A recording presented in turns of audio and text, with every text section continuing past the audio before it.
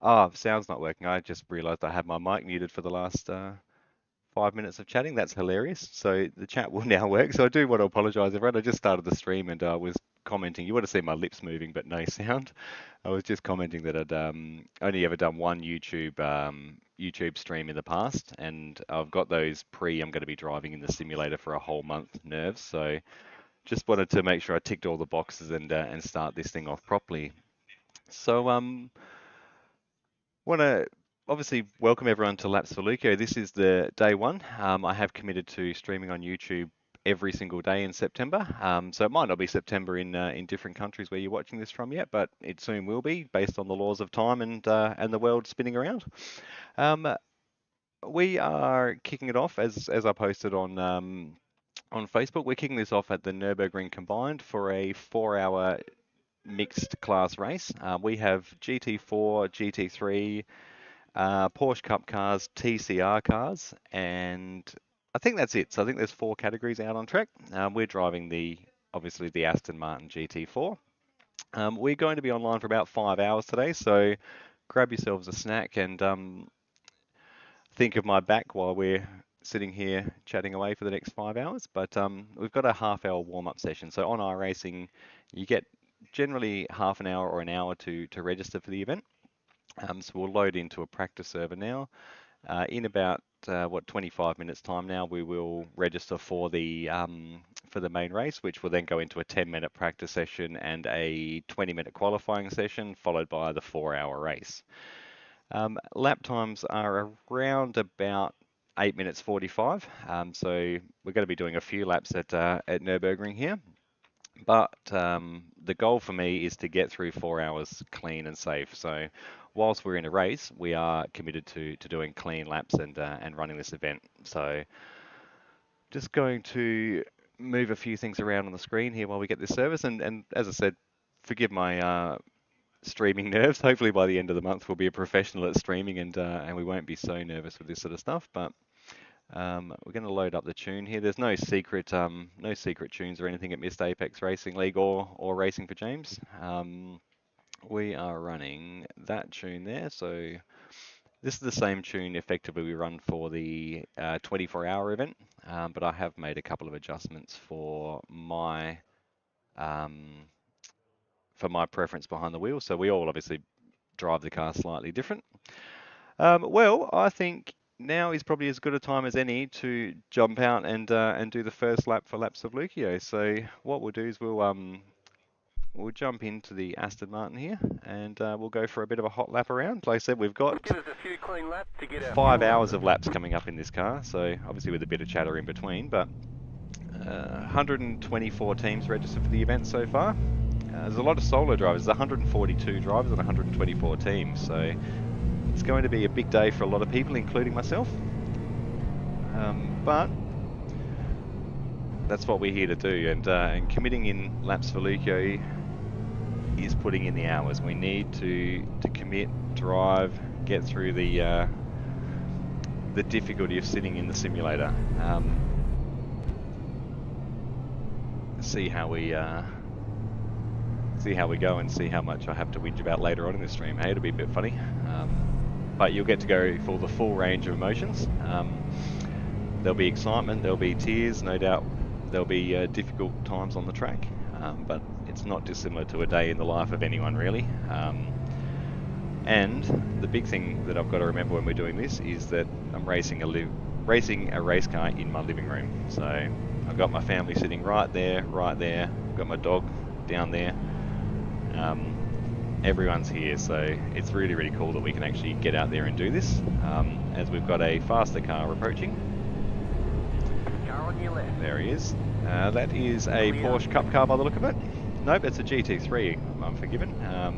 I do actually drive the GT3 Porsche, that's my preferred GT3 car. I have not driven it at the Nürburgring, but no doubt I will get the opportunity to do that at some stage.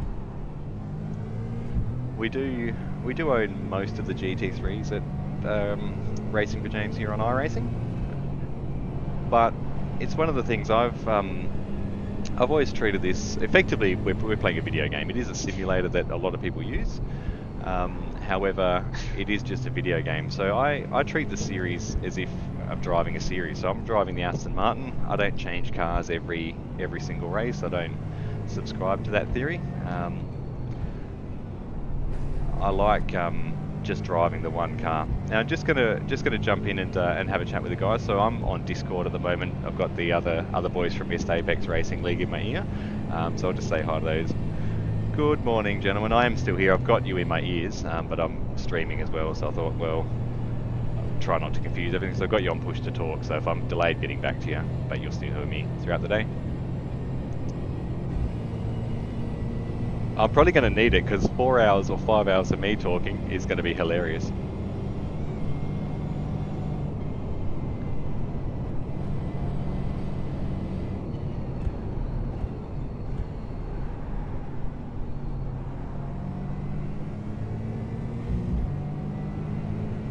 You've got time, do a reset, yep.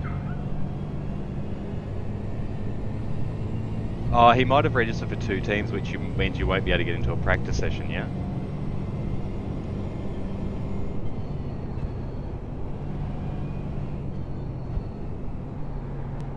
You've got to wait for the race server, I think.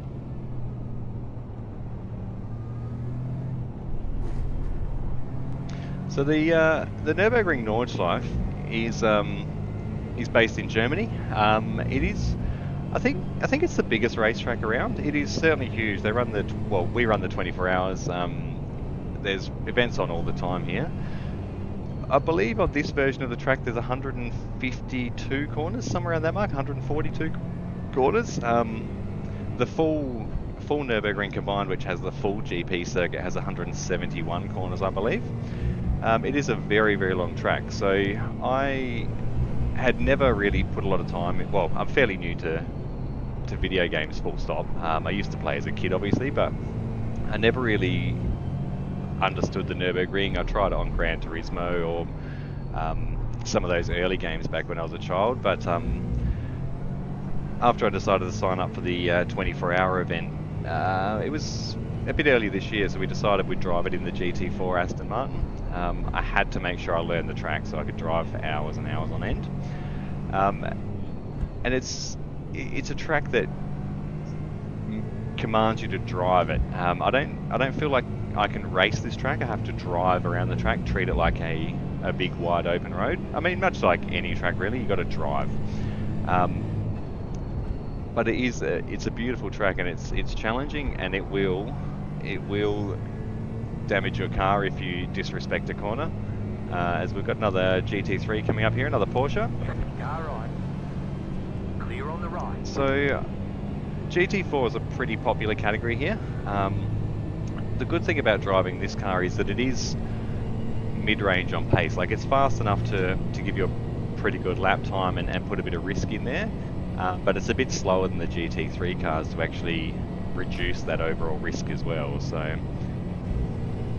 as we come up to the kink in the back straight, once the tyres warm up, that's almost flat out, but you do, because of the weight of the GT3, have to give it a bit of a lift through there. And as I said, we're in the car for 4 hours, so if I can reduce risk by losing half a second on a corner like that, I will absolutely be doing that. I'd really like to have my personal goal here of getting through the whole event without any major incidents. But so it's the first time I've done this. My longest stint to date is 3 hours. I've done a lot of 2.4 hour races in the LMP2, which is a hell of a lot faster than this. But I've got to obviously stay relaxed, drive the car around the track, and look after my body as I go.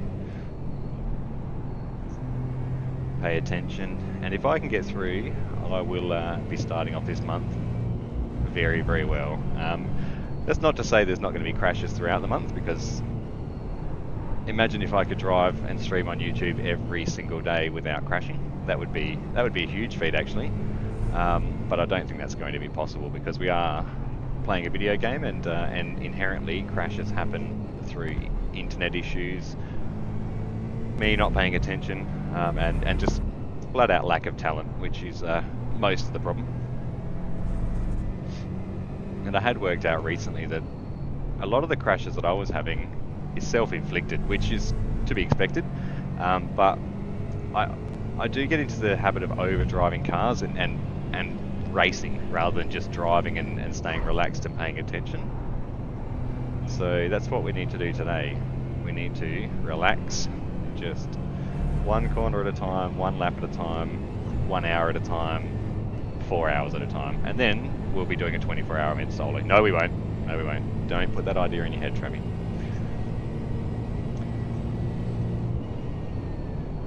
So we're nearly finished our first lap of the Nordschleife. So you'll notice on the bottom corner of the screen, we have a lap counter. Now, I'm not technically advanced enough to figure out how to make that update live, so that will be updated daily on the stream. So what I'll do at the end of this session, I will jump online and I will update the laps and the kilometres. So very, very simple calculation, but by the end of the month you'll see that growing pretty well. And hopefully up on the top right hand side of the screen there should be a track map. I'm just going to have a look at my trusty child's iPad on the side. No, it is not there. So what I'm going to do, I'm going to, at the end of this session, I will see if I can get that track map on board. Actually, I might be able to see if I can do it here. As we, whoops, see, I told you we were going to crash. Let me move that.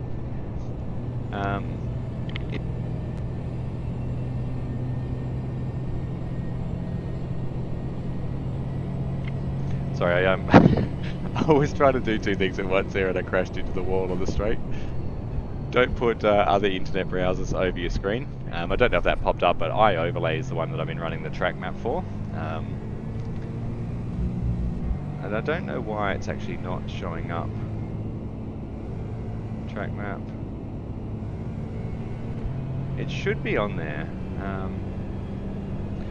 What I'll do... So we've done, I'm just going to pull over there. So that's our very, very first lap of the Nürburgring. I just want to make sure I get the correct info up on this stream. So bear with me 2 seconds. The track map should be on there. And as I said, these are just technical nerves because I thought I had all this up and running, but I don't. That one there. Copy and paste this over to this screen. So I'm just going to remove it from there, and we're going to add another one in there, which is that one. So that, there we go. Now we have the track map on the screen. All right, so we'll save that in there. And now we're good again. All right, let's go for another lap. So where are we? We're on there. I should update the laps as well. But while we're actually here, we're going to have a look at how big this track is. We are info. The track is 165 corners and 24.43 kilometers. So what we're going to do is we're going to update the lap. We're going to have our first lap recorded on here. Where's our lap counter? There it is. Laps 1. We've done 1 lap of the Nürburgring Nordschleife and we've done 24.43 kilometers. There we go. Whoops. Let's fix that. 24.43 kilometers. There we go. Now, I'm not going to update that throughout the race because that would just be silly and probably, as you saw, I already crashed into the wall when I was trying to adjust things on the screen. Let's go do another lap, hey? Because I'm not going to do enough laps in the race, and we want to see how many kilometers we can drive this month. Today we're going to drive a few, I can tell you that. I'm going to hold up the GT3 coming out of pits. Ah! No off track. There he is. Clear. Where is he? Car right. Clear. There we go. There's some amazing liveries. Who we got here? We've got a pink BMW. This is a very technical part of the circuit. Very, very slow as we get an off track on there. So I've got to be mindful of off tracks as well. You do get drive-throughs. And I'll be trying to avoid spending too much time in the pits if I can.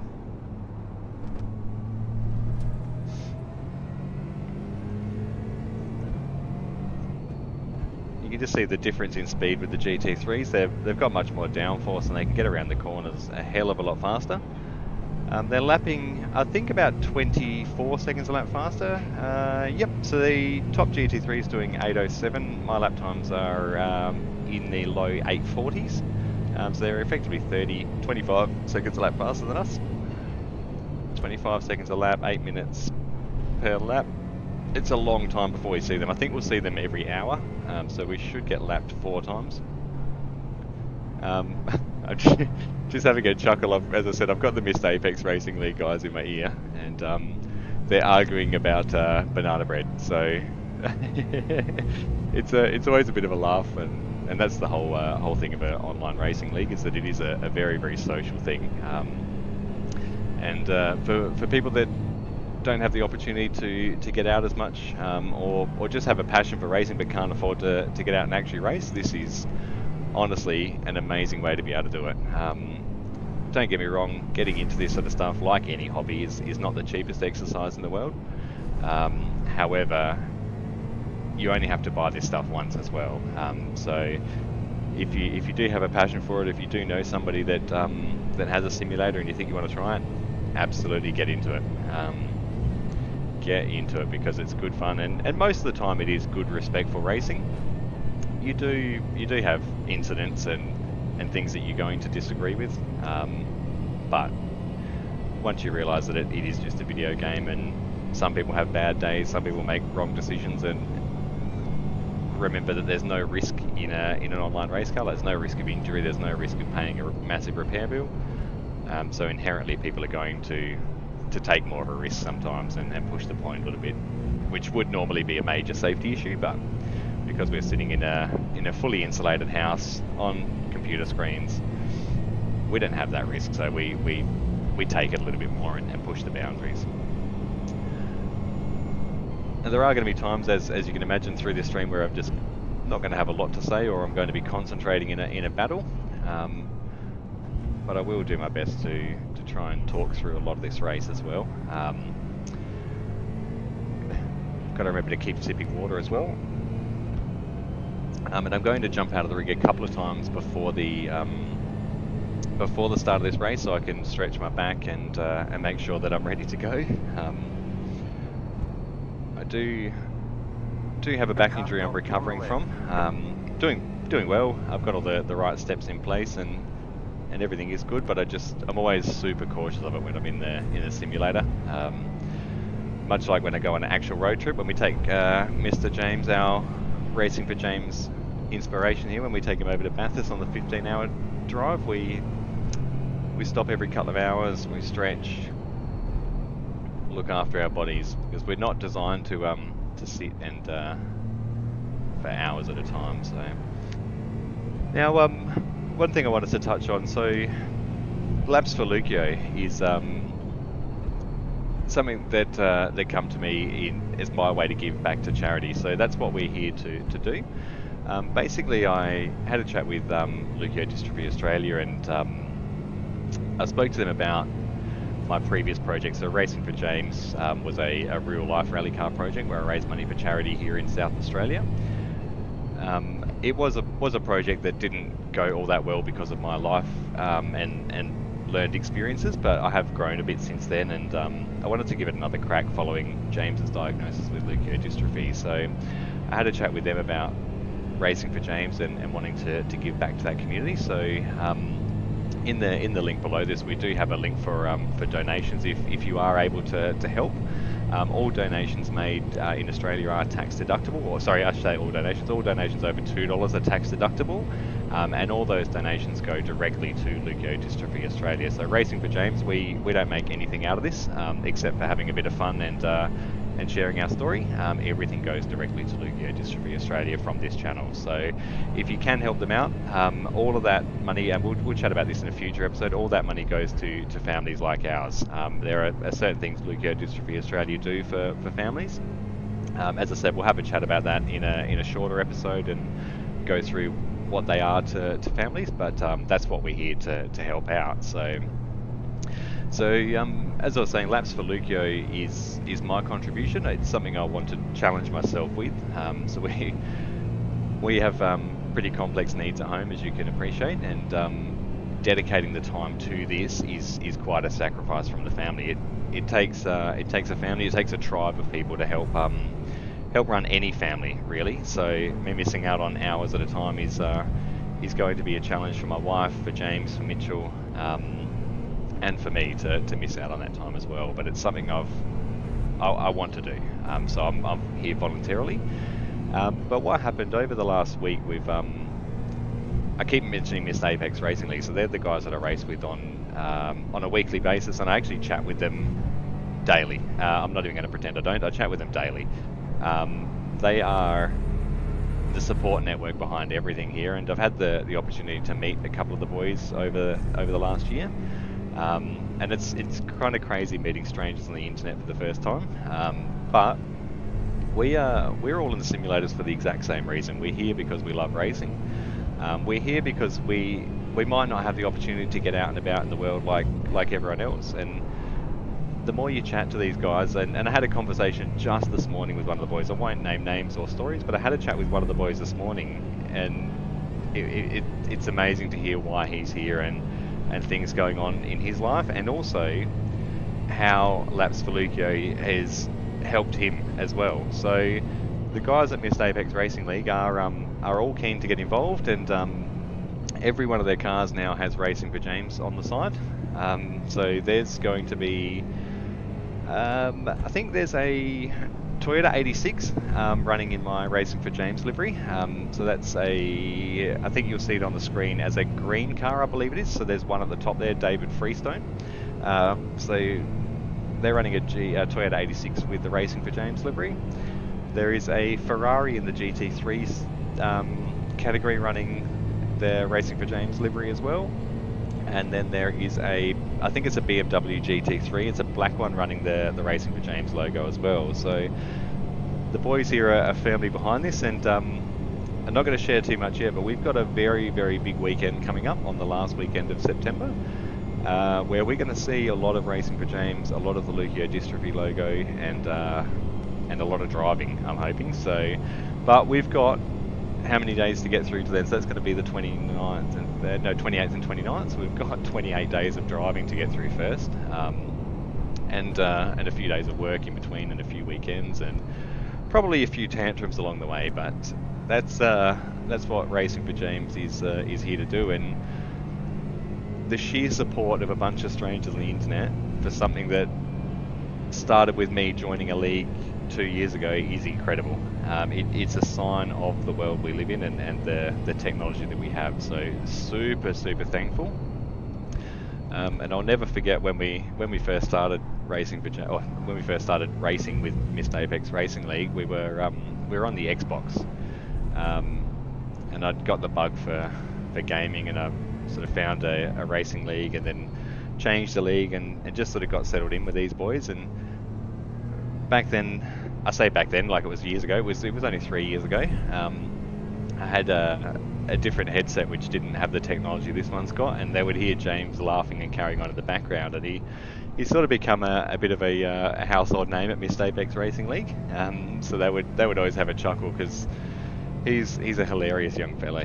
They'd hear him yelling and screaming in the background in protest, or just with his infectious laughter. So the boys quickly helped nickname him Hot Wheels, and he's been a bit of a celebrity around the league for a little while now. So a couple of the guys, no, only one of the guys. So Jumbo, the guy who started Missed Apex Racing League, had the pleasure of meeting James earlier in the year when he came over to South Australia. So I hope to get James out and see the rest of the boys at some stage soon as well, and they can meet the guy who this project is here for. Well, I say the project who it's for. It's actually the reason we're here. It's not for James, so to speak. James is the reason we're here, for his love of motorsport, my love of motorsport, and the lessons he's taught me in my life. That's for sure. It's a very big reason we're here, and it's a great tool we've got to use the internet to make this sort of stuff happen. So we are on our third lap now. How long has this session got to go? just double check the time as we overcook that corner. So we've got 2 minutes to go until the race server. So we're not going to finish this full lap. I'll only count full laps on this. I'm not here to cheat the system. And I can't calculate quarter laps, half laps, any of that sort of stuff. So we'll count this as 2 laps in the warm-up session. And pretty soon on the screen you'll see your race server is coming up. So we'll just pull over when that comes up and jump over. Actually, I might just hop out of the track now while I've got a chance, and I'm just going to go do a very, very quick stretch again. And a couple of other boys just joined as well. So I'll be back in 2 seconds, guys. I'll leave that up there, and you'll see the car zooming through. It'll be 2 seconds.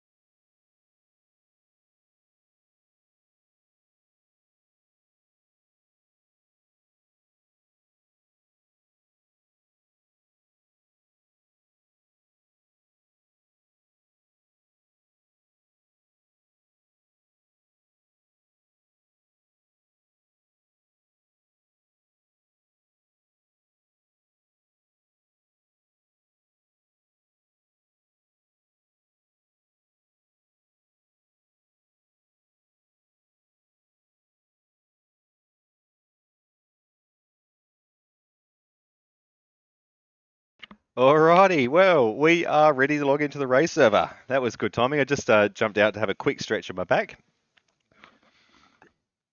We are jumping into the race server. Let's go. Now we did 2 laps there, didn't we? So let's update that to 2 laps. Hey, we're going to update this. I said I wasn't going to, but we'll update it. I'm not going to do it during the race, so that's just silly. So 48.86, quick maths. Yeah, so I think we've had a bit of a technical issue there, guys. I do apologize, but the stream is connected again now. I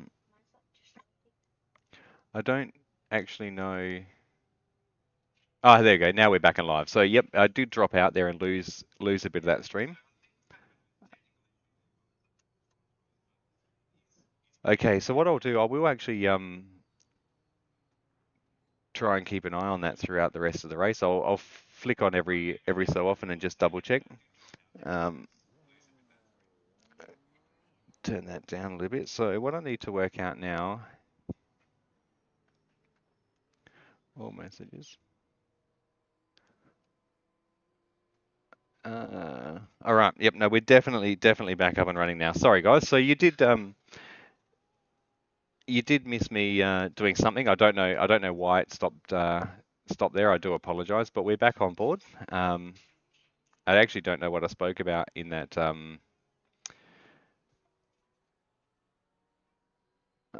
All right. So we've updated. We actually managed to do a second lap. I think the stream actually cut out in between that, so we actually did manage to do a second lap in there as well. And we have 2 minutes to go in this warm-up session. So we've got a 30-minute qualifying session. Now, if I jump out of the car, is that what's killing the stream? No. So that's all well and good. So I think I just must have clicked a button that stopped the streaming there. I think that's what's happened. I think it might actually be one of the buttons I've got to push to talk for the guys on Discord. So I'm going to turn the volume of them down a little bit. They're a little bit loud in my ear. There we go. So turn them down a little bit in my ear so I can hear them, and I can answer them if I need to. But now I don't know what to answer them with. Might change it to, what are we going to change it to? Number 9, maybe? Let's go to number 9. All right, now if we jump off of that.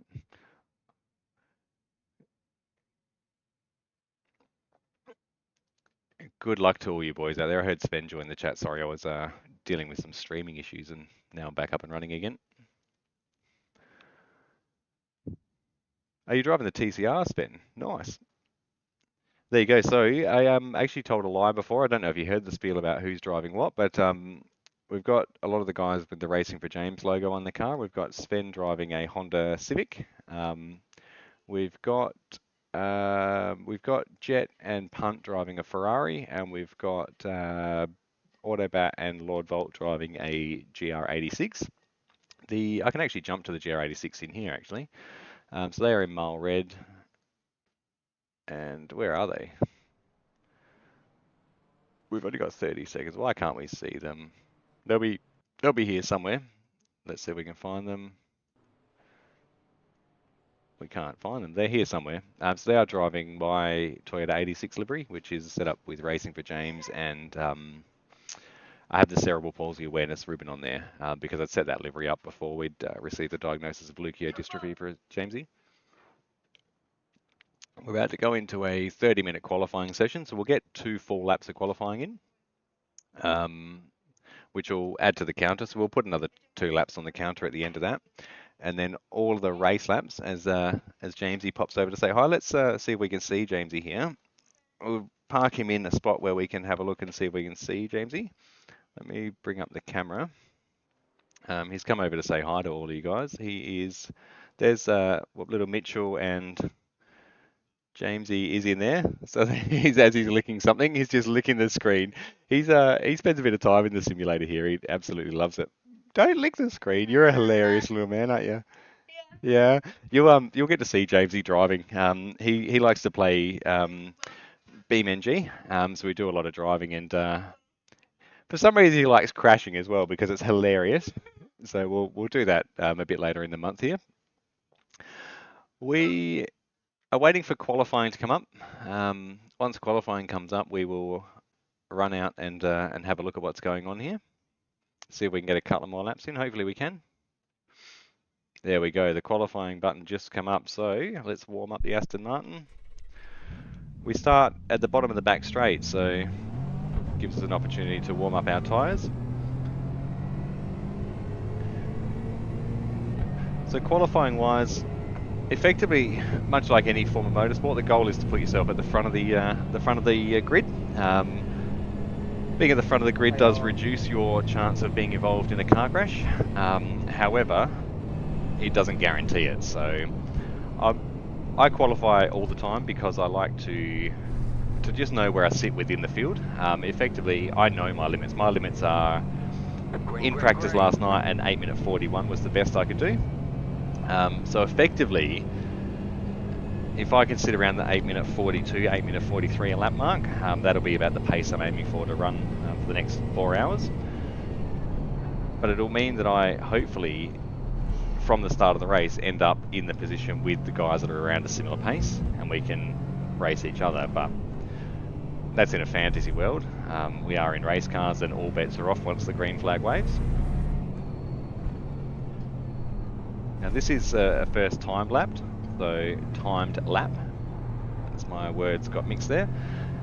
So because the track's so big, you don't get to do a full out lap, but it does start you with warm tyres from your start position there, so you don't need to go through the tyre warming phase or anything. They're ready to go.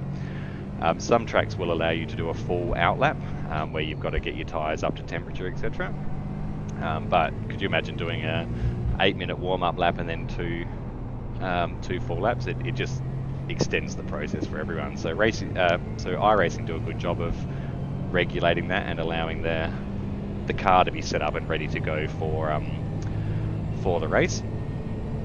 So it is a 30-minute qualifying session. So what I will be doing is at the conclusion of my second lap, I will jump out of the rig for however long I've got left between now and the start of the race, just to give my body a bit of a rest.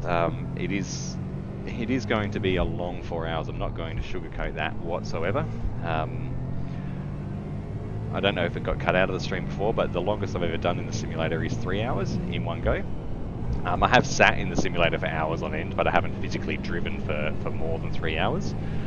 So it is going to be a physical and mental challenge for myself, but I'll say it plenty of times throughout the month, that's what this project is here for. It's the symbol of the long road to helping children with neurological disabilities, and Leuko Dystrophy Australia is my charity of choice. So if you do like, again, this is only the first hour of this project, but if you do like what we're about and you want to help make a difference, the link is in the chat below. It does go directly to the Leuko Dystrophy Australia website, and all donations in Australia over $2 are tax deductible. So it is past the financial year now, so if you want to set yourself up for tax time next year and you're happy to share a few dollars and make a difference in the lives of families, please consider a small donation.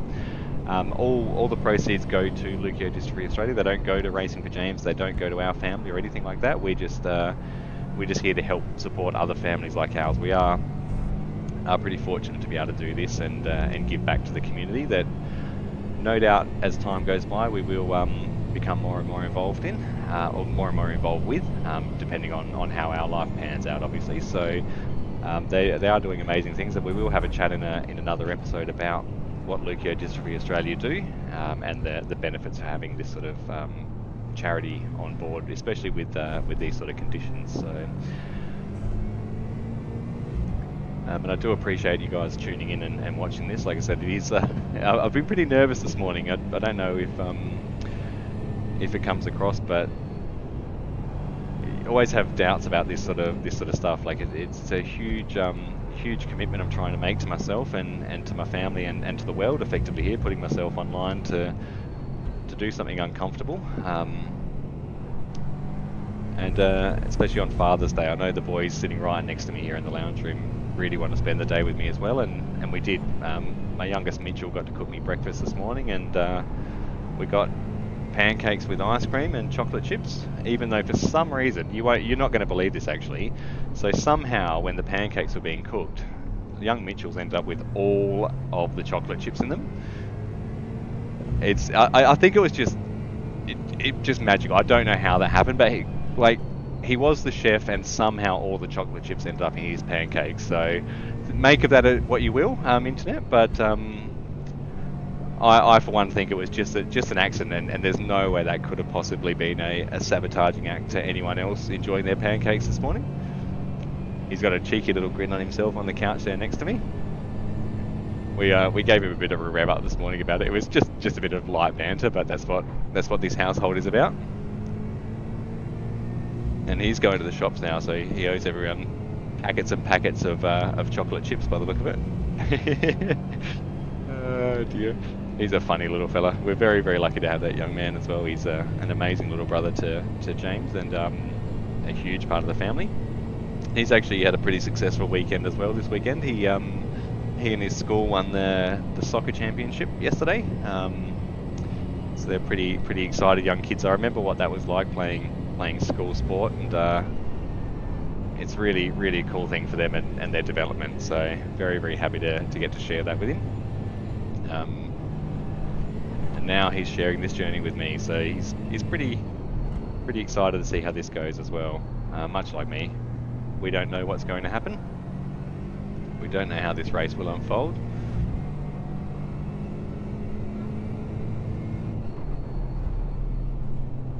Now, to touch on how the race will unfold, so effectively the plan is to drive for 4 hours.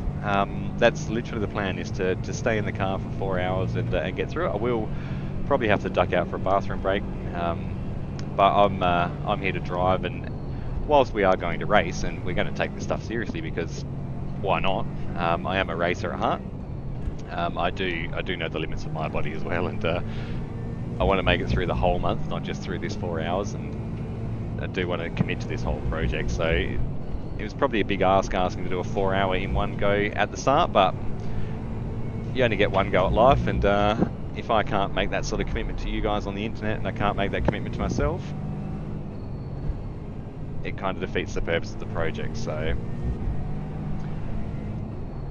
we will try and do a couple of long streams throughout the month, and we do have a big project lined up for the end of September. So keep your eyes on our Facebook page, Racing for James on Facebook and YouTube, and you will see some content coming out about what we're going to do for I think it's the 28th and 29th of September. I just got James wheeling up next to me as we come into the jump.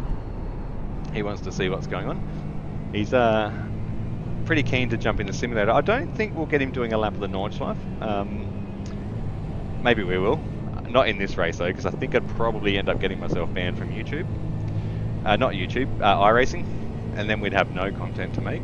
Yeah, but maybe we will get him doing a lap of the Nordschleife. See how we go. We could pick something like the Volkswagen Jetta. That's a nice, fun little car to putt around in. I think that got him excited. That, judging by the panting going on in my ear, you can see the racing, big buddy. Every single day on our screens is motorsport, and incredibly lucky to have this setup living in the lounge room. Really am. It's nice to be able to do this. Oh no, as the water's been knocked over. Bear with me 2 seconds, I'll just go on me.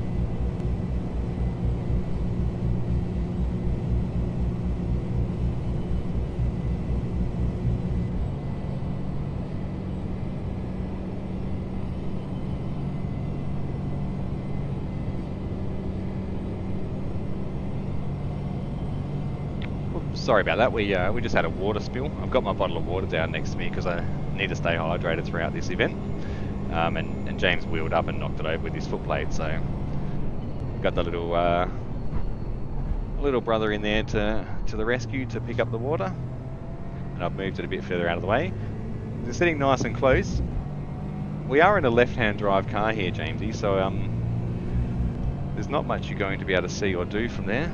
Let's have a look, make sure we're still online. We are still streaming. So that's lap 1. It was at 8:49. It was a very slow lap.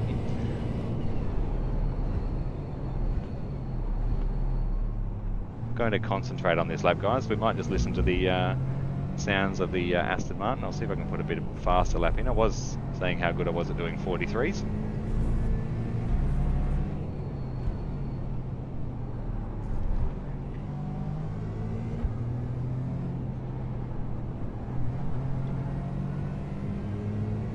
And again, I don't necessarily mind if I'm at the back of the grid. It's not the end of the world. I'm here just to run laps, but I was hoping I could put in a bit faster a lap than that.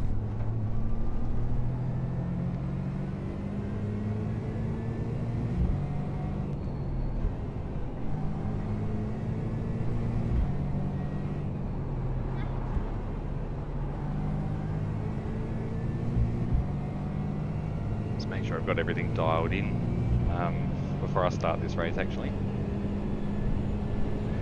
What is the faster cars doing? 35s. Wow, that's incredibly fast. There's so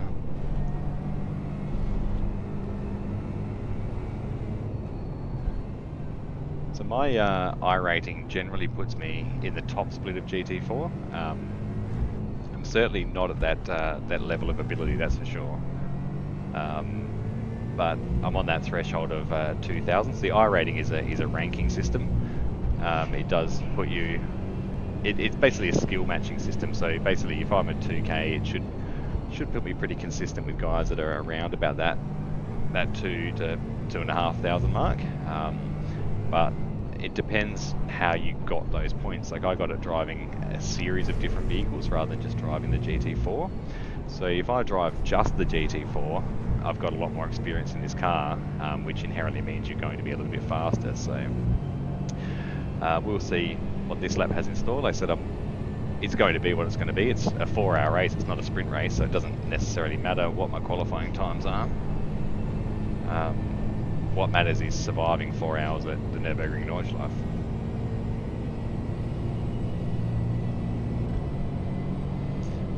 I'll grab a sip on the water on the back straight.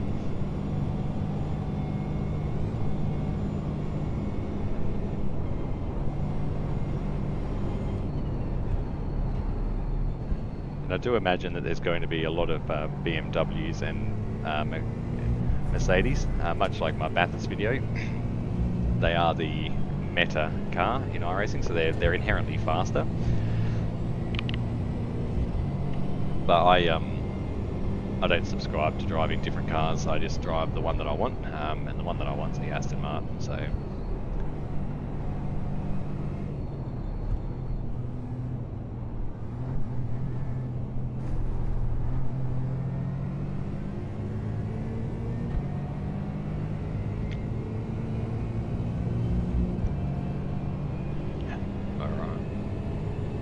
Sounds like in the chat there's a bit of technical difficulties going on with the other cars.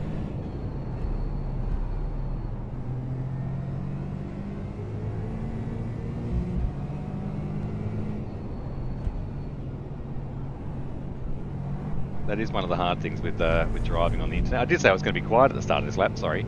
But one of the difficulties with driving on the internet, you've got internet issues, power issues, lots of things that can interfere with your event. But in real life race cars, you have mechanical failures that are unpredicted as well. So it sort of does simulate mechanical issues.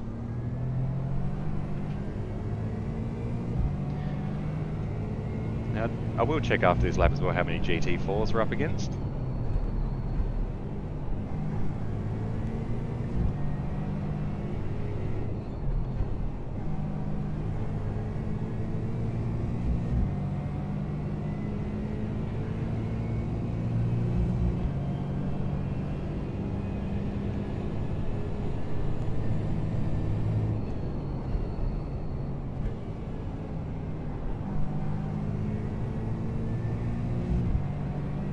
And I will obviously check to make sure I've got the correct tune loaded into the car as well.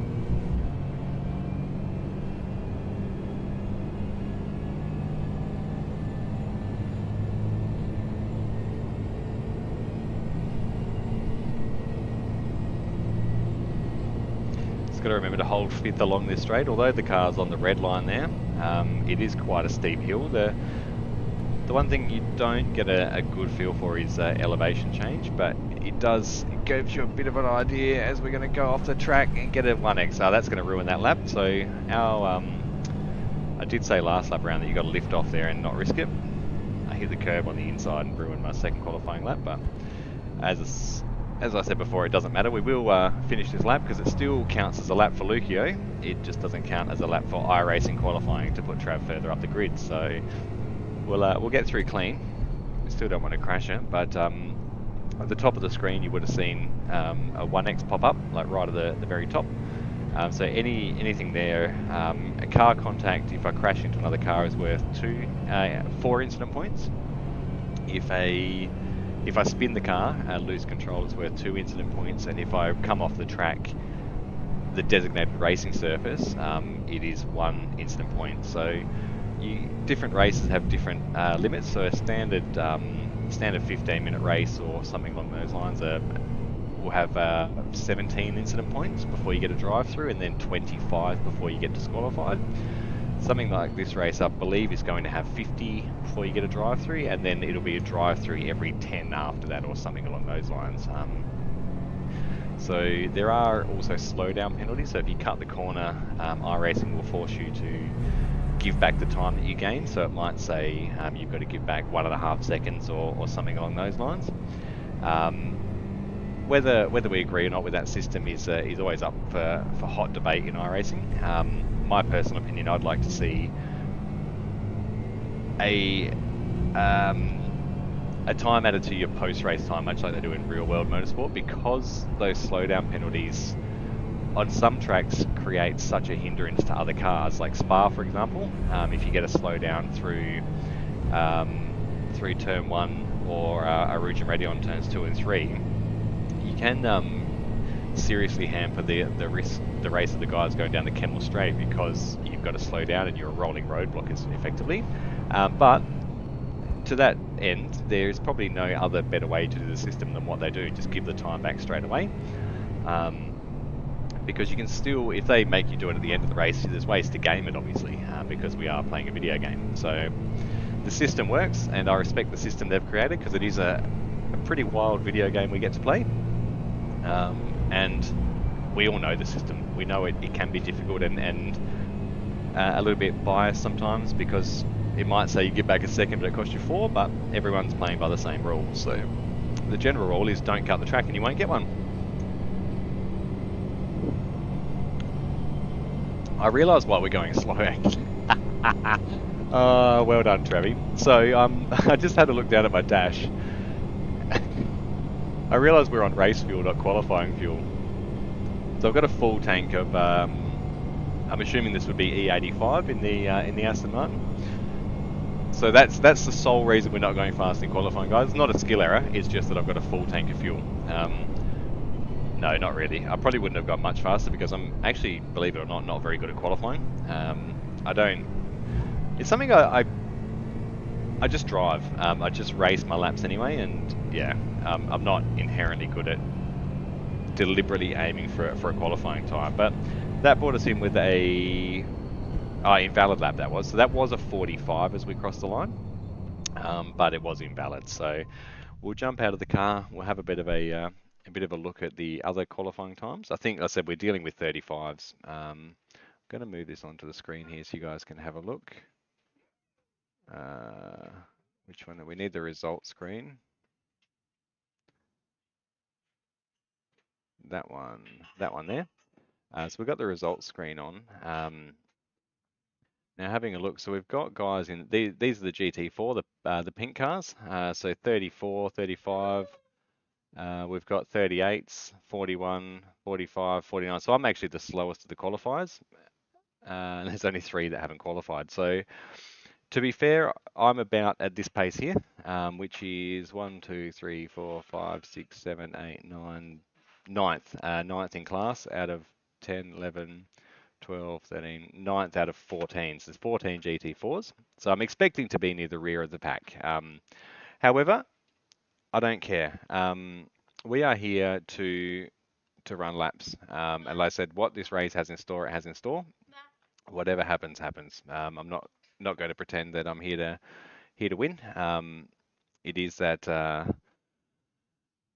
risk we have with racing. Like I said, it's put me in a way higher split than I personally feel I should be in, but I'm not here to argue the point with that one, and we'll see how we go. Now we have done 4 laps. I'm just going to edit that to be 4 laps. And then we've got 9 minutes left, so I am going to jump out of the simulator again and just stretch my back and get ready for this times 2, so 97.72 kilometers so far. Sweet. So we'll save that up there now. I will be back. Listen, I'm just going to mute the chat and I'll leave the screen on here. I don't know if we can put this on most exciting. There's my Aston Martin. So that's obviously the most exciting car out there at the moment. But I'll be back in about 6 minutes, guys, to get ready for the start of this race. The family's going to go out, so I'm just going to go say goodbye to those guys, and we'll be back very soon. Thanks.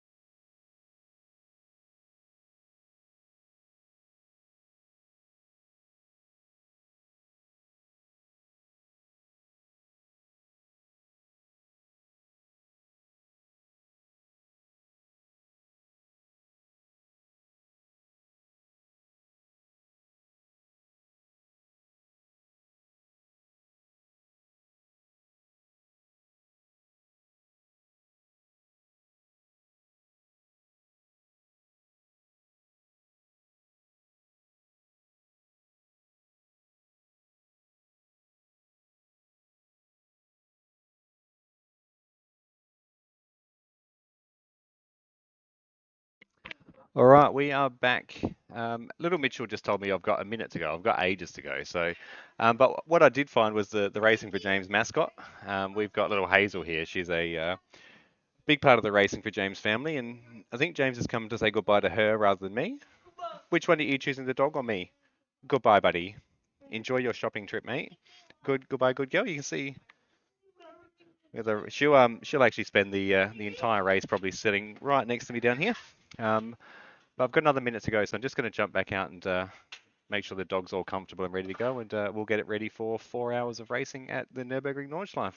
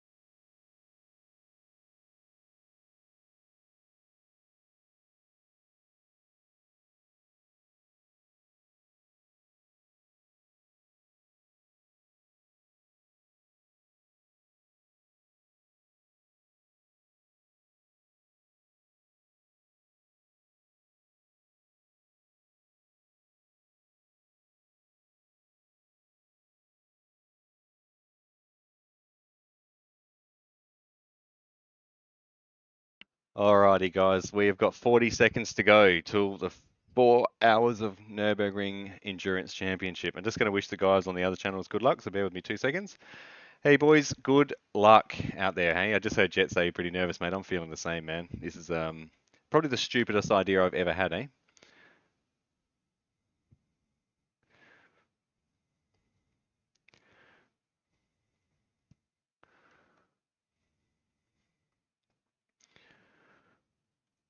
Wow. All right. Very, very nervous, guys. 5 seconds to go. 5 seconds to go. Live on YouTube, 4 hours. Wow. Let's do this. I did just say goodbye to the family, and they're going out shopping. Managed to make myself a coffee, which I think is probably one of the stupidest ideas I've had. Actually, I left my gloves. Gloves on the table. Let me run and get those. We're on the grid, guys. So whatever happens from here, rest assured the male attitude of never give up, and the leukodystrophy motto, never give up, comes into play. We will not quit this event. Chances are, unfortunately, we will end up crashing. Like I said, I'm not going to guarantee we're not going to crash, but it's going to be what it's going to be, boys and girls. Let's do this.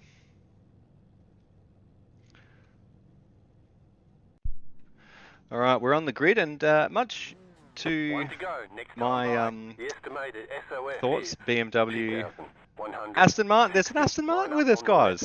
There's an Aston Martin. That car there is much faster than us, though. Much faster. He was in the 39s, I think. He might be the one doing 41s, which, hang on, how many cars? We got 1, 2, 3, 49, 45. I don't know how to comment. So one of my mates, so Michael Brennan at the top is Lord Volt. Nice and easy lap one. And we got the relative on.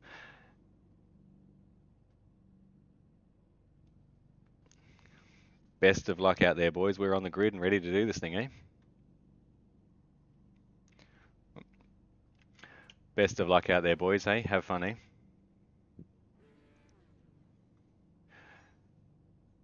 I'm going to try. It's 4 hours. I was just saying in the stream, I'm actually, like Jet said before, feeling pretty bloody nervous. 165 corners for 4 hours. It's going to be a feat here, but we'll be here till the end, boys. Let's do this, eh?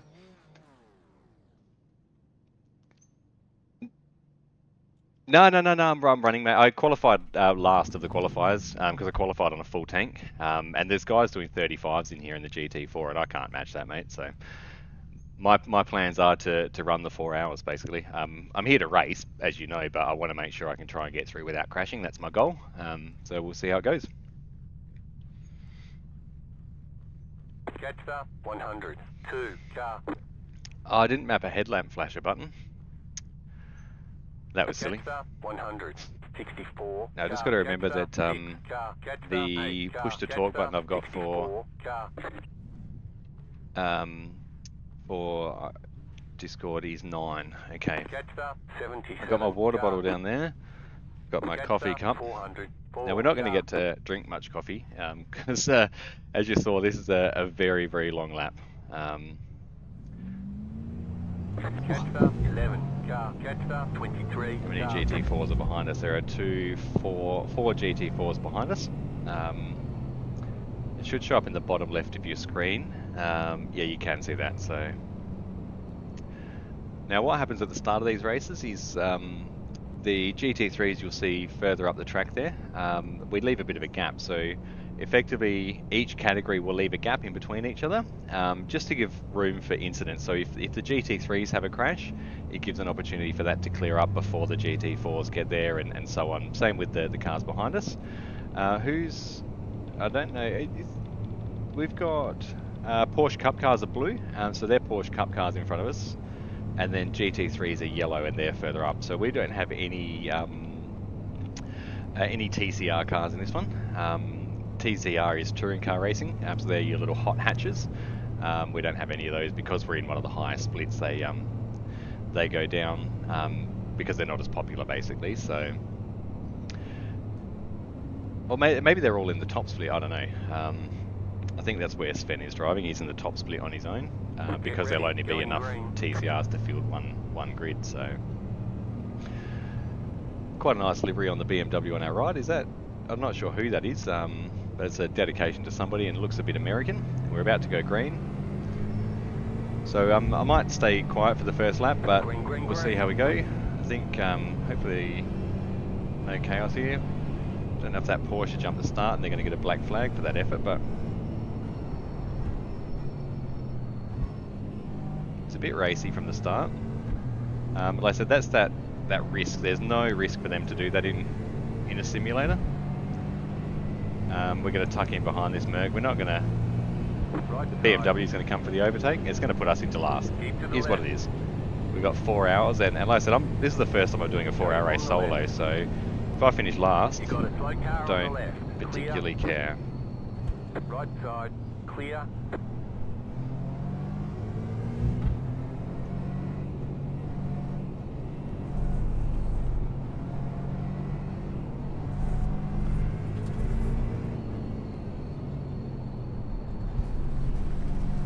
Car right. Keep to the left. We're going to battle this Mercedes. Clear on the right. He's let us go. Bit of racing room. That's good. He did make the error and go off track, so he can't really battle us for that position. He can now because it's all said and done, but it's nice to get that that respectful racing room. Like I said, the goal here is just to stick with this pack of GT4s. Once the traffic starts doing its thing, we'll have a bit of chaos, and that's where getting lapped and mixing up the pack all comes into play.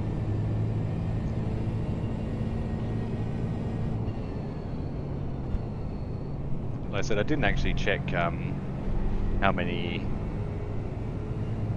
incident points we get, but I'm going to try and get as few as possible. Incident points in iRacing count towards what's called your safety rating, and you get a rolling average, so the more we get, the more it affects our average, and it's not an indication of anything. Sometimes you just get races where you get a few incidents, sometimes you get lots. I don't particularly race to avoid them, but I do like to try and keep the average low, because the average says more about your driving than individual races. We've got a yellow flag up here somewhere. That's all cleared now. And that is another really funny thing about iRacing, and the lack of risk. So when there is a yellow flag, a lot of cars just go charging into it. They don't slow down. I always lift off when there's a yellow. Like I treat this game, and I say game because it is, I treat this game as if it's a real race car, because I believe a simulator should be played as a simulator. Maybe that's why I don't do all that well points wise and results wise, but I have fun the way I interpret the game. So and that's the most important thing to me. And I encourage anyone who plays any video games to play it how you want to play it. Oh, as I murdered that BMW. Gonna redress that position. Car stop on the left. Sorry, buddy. I'll Car redress that, mate. Go, go, go, go, go. Still there. Clear. Go, Beamer. I'll let you through, buddy. It was just a braking incident there, mate. Just going to redress that position. There's nothing worse than killing somebody. Clear on the right. Didn't cause any damage there. It was probably a bit of net code, but as I said, it was, yeah, they were better on the brakes than me, and my car just pushed him around a bit. There was no malice there, but I said it's 4 hour, well, on the first lap of a 4-hour race, I'm not going to consume that. Car looks fine. No damage to We don't have any report. damage. I don't know if we got 4Xs. We got 4Xs for it. No, we're good, Michael. I just tapped the back of the BMW in front of me. It was nothing in it. It just pushed him under brakes.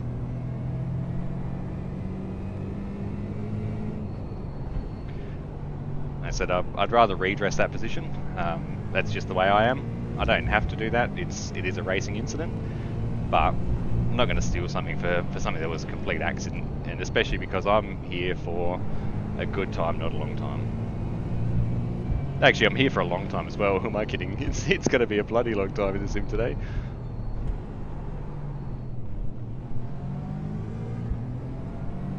So it did put us 5 seconds back from the other guys in front, but I think it was the right thing to do. Comment below if you think I did the right thing there by giving that back.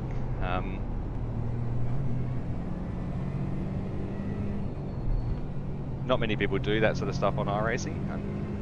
Right side. I'm Keep to the going to left. challenge this Merc. He's got the run on me here though. Clear. Well, I got another 0. I got 0x for that. Okay, there's a fair bit of net code at play, so I've got to be mindful of that today. You can see that at the top of the screen, 0x popped up. Left side. Alright, now we do the drag race up the hill. Stay on the right. I don't have the speed on the Merc though. You can see him pulling away. So this is where those cars are much better, and you'll see that speed difference.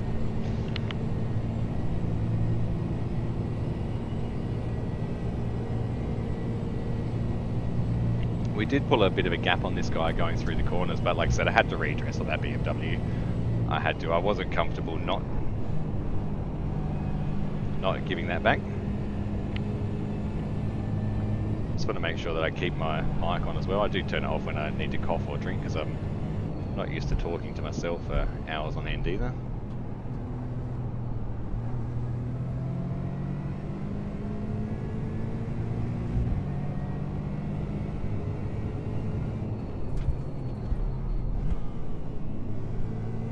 Just got a private message. No worries, brother. Good luck.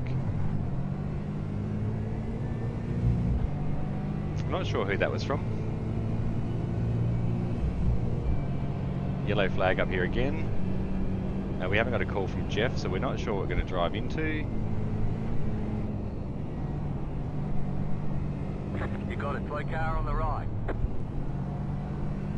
Somebody just come off the track, I think it was. Maybe. Oh, there is the car. It looks a bit wounded. It's a... What have we got?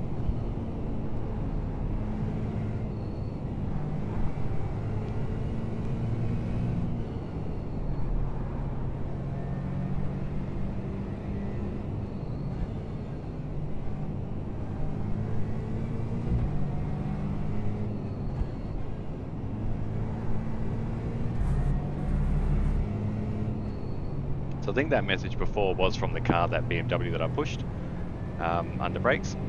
It was nice to get a private message, so...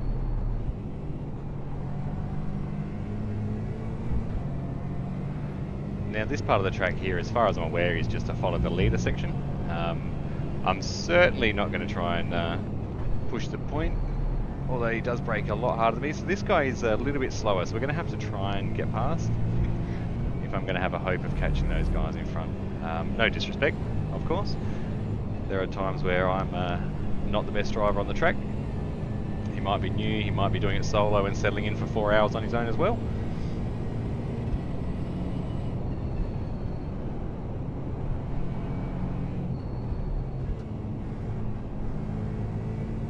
we are effectively last on track, guys. Probably could have been 2 positions up from where we are. Well, we were 2 positions up from where we are, but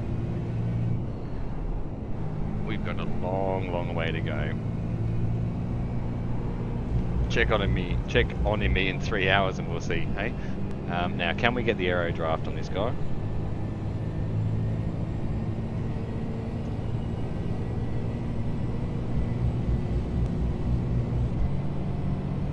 See, I'm in the tow here and he's pulling away. So this is the difference in these cars is I'm going to have to get him through one of the tighter sections or under brakes somewhere. Left side.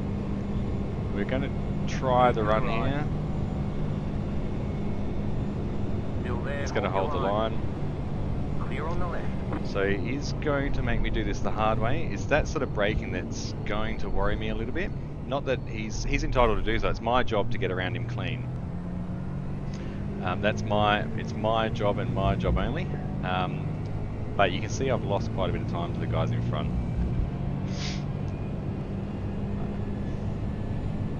I don't want to battle him for the whole 4 hours, if I can help it.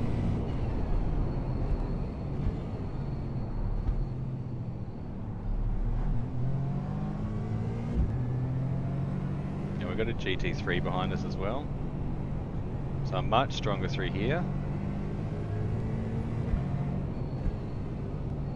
Right side. Still there, hold your line. Clear on the right.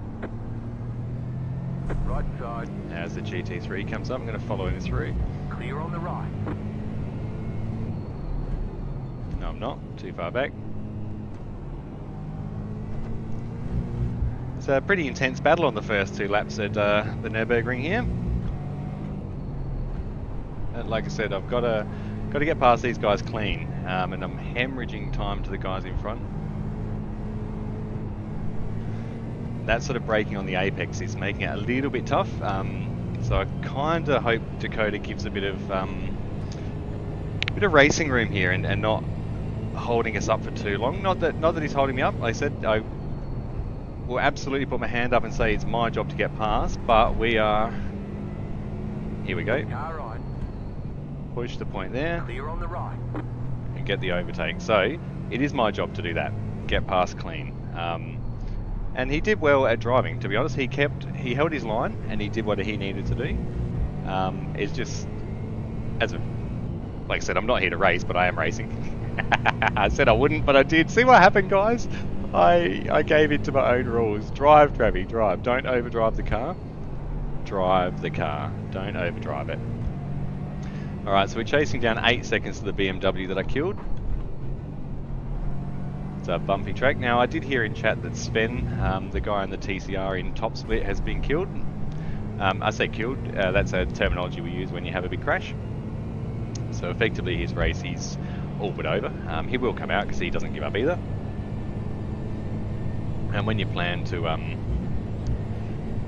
when you do these races, you certainly become aware that you've got to just drive anyway. There's no point in entering a 4-hour race and giving up after the first 2 minutes. I don't think so. I have quit races in the past, but I don't make a habit of it because I'm here to race, and crashing is racing. Crashing is a part of racing.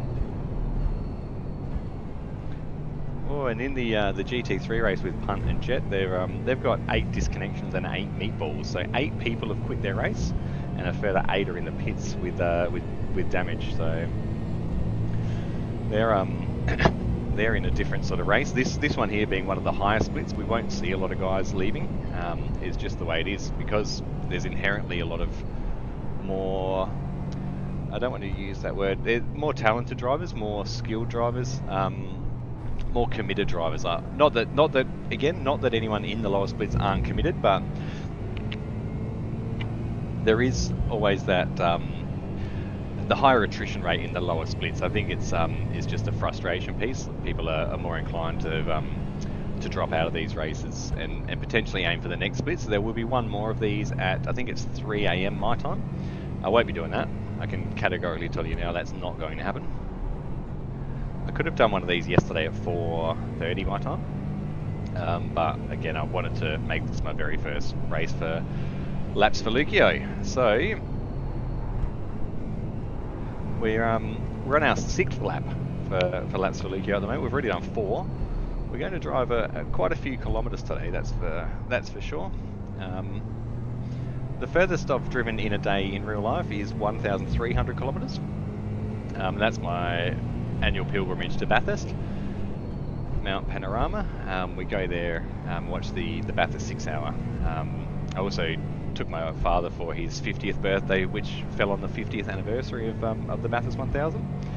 So it's quite a good place to go, and it's a long drive. I can tell you, making that trip. When I did it with Dad, it wasn't so bad. I was actually 25, so it wasn't too bad. But doing it now, I've learned, and through what I see day in day out at work, I've learned that driving on the road is just dangerous. So I make sure I rest every couple of hours. And the trip for us is a 13.5-hour non-stop drive. So we take about 16 hours to do that trip, and even just those like 2.5 hours of stops, hour and a half of stops, whatever it ends up being, is not enough really. And I'm not convinced I'll keep doing that trip. Remember to stay in 5th and lift off at the kink. I'm not convinced I'll keep pushing through that whole trip in one go. It is risky, and as James is getting a little bit older, he does love to get out in his wheelchair and explore, rather than being stuck in a car. It's the facts of it, unfortunately. He can't move around the car and I say move around the car, like they don't have seatbelts off and they're climbing around like a jungle gym. They can't move around, like James can't move around in the car like his brother can and make himself comfy and cozy. So we're super mindful of that as he grows up. But the Bathurst 1000 and the Bathurst 6 hour is definitely on our agenda, and the 6 hours where we like to call home for the Easter weekend. It's a very, very fun and relaxing weekend, and we were just chatting actually last night while I was practicing for this event. The wife and I were chatting about how we're going to make the pilgrimage over in April next year to make that happen. So we will be back on top of the mountain watching race cars at McPhillamy Park, I believe we'll sit and watch. Although we can go anywhere on the track, except for on the track, because that would be stupid, wouldn't it? Let's be honest. We can go anywhere around the track to watch the race.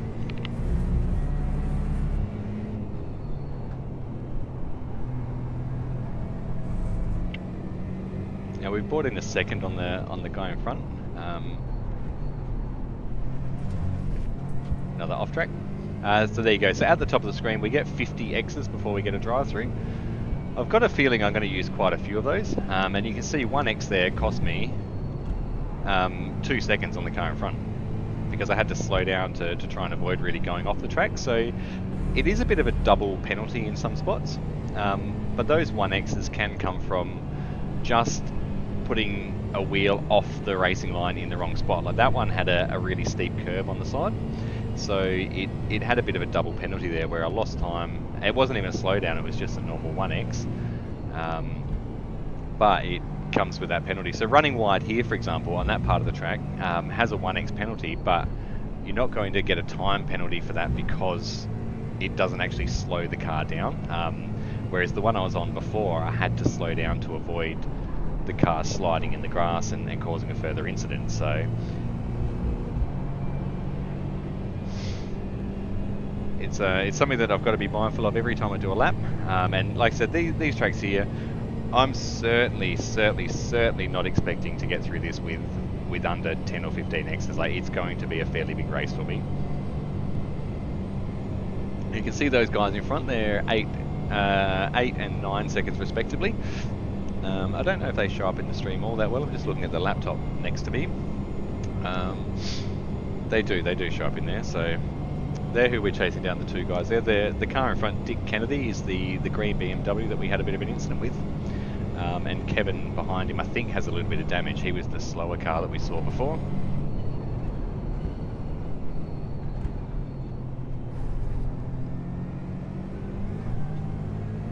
So we've got 5.8 laps of fuel. So we've done 2, so it's about 7 laps per stint, from what I understand. 7/8 of 56. 7/8 of 56, so a bit over an hour a stint, I believe. Somebody do the maths on that for me. I'm trying to concentrate on driving. Where's my fuel strategist? He's down at the bottom of the screen there on the tacho. That's where he is. Just do what he says. Pit in 5 laps, Travi, and you'll be right. You won't run out of fuel.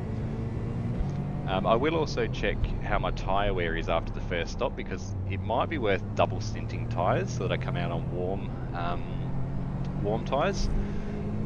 Tyres are free in the pit stop, so they do them as they put the fuel in the car. However, there is a distinct advantage to having warm tyres on the car, because you don't have to lose a second or two warming your tyres up in the first few corners.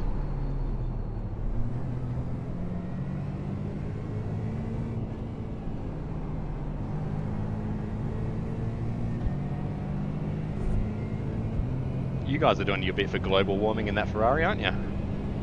five laps a tank.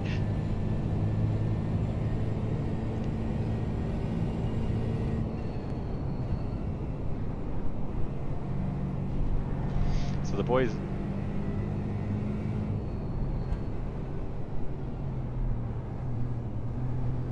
Yeah, there's a lot of acceleration zones as well, isn't there? Like, you're pumping the throttle through corners, so... Just chatting with the boys, they're driving the Ferrari GT3, and they're getting about 5 laps per tank of fuel. So it's going to be a lot of fuel stops for those guys. 5 laps, they're doing 8-minute 30 laps, I think, 8-minute 20, so they'll be pitting at about the 50-minute mark, I think. 5/8, so 40, 45 minutes, somewhere in that mark.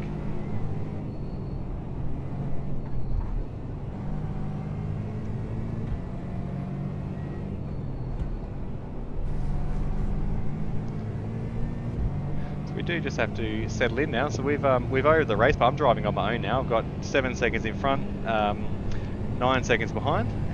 It's going to be just running laps, and this is where the whole title Laps for Leuko comes in, because these endurance races quite often end up driving on your own for hours and hours on end, hours and hours. So the 24-hour race we did, you come up on a car every 10 or 15 minutes, overtake it, pass it, let it pass, do whatever you do, and then you just carry on your own.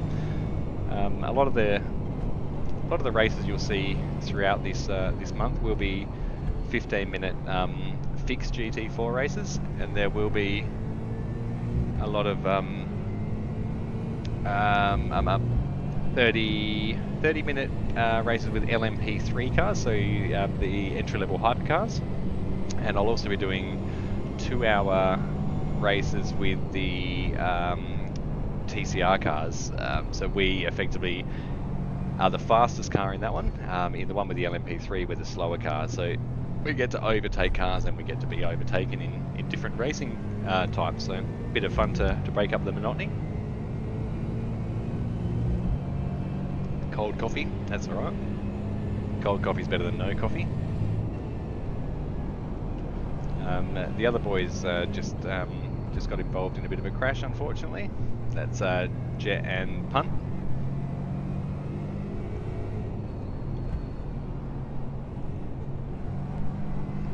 So they've, I don't know what happened, but it sounds like they got caught up in an incident with another car that was out of control, and may have just touched the nose of their car or something on that, or hit the wall trying to avoid it. I could sit here and speculate for the next 4 hours what happened, but all we know is that they've got wheel damage, so...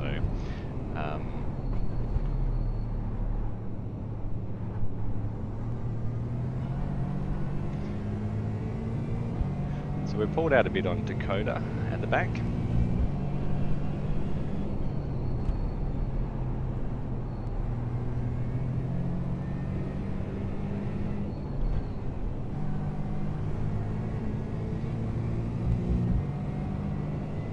Three hours and 37 minutes to go, guys. It's pretty funny how I was saying this morning over breakfast that I'm jumping into this race, and I'm going to be racing until 3:30 in the afternoon my time. I started in the sim at 9:30, getting everything ready to make sure I had the stream up and running, and then I forgot to turn my microphone on, which had to happen, let's be honest. and then I'm going to be in this till 3 o'clock in the afternoon. It's pretty cool, pretty cool. I've just got to stay focused and stay focused. We're slowly bringing Kevin in again. Instead of only managing 47, so I'd like to be 5 seconds a lap faster, but I don't think that's going to happen this early on in the race. And I don't want to rely on other cars crashing to get my positions either. I do want to earn them respectfully.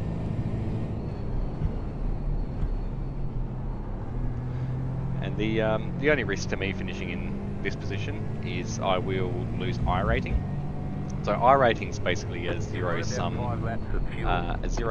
calculation. So effectively, every race you enter, you bet 100 I racing.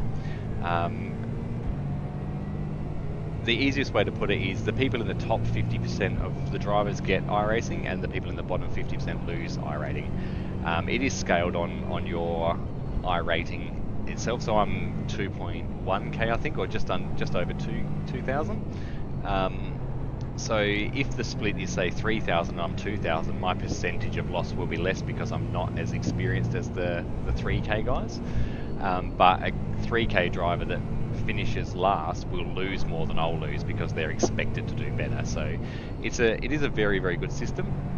However, I've found that being at the 2k mark, so 2,000, is where I feel, in my opinion, that you've got to make a decision about sticking with one car and trying to get more rating, or you just accept the fact that you'll end up in top splits like this where you can't keep up with the cars in front. Because every GT4 race I've ended up in the top split, and the guys are just that much faster, so it shows me that they predominantly drive the GT4 because they know the car, they're just that much better at it. Whereas I drive a lot of different cars. I won't be this month, I'll be driving a couple of different cars, but mostly the GT4, so it'll be interesting to see if my rating improves over the next month as I get more and more used to this car.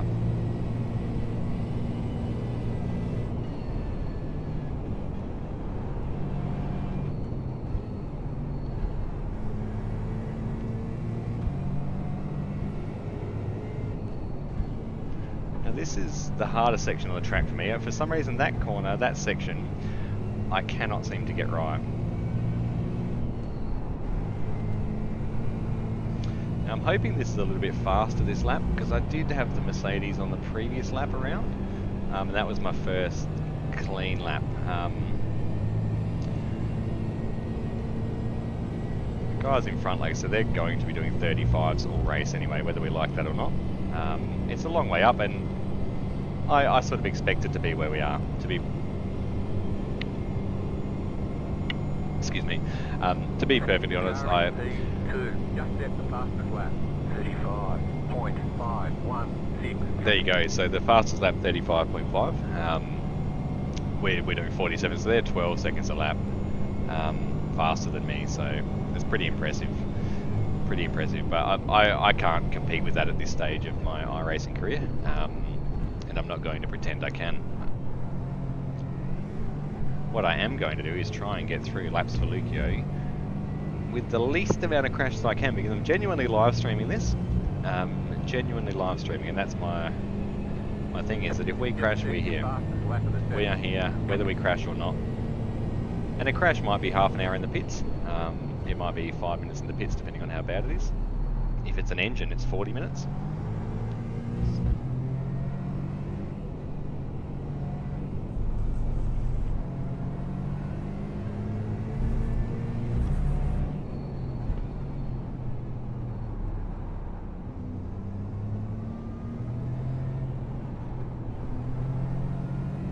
Alright, so the other boys do have a meatball from what I... Do they have a meatball? No, they drove it back to pits.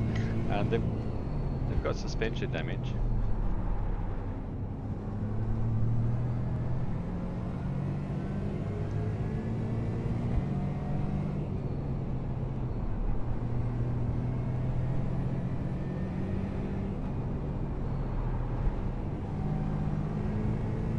Now I do remember from the 24-hour event at this stage, we've got 4 laps to go.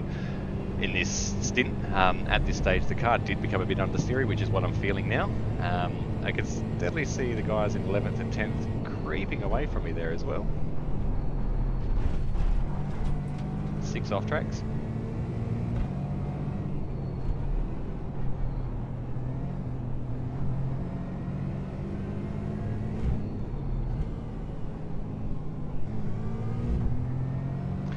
What I will do is creep the brake bias further forward when I get to the next straight.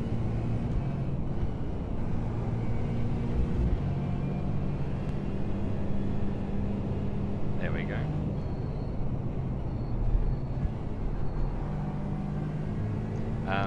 I don't know why that didn't save. I didn't adjust that in the last, but I did bring it forward, and the brake bias is a huge thing to lap time, so I think that's probably why I missed out on qualifying, is I didn't adjust the brake bias to my style of racing. So now, that's all right, we can do that as a catch-up exercise. I'm sure we've got 3.5 hours to go. We've done the first half an hour and we've got 4 laps in.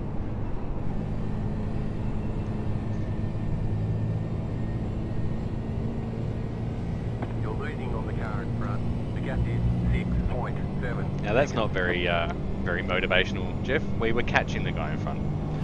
Jeff can be a bit cruel at times, but he's also funny at times as well, so he's the in-game spotter. Slow car ahead. Car stopped ahead. Okay, there's a car stop but no yellow The flag. car in front has gone off. Ah, there you go. So Jeff just criticised us for losing time as the car goes off. Now I don't know if he's got damage. We were slowly catching him, so we're probably on pace, I would imagine.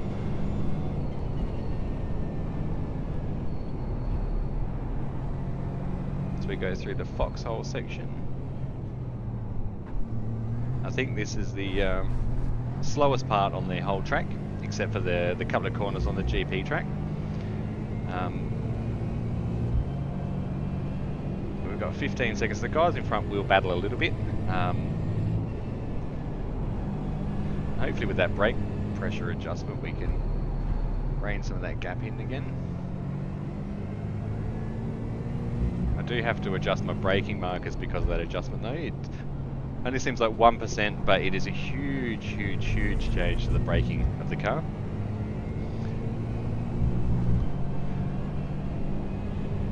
Just brought the braking to the front a little bit more. Just brought it to the front to try and allow the car to have a bit more turn in. You can see it does exactly that. It allows the back to sort of slide into the corners a little bit. I don't want it to slide that much. That was a bit of exaggeration of the experience, but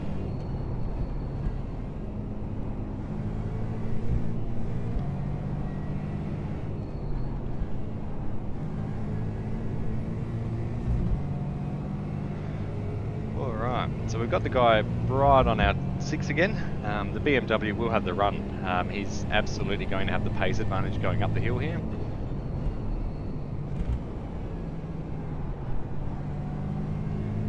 The other guys in my ear were just saying they're going to go a lap and a half down with their damage. I do believe you do have a fast repair, but I think they decided not to take it this early on in the race, just in case they're in a bigger crash, which is actually quite smart.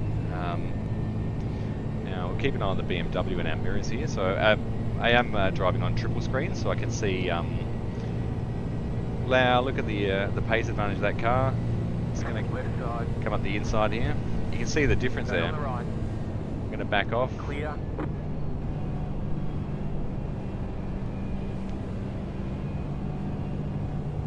You can see the pace difference there. So the difference that we were bringing him in through the corners is just the cornering ability of the Aston Martin. The speed difference down the straights for these BMWs is insane, and maybe like I alluded to in my Bathurst video, maybe I should jump into the BMW and try and be competitive. But I just don't know, to be honest. I just don't know. Like I really enjoy racing and battling, but as you can see, I can't keep up with those guys. We are in top split. These drivers are way faster. Never going to take that away from them. But a lot of that is the data difference. It is the meta car, the Merc. and there's always exceptions to that rule. The Merc behind me we pass, we are faster than that guy, and that's the driver, unfortunately. Well, not unfortunately, it's just the driver. We're all different skill levels. But these BMWs are a different level again.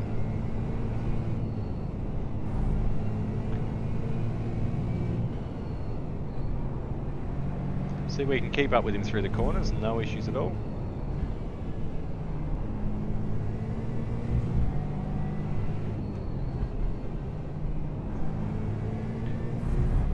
And as I said, I'm not the most experienced at the Nürburgring anyway. And I'm happy to... Thank you. Somebody's passing. I'm happy to donate a bit of I rating to get through the 4 hours on the racetrack for laps for Leuko instead. I promised when I very first released this YouTube channel, before I did remove my content because I wasn't sure I could make this channel work with commitment and life.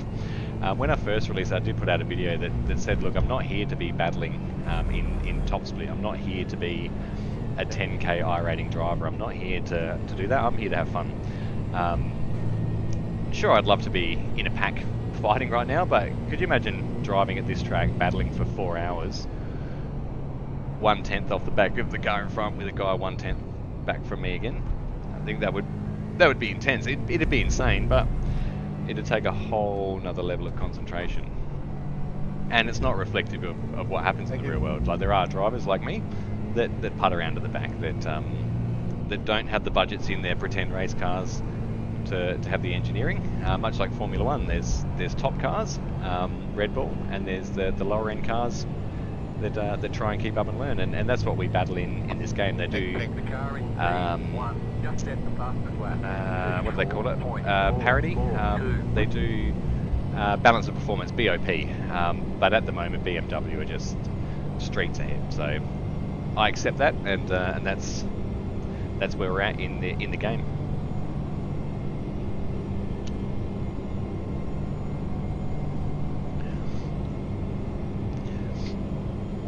Oh dear. You're losing on the car in front. See the difference down that straight? 7 seconds. We will rein that back in through the twisty sections of the Nordschleife.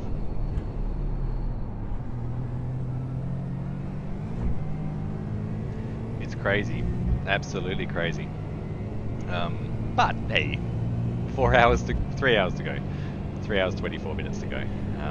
It doesn't matter. It doesn't matter.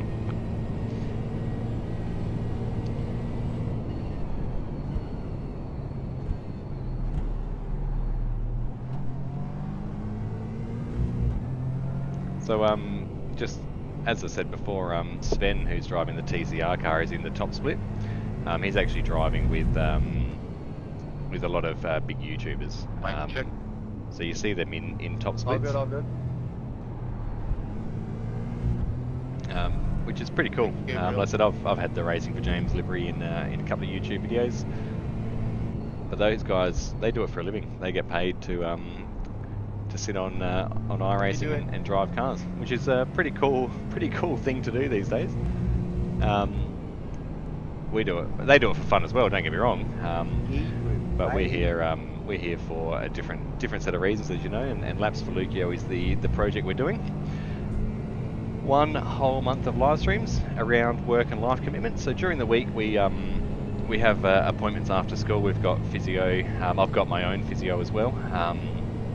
Trying to look after my back. So we do inherently have to look after ourselves as parents, irrespective of the fact of having a child with special needs. You've got to look after number one in life. You only get one body, and I have abused mine as a young man. I pushed my body hard when we got a yellow flag again. We're catching somebody pretty quickly. Nope, they're back up and running. So I pushed my body as a young kid, and we always think we're invincible when we're kids and young tradies, and try and prove ourselves to all the tradesmen that are trying to teach us. And then the added pressure at home of lifting and looking after a child with special needs, lifting wheelchairs, twisting and helping kids get dressed is quite physical. And I've really put my hand up to nurses and all of those professions that do it day in, day out. Like, it's it's something that we do as a family, and it's something we do with love because it's just normal to us. However, to get to my point of the story, I realised that I wasn't doing things properly. I wasn't caring for my body while I'm caring for James, and it did, coupled with the torture I put myself through during my trade as a panel leader. I wasn't lifting properly. I wasn't using my body properly, and part of this project and something I really want to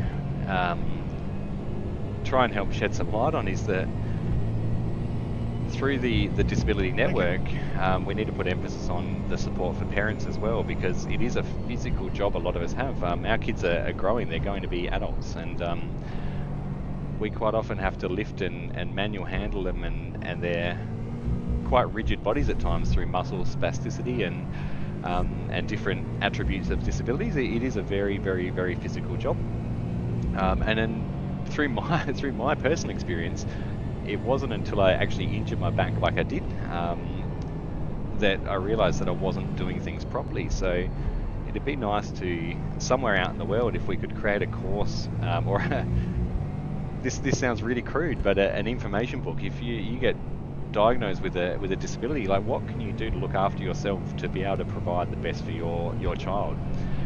Because ultimately it's my job to provide for him, for my James, and it's our jobs as parents to provide for our kids. We've got an incredibly good support network in Australia with healthcare. It is facing its challenges at the moment, but we're incredibly lucky to have the healthcare that we do. But going through it firsthand, you don't know until you know. I mean, there is no rule book. There's no rule book to life in general, but can we better educate parents? Can we better educate parents of children with special needs in safe manual handling to help ease the burden on the healthcare system? Because typically a life with disability does come with other struggles. So health in families might not be as good overall because dietary intake's not quite there, or they're missing out because the time needed to care for our children is inherently more than you can manage with a general day-to-day job. So looking after yourself and having a bit of information on what you can do to care for your body for the long term is important to me, really, and it's something that I want to try and see if I can shed some light on. As we come up to the kink, stop having a drink of water, Travi. That's better. We got the runs on the BMW through there. Probably could have stayed in front of him last lap knowing that now, but he was up the inside and we had to slow down a lot more.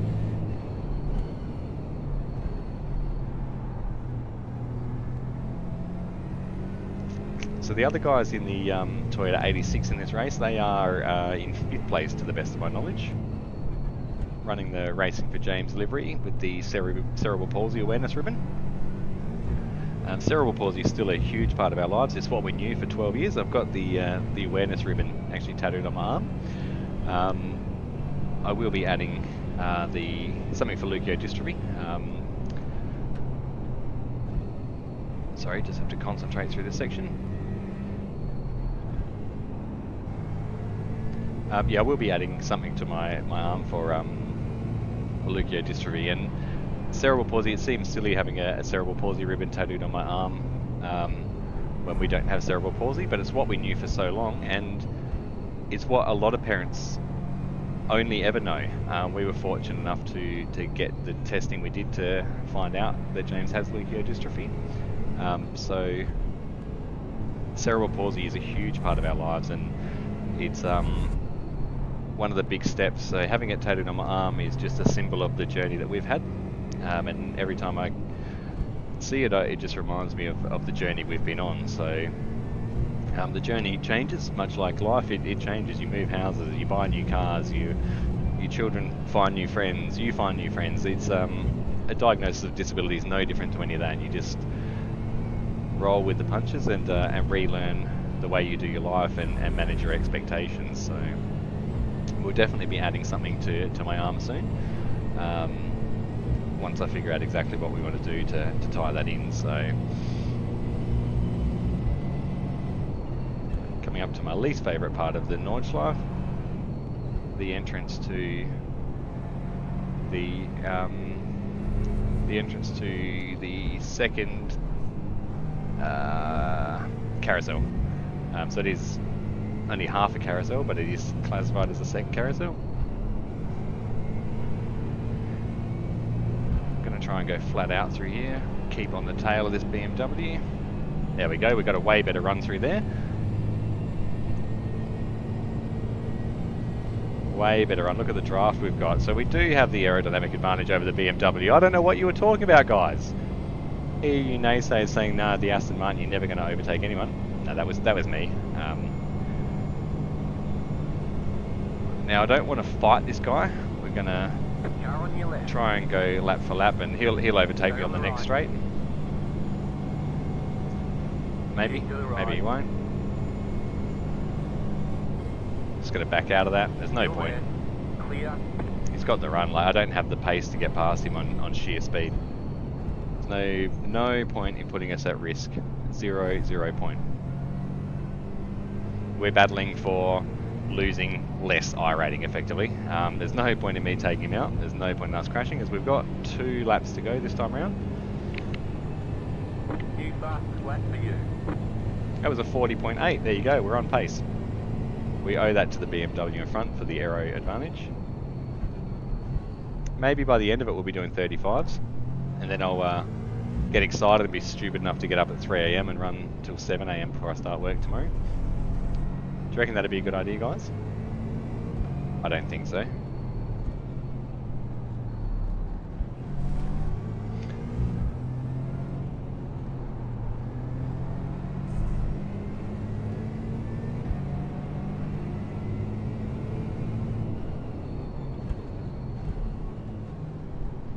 I think the family just got home. I can hear the van in the driveway, and I hear the door opening.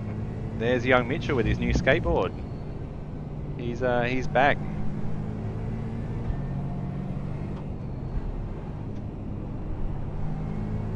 He's back. He's got his new skateboard. He's excited this morning. He wants to learn to skate, so we might see if I can get me down to the skate park and really ruin my body as well. What do you think? We're going to make a funny video. Travi learning to skate. We'll do skating for James, where we jump on the skateboard and make ourselves look like a real fool.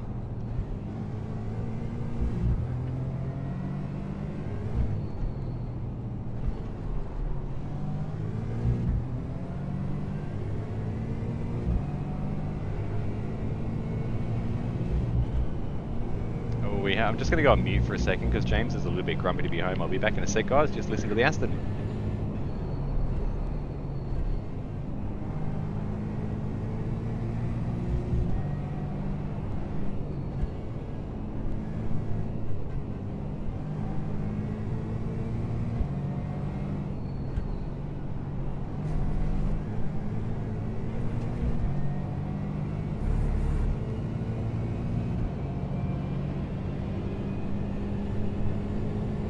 Faster car coming up quick. We've got a GT3 coming up here. We're going to have to pay attention here. Sorry, I did go on mute there for a second because he can sometimes hear James in the background. GT3 on the inside, give him some room. Clear on the left. Just like that. Yeah, I just don't want you guys hearing him screaming because he gets a little bit frustrated at changes. So when he leaves the shop, for example, he might not be ready to go. Obviously, we still need to go, but we've learned that James really loves to just do his thing. Obviously, the family needed to come home, and he's just not quite ready for that. So he does get a little bit emotional, and he can be a little bit loud. So we just give him a bit of a chill out time in his room to settle himself, and he'll be back out wheeling and laughing and sitting right next to me, no doubt, soon enough. So if we keep this battle going, a bit of slidey understeer there. Now who have we caught up to here? We've got a GR86, I believe. Yeah, slow one. I've got a slow one here. He's obviously got a bit of damage on the front end by the look of that. You're on the left. He does.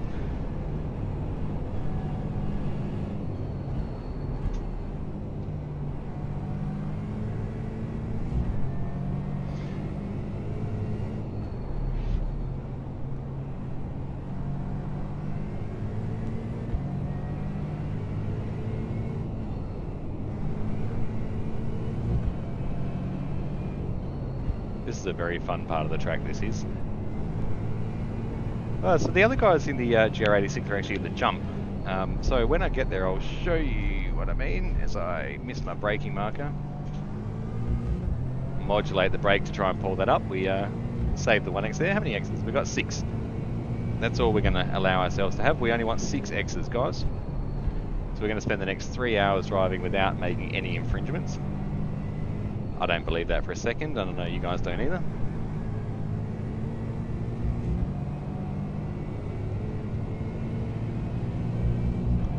So we'll be on an hour per stint. 1 hour per stint. So there'll be...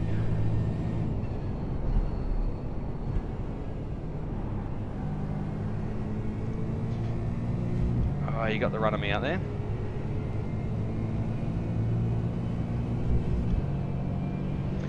An hour per stint's easy to manage.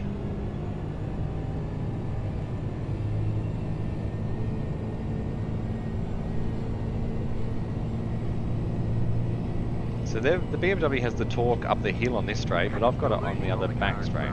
The gap is 1.2 seconds.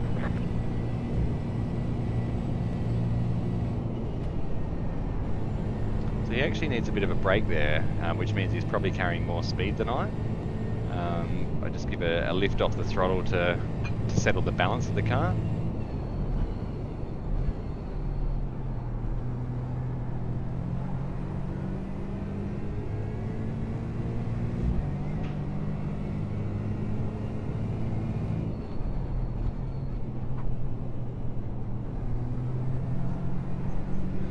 In the 24-hour event, I actually crashed into that carousel on my outlap. We were, I think it was like 2 o'clock in the morning or something stupid like that. We'd finished in the pits of the meatball. I can't remember exactly what happened, but we were in the pits for the meatball, and I come out, got through the carousel, flipped the car, and put us in with another meatball. So it was a long 24-hour race, that one. But that's the break of racing. Like I said, it's an unknown quantity at times, and You have about 2 laps of fuel left. sometimes you just crash. Jeff told us we have about 2 laps of fuel left, so we'll be in after the next lap. So by the time we get round, we'll have 1.5, so we'll pit with 1.5 lap, with half a lap of fuel left.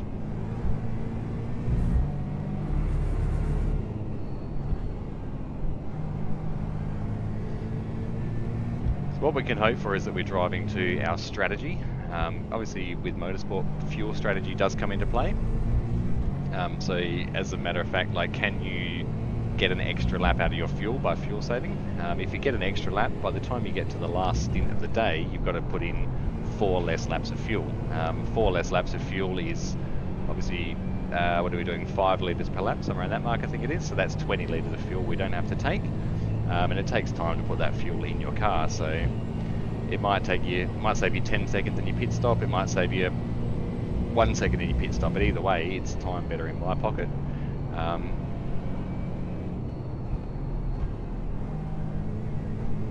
However, my goal is to drive, as I've said, and I'll say for the next 3 hours, my goal is to drive and get through this without any major incidents. So I can't make any promises to you guys, because it's not always up to me if I crash. It's not always up to me. Sometimes it is, because sometimes I just do stupid things.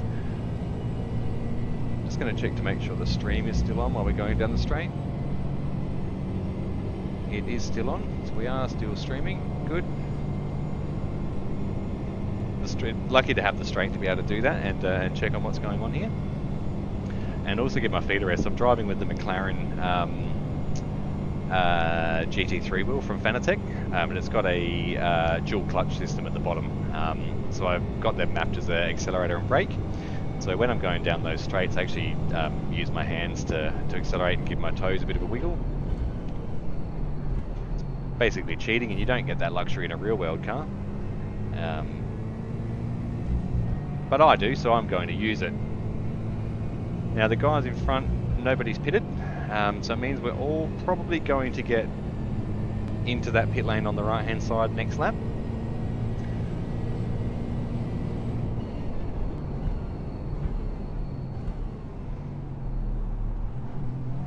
what I need to do is turn off my fast repair as well in case I've got any small amounts of damage.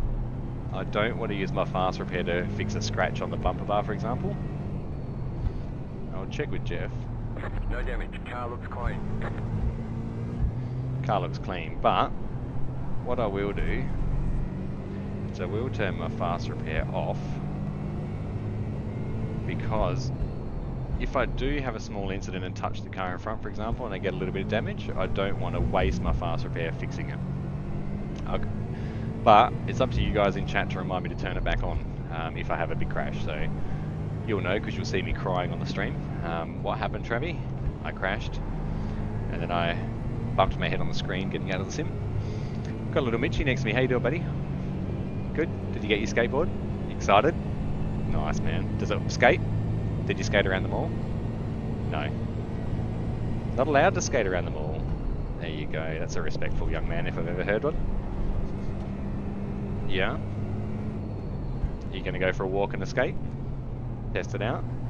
Nice.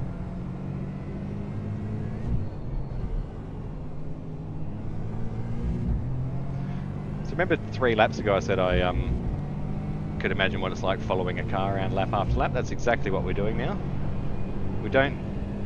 We're on pace with this guy, which is cool. I'm happy. Generally what it means is that you can fuel save and use this car to actually try and get that extra lap of fuel.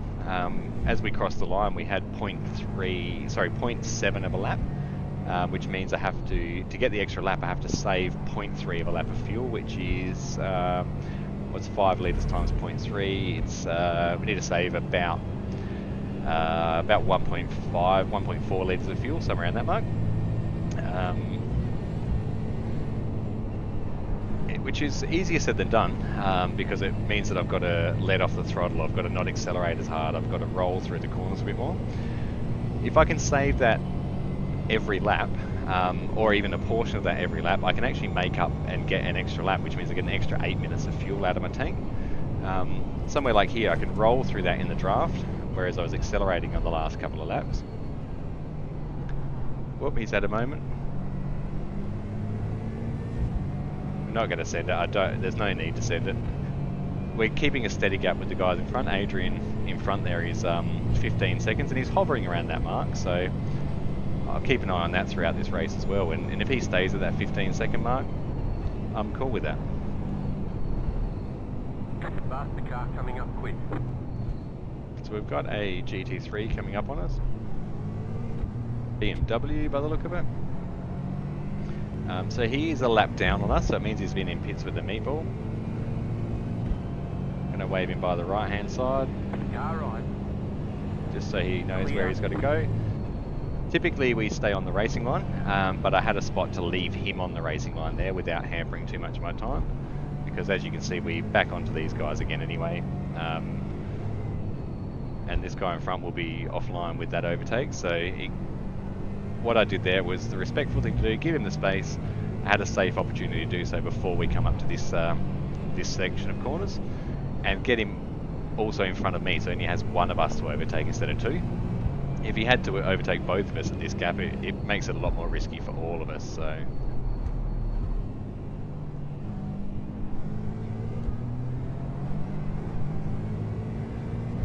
is that an hour done, boys? Good work.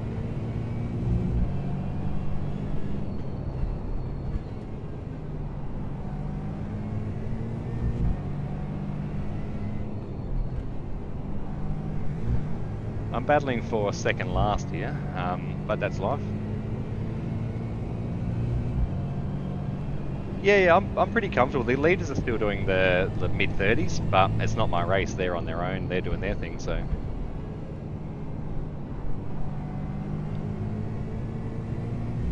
Oh, exactly. My goal is to drive clean, boys, not win this race. Car right. Still there. Alright, we got him. Clear on the right. So we got the run out there, but he's absolutely going to have the draft here.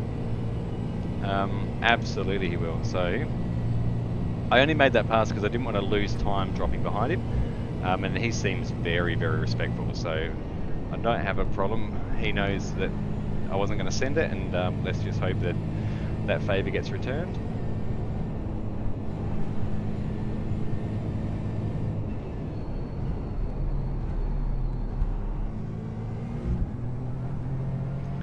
So it's I always find, like anything in life, you give what you expect back. I expect respect on the track, and I like to give it. Like I said, I redress that position on the first lap, and I'm happy to sit behind a guy and drive, lose a bit of time for 2 laps. I don't care. I have to wait as the car that's passing. I have to wait for a safe opportunity. That was a safe opportunity, and I feel much happier getting out of the rig, making decisions like that, than I do sending it. Away from the car behind. The gap is 1.1 seconds. So We got damage on the front end. damage on the front end. We've got damage on the back end. There's only a bit of a panel scrape, so we're not going to waste our sorry, I'll get through this section. We're not going to waste our quick repair on that. We're not actually going to wait in pits for that damage either. It'll just be panel We have damage. about 1 lap of fuel left. So as I was saying, yeah, I much prefer, if I can't pass somebody safely, I mean, you're not always going to get it right, but I'd rather, even if I'm in a 15-minute race, if I'm stuck behind somebody, they're there for a reason, and I've got to find a way past. So you always poke the nose up and try and force an error. That's what racing's about. But in a 4-hour race, I gain nothing from killing us both.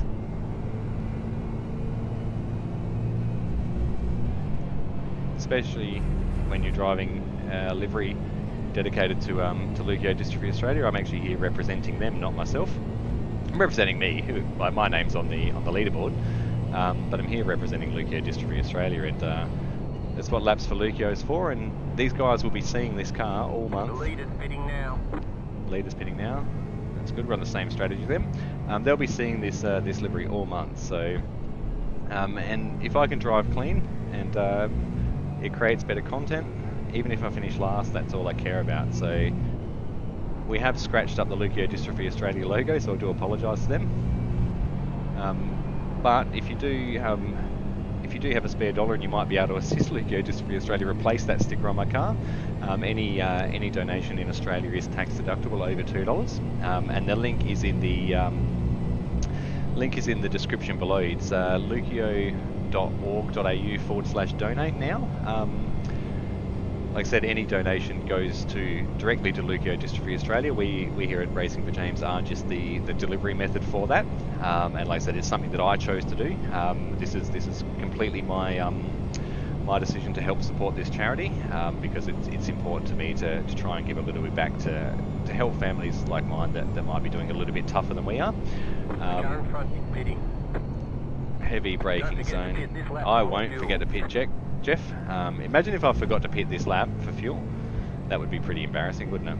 The BMW is coming in as well. Now we've got to get on the pit limiter here. Down to 60. Nailed it. Now we don't know where our pit bay is. Somebody parked sideways in pits there. I don't think that's how you do it, but maybe that's a sign they've parked up in their garage. Now we can ghost through there. Oh yeah, he's got a little bit of damage there. 2, 1, right here. All the damage is repairable. We've got 41 seconds of optional repairs. We're not going to take very much of that except for what actually goes in. Now we switch to the fuel. So you can see on the bottom of the screen, we're waiting for 104 litres to go in. Once tyres are finished, that countdown will start for the optional repairs. I'll just let that dwindle down every lap. So the car will drop in a minute, and we'll take about 10 seconds off that damage. We've got yeah, so we're on the hour mark for fuel stops.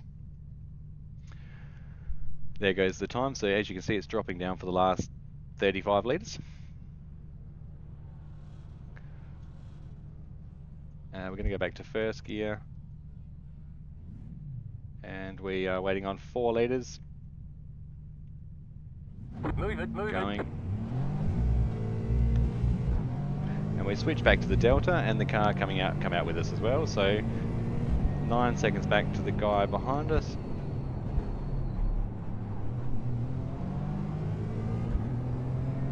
So we jumped him a little bit in that pit stop. So he might have taken a little bit of the damage. I will assess that as we go.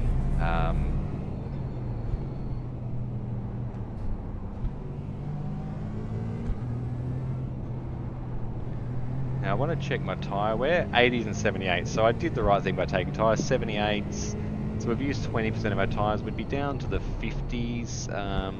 Tyres are free anyway. So I could take just rear tyres. They're in the mid 80s. Sorry, just front tyres. And then I'd get more of the damage fixed. That's an idea for next pit stop, but we'll have a think about that.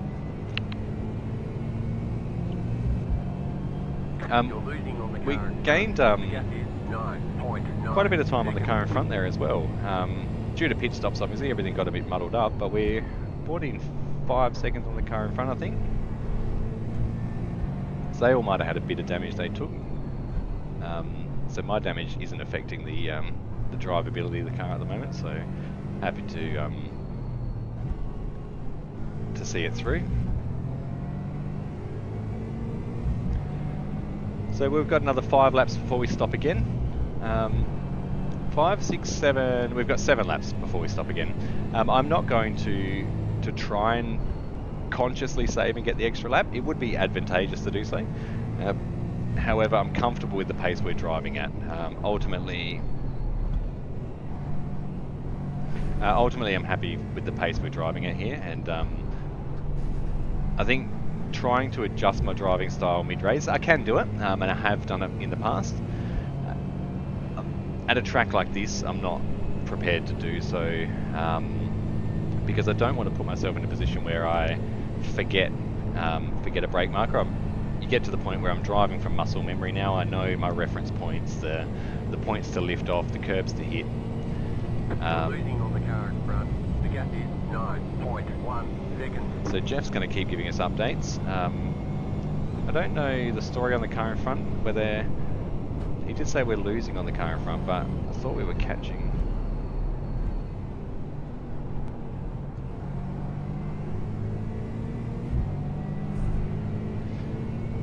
BMW is better on cold tyres.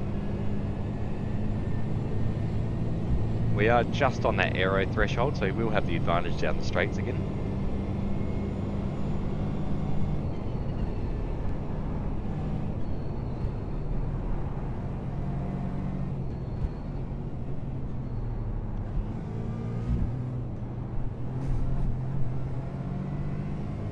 Especially through that braking zone, it was way better. But yeah, so we brought a second in on the car in front again. So whether they've got damage now, maybe, we'll see. We'll see. We've still got 3 hours to go, so not too worried. I just comment on that sort of stuff because I like to see where they're at, what's going on around me, be aware of the track conditions, and we're lucky to have that information available to us. I mean, in the real world motorsport, you've got a whole team spotting for you, a whole team of crew members watching this data, letting you know what's coming. We have to do it all on our own, unless like the other boys in chat with me here, they've got spotters, so there's 2 people in each team.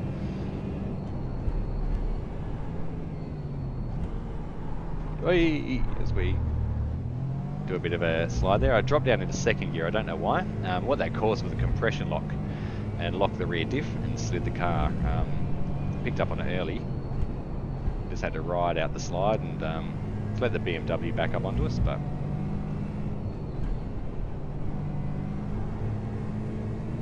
not ideal coming into this faster section. He'll have the run on the next race. He's going to look up the inside now, is he?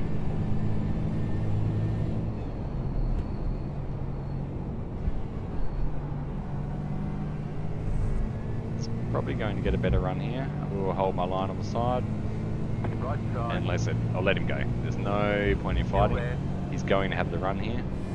Give it a little bit of a lift, let him go. Still there, hold your line. Clear on the right. And we'll follow again, much like we did last lap.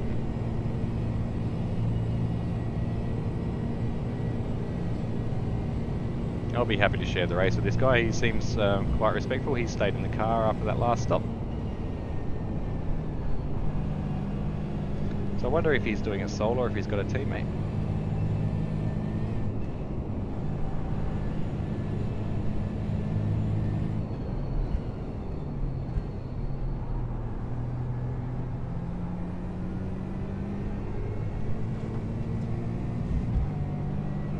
Coming up to the carousel again. Try and lock the front wheel down into this concrete gap. Let it pull the car around. When you get that right, it's so rewarding. It's amazing how a video game can make that sensation of feeling. It really blows my mind that a game can do that. You can feel the road textures, you can feel the tyres, you can feel all of that sort of detail. Obviously, being a video game, we rely on the steering wheel to give us all the information that our body would sense in a normal car. And I mention this sort of stuff because I'm not sure all my audience is going to be sim racers. I'm hoping to expand the viewer base, and like I said, sim racing has taught me a lot. Whoa!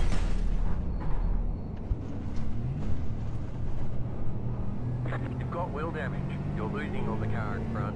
The gap is 2.4 seconds. You cut the cord, you've got to slow down and give up that time. Your car has too much damage, we've got to fix it. We've got damage on the front end. So we, as I said, I want to try and expand my viewer base to not just be sim racers. And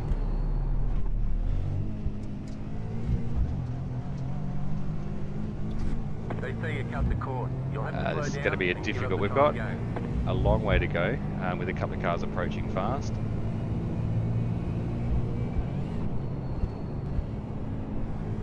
What we will do though is we will turn off our tyres, and we're going to get a lot of off tracks here. This is one where you're going to have to take the fast repair car for. coming up quick.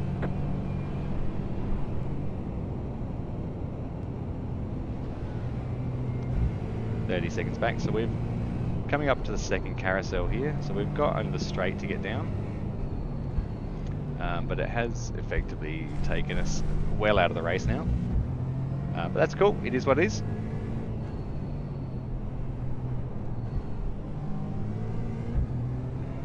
We are going to, as I said, take on the fast repair. Once we get down the straight and we can actually try and drive straight, we'll adjust everything. I'm going to turn fuel and tyres off. So I don't want to stop for longer than I need to. So we'll turn fuel off and tyres. Because there's no point. We'll leave the fast repair on. And I'll turn fuel off. I'll just comment, I'll get this sorted first and I'll comment back to the guys because they just noticed that I've got a meatball.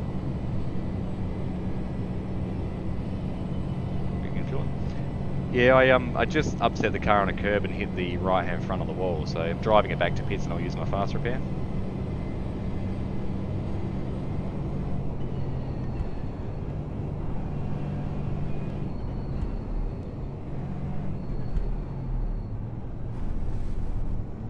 Check the delta, so we've got 15 seconds. So we'll only be in the pit stop for 2 seconds here.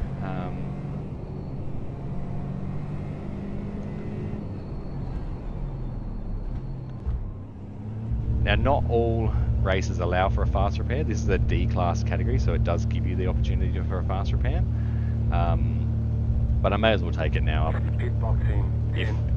I'll use it once because I'm confident I'm not going to have another crash, but you never know.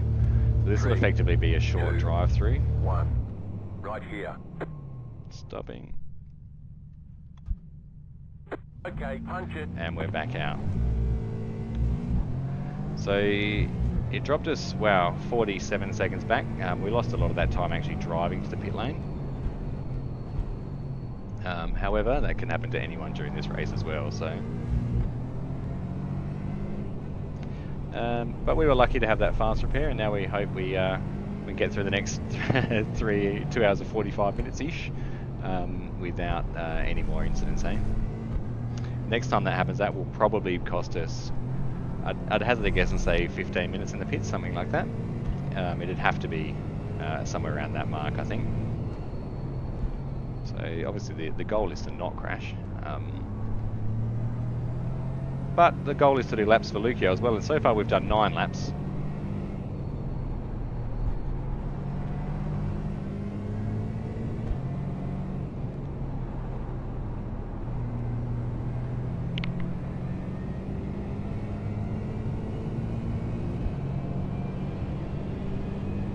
Just seeing if I can summon the wife to grab my pedestal fan out of the shed. It is so hot in the simulator. Three computer screens in front of me.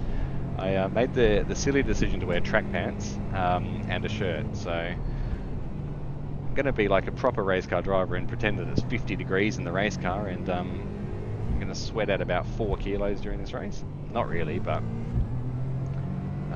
it's certainly going to be a hard slog, that's for sure.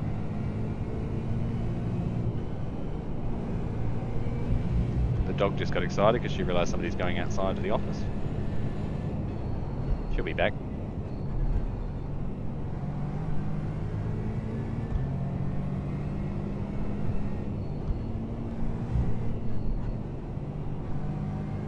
So we're 40 seconds to the car behind us, and we're 40 seconds to the car in front. So we're in our own little pocket. So I would have been happy driving with Kevin.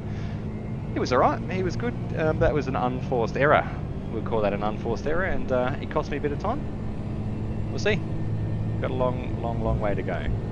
And unfortunately, it could happen to any of those guys in front of us. They will also have the advantage of a fast repair, so if they can get to pits without as much time loss as we can, it works to their advantage. But it's not about winning and losing, guys. Yeah, it is about winning and losing, but it's not about that in the sense of this channel and this particular month. So we also managed to get the stickers fixed on the side of the car. So thanks to whoever donated to help fix that sticker. Leuko.org.au/donate now. It is in the description below if you guys can spare $1 to help out Leuko Just Free Australia. That'd be amazing. And like I said, it's not going to do much to physically fix this car, but it'll help physically fix the lives of families. Absolutely it will. So I'm just going to have a chat with my wife quickly to position this fan. Unless we get a pair of scissors and cut my trackies off, but I don't think that's a good idea.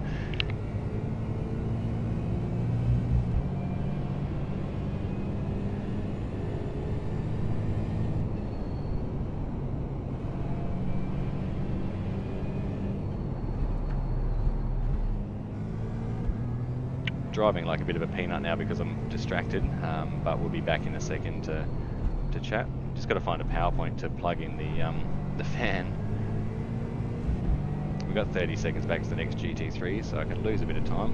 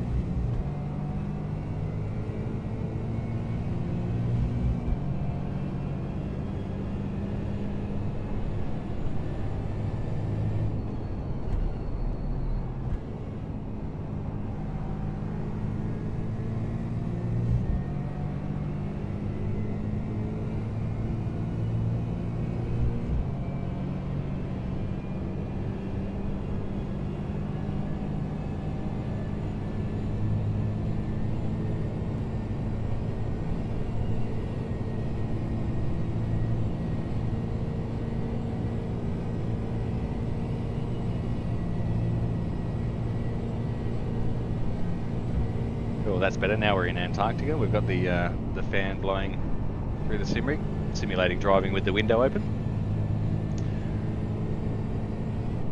It is incredible how hot it gets sitting in the simulator. Like I said, we've got triple screens.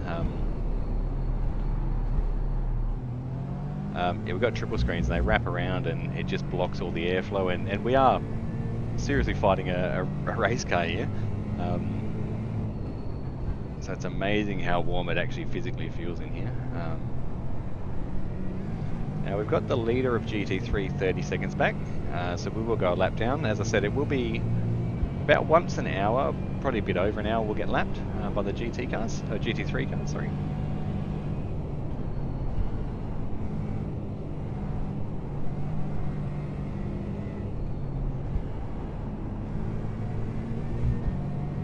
So the other guys in mile red are actually in 4th place in their Toyota 86.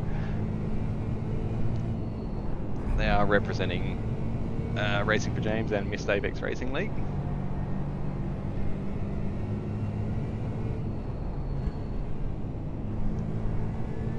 I will obviously after this race check where my laps would have put me on average in the other splits, because I always like to know where I'm at based on where I think I should be. Like I said, I personally, my pace and driving ability should see me in the lower splits, but it is what it is as well, and the only way to get better is to challenge yourself and surround yourself with successful people and push.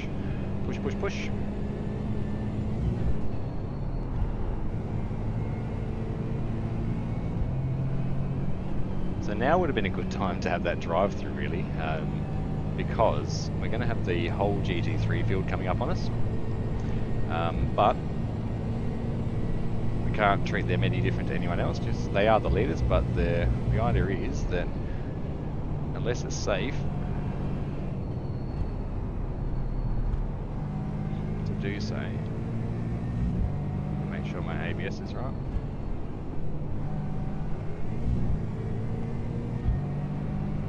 Alright, we're going to get on the hands throttle a bit here and stretch the legs, get the blood flow back to the toes. We've got Jamesy back there somewhere. He wants to do something, I think. He's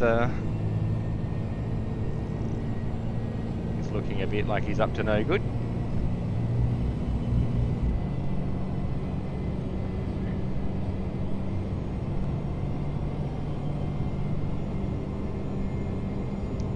Alright, so we're going to have the first... Well, so this GT3 is in last place, I think.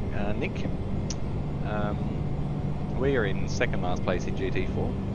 And then we've got the leaders, so they will be on us in the GP part of the track, 20 seconds back. Yeah, I'd hazard a guess and say potentially even getting back onto the Nordschleife. Just keep an eye on them, and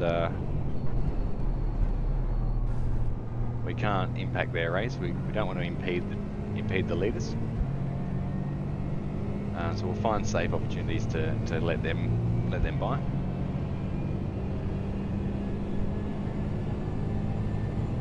5 seconds back. The approach speed is pretty quick with some of these guys, and it's the sheer cornering speed, the downforce advantage of the GT3 cars is way better than ours.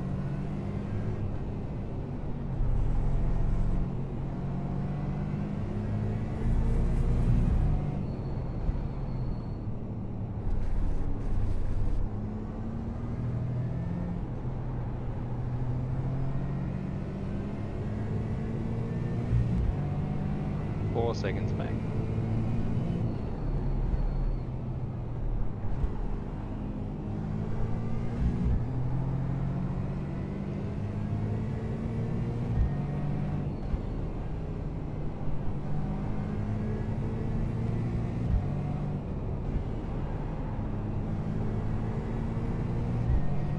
Alright, 2 seconds. So it will be on the GP circuit this guy gets us.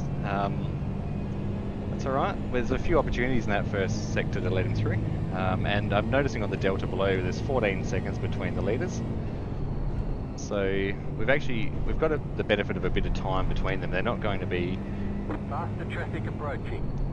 They're not going to be on top of each other, which always makes it a little bit harder, especially when the leaders are fighting to let them pass.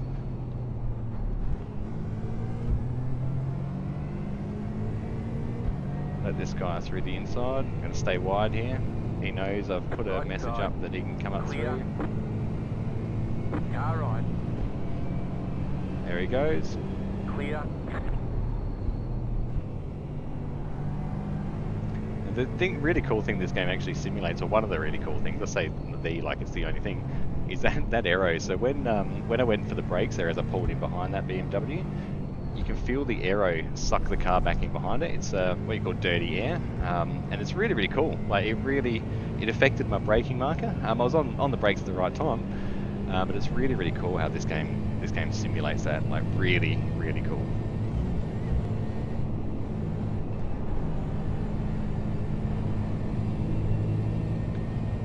Have the feet rest as we go down this straight as well. Keep the blood flow. So we approach 2.5 hours to go.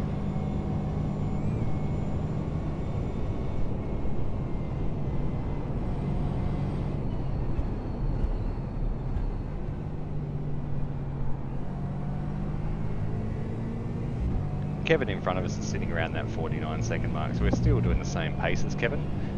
We just, as you know, had a bit of bad luck there and managed to damage the wheel, but we got a free repair there that only cost us 2 seconds plus the drive-through. And I wonder whether I should have taken tyres and fuel, but maybe not tyres, but maybe I should have topped up the fuel tank and helped at the end of the race, but too late for that now. Hindsight's a wonderful thing.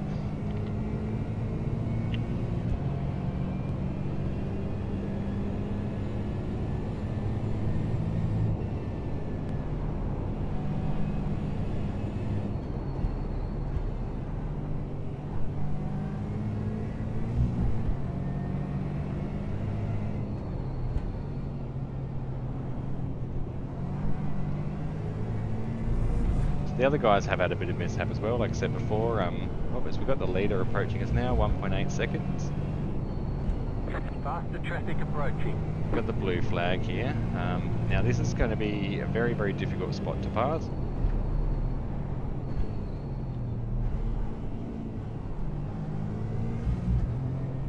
I'm going to let him through on the right here. Got the Skechers livery for Casey. Clear on the right.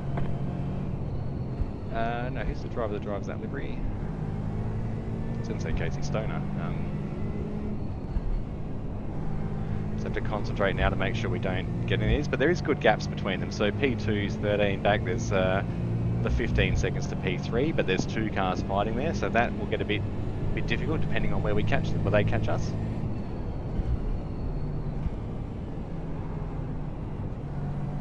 Well, because the leader has a moment there. He didn't hit anything though, well done.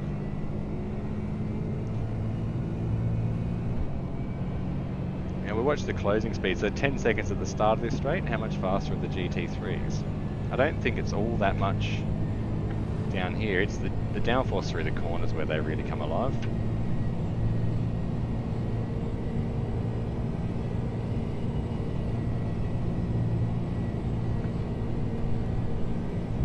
Through this, for example, they still have to brake and slow down, reducing the risk of those corners. You can see where we're staying on pace. Has he got damage in front actually, or has he got a, he might have a slowdown? Or did he break his car? Either way, we're as fast as the leader, guys. Check that out, eh? Got the racing for James Aston Martin taking on the BMW in first place for 3.5 seconds. Has he got damage here? Looks like he might have damage. He must have hit the wall. Or this is just the speed difference between. So we haven't followed a GT3 through here before. So maybe we are just a similar sort of pace through the year, but P2 is catching massively. So I'm going to make the assumption that the car in front has damage from that incident back there at, we call it Travie Corner, because that's where I first had my big crash at the Nürburgring in the first 24 hour I did. Got 1.6 seconds back to P2 as the blue flag comes on the screen. You have about 5 laps of fuel left. Faster car coming up quick. Now we are going to get stuck here. There's, oh no, don't do that. That's an easy way to let him past. And there's the slowdowns we were talking about. So I do get a 1x and a slowdown. I think that's a bit of a double penalty, which sucks, but I did go off the track at the end of the day, so I was driving in my mirrors there to explain what happened. I was more worried about the car approaching me than what was happening in front of me. So we were lucky to get away with without any major incidents there. And it let that car pass safely. So we'll call that a happy accident, I think. Now the leader has slowed, so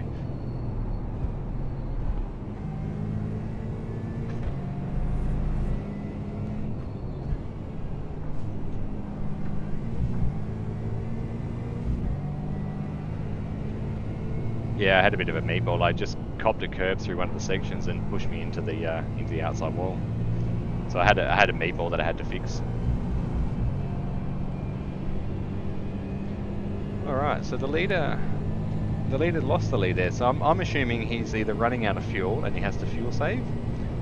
No, he shouldn't be. They should have pitted already. I don't think they're good for an hour and a half on fuel. Oh, hang on, no, they may be due for their second pit stop. So that might be what's happened here. He might be fuel saving. Interesting though. We do have third, fourth, and fifth coming up on us. They're separated by a second, and then there's another 7 seconds back to the next one. So it'll be a little bit tight as those guys approach us hopefully through the GP circuit, because it's a bit easier to let them pass through there rather than the early section of the Nordschleife.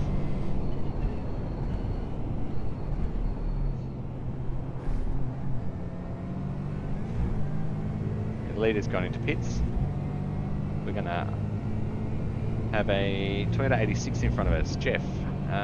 So what's Jeff's story? Jeff is down a lap to us, and he's going fairly slow there, so I'm not exactly sure what to expect here.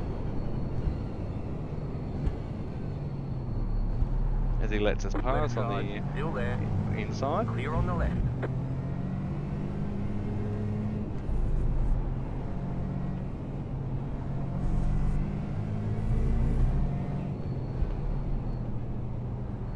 I made the racing rookie accident of wearing trackies. It's bloody hot. I've got the wife to go and get my fan out of the office so I can try and cool down because it's so hot.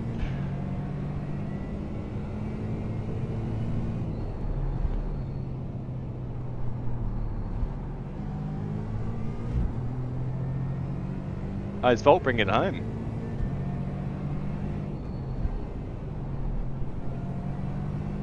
Faster car coming up quick.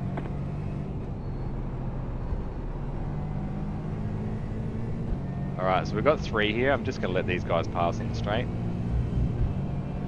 Now hang to the outside. They can hold a tight line. Let all of them pass. There's no point in battling those guys. There's 3 of them. They're battling for position. We are still second last in GT4, so we've got nothing to lose by doing that. And those guys, look at them. Imagine they've been racing for an hour and a half already and the 3 of them are separated by a second. I think that's super cool. One day I'll get to that level. Sorry man, sorry. To be able to sustain that. That's my goal. But currently I have a lot of fun driving how I drive, and although we're on our own, we've still got to be super mindful of the race that's going on around us.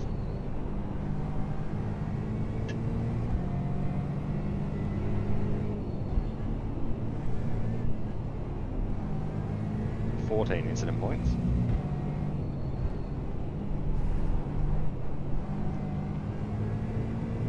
Four of those come from the contact with the BMW on lap 1. It's a rookie error, we'll call that one.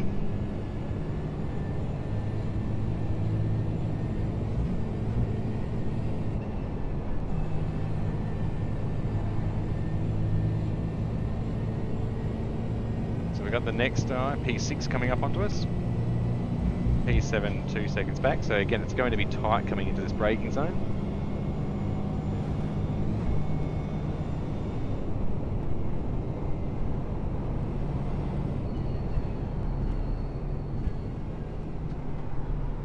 Faster traffic approaching. Wave them by on the right. Hold the tight line here. Here comes one, there goes one.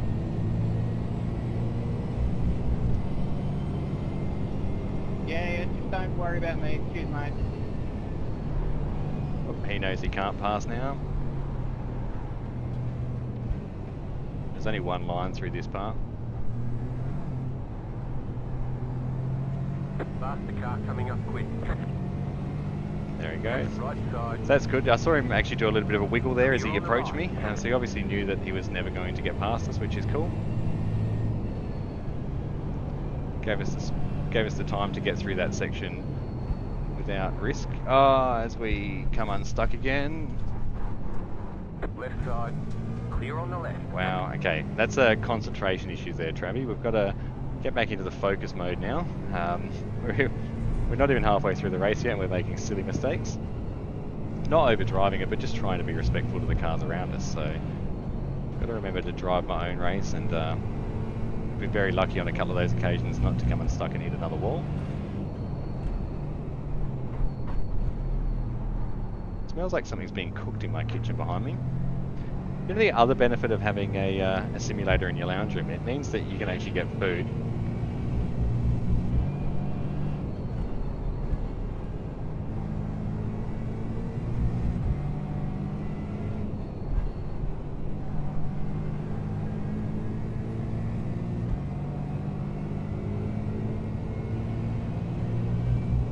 So I just went on mute there because the childrenlings are having smoothies, so we just didn't want the comms destroyed by the sound of the blender in the background.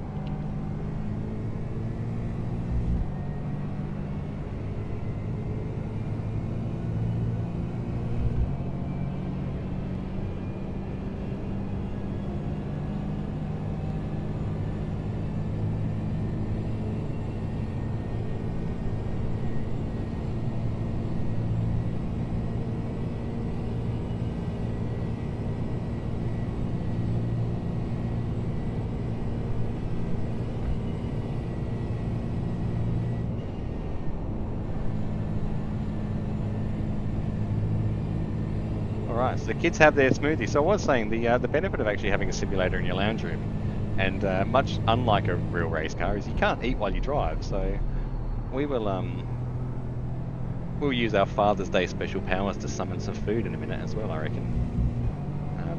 Usually I would just put some snacks next to me, but because it's a special day, we like to make the kids feel special and get them doing tasks. It's a fun thing to do. So we've got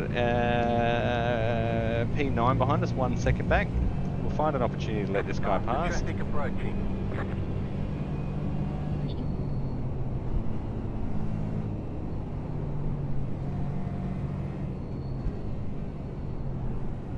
Car right. There we go. Clear on the right. Good work, Batman. Enjoy your afternoon, buddy.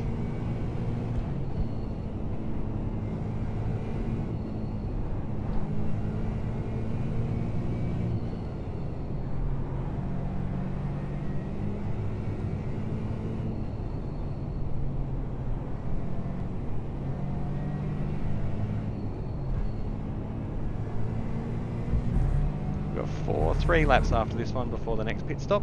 I will take that opportunity to take a pit stop as well.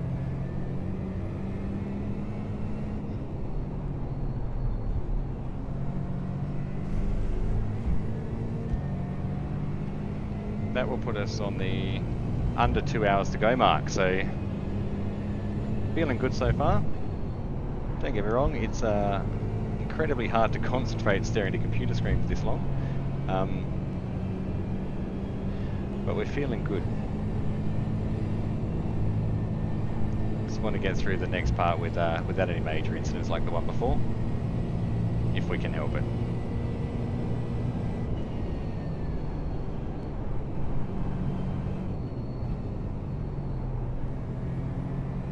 That's better. We nailed that corner that time.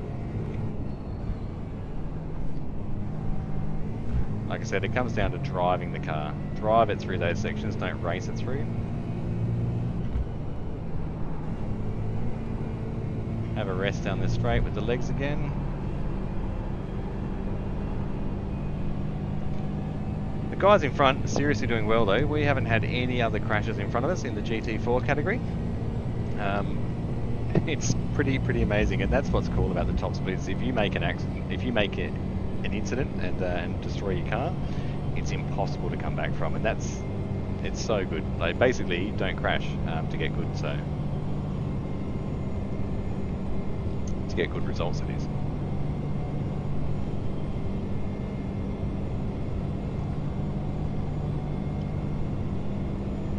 We've got another Toyota 86 coming up here. It's the leader. It is the leader of 86 series.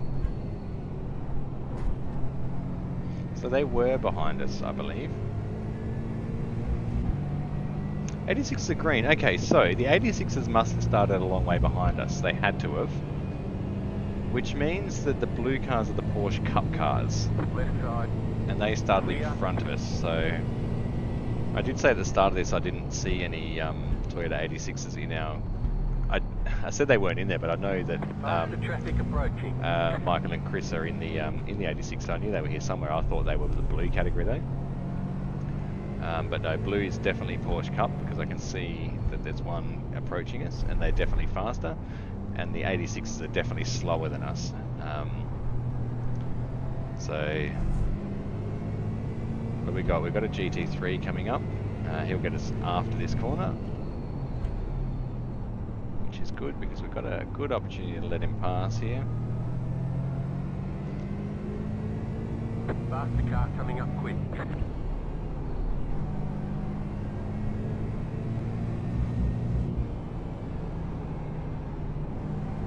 And he can go around the side with no issues. We didn't hold him up, so that's effectively exactly what we're aiming to do. He's, oh, that's the guy that was in the lead. He's obviously come out from his damage.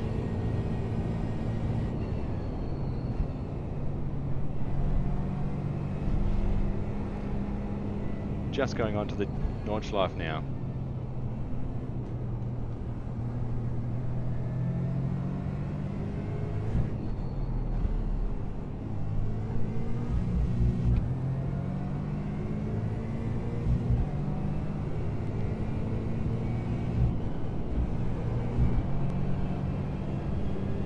We'll be coming up on the Racing for James Toyota 86 soon enough. See that name pop up on the leaderboard soon, and we will pass them. Could you imagine if I took them out and they actually crashed into them? That'd be pretty embarrassing, wouldn't it? I'd have a laugh though. They would too after a little while. It'd be funny. We've got 2 laps after this one for the next fuel stop.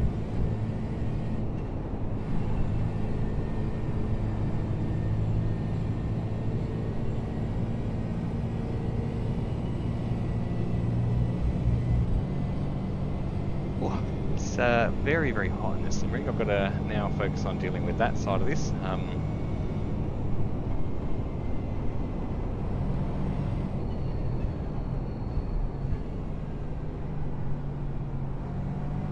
Faster car coming up quick. 2 seconds back for the next GT3, and then we've got one Porsche Cup car that won't be a white flag, so he'll get us after this section because, as we know, this is the spot where it's the slowest portion of the track.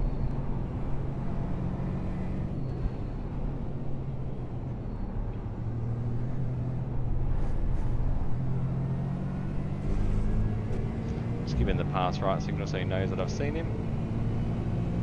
Right side. Clear on the right. I think that tree we just passed there, I think Jimmy Broadbent calls that the rebel tree, because it's all on its own. It's good to remember the landmarks so you can try and explain it to people when they're spotting or watching, or where the leaders are, etc. You guys will have the benefit of the track map so you can see where I am in relation to the leaders. I don't have any of that on my screen. In the bottom left corner I do have the relative, so I can see where cars are. It's a must-have. You've got to have that on. You can get rid of it, and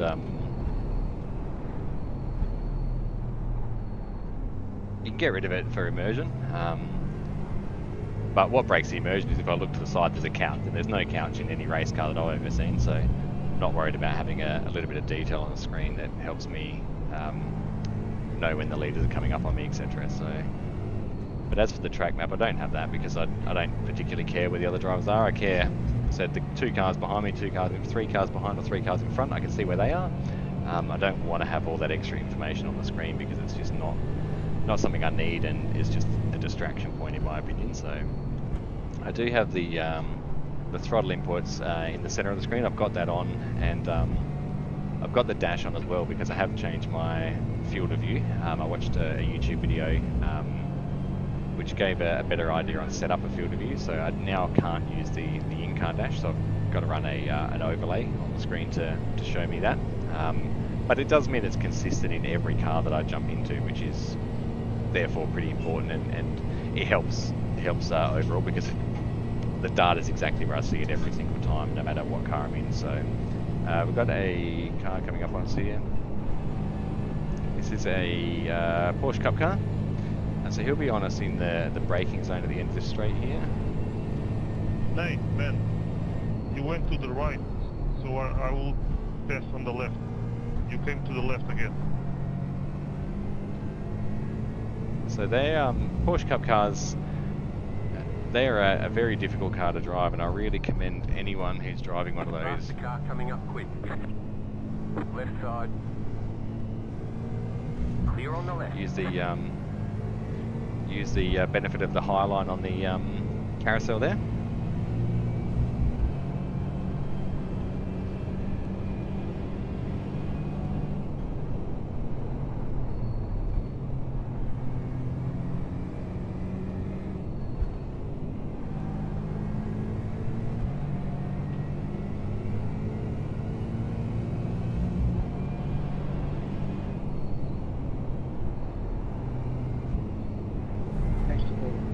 See the replay inside my cockpit.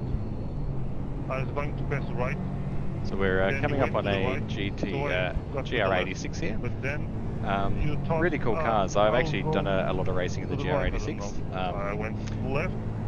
But Managed to you get an came RDO from work and Car right. spent Clear. a whole day driving the GR86, which I think was a really fun thing to do.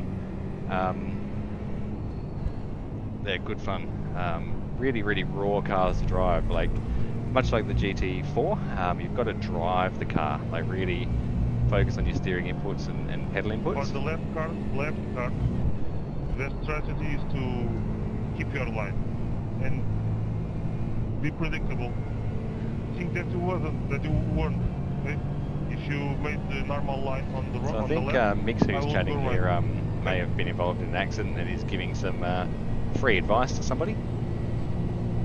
I mean, 64, that's been my line all night. That's been the line I've taken forever. I don't know what you see, what you thought was going to go on. I mean, we've there. all You just go we've right all to been the back. guilty of giving a bit of free advice on sim racing because we do get a bit passionate about it when it doesn't quite go our way. But Please watch the replay on my cockpit, and you see, you can clearly see that you were on the I have middle of the road. have been accused of Didn't you take that doing things in on the back straight?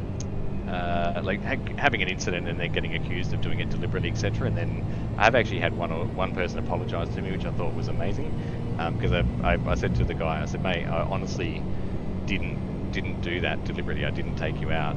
And then when he watched the replay, he realised that what he was seeing was the netcode that ICE had as well. Just going to check to make sure the stream is on here still. It is. So we knocked the mouse away. So the other car just had a bit of an incident there where they've unfortunately driven past their pit bay, and you can't reverse in the pit lane because you get disqualified. So they had to tow.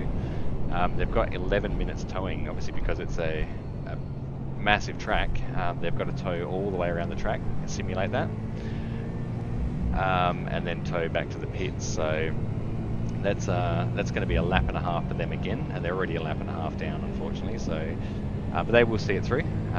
They certainly will, as we've got 2.8 laps to go for our next pit stop.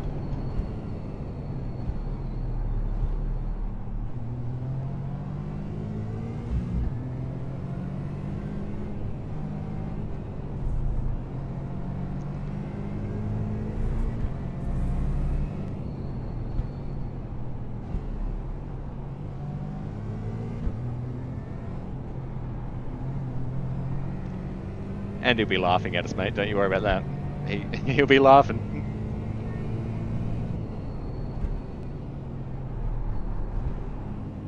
I think D-head is one of his favourite words to say. That was his very first 2-word sentence was D-head.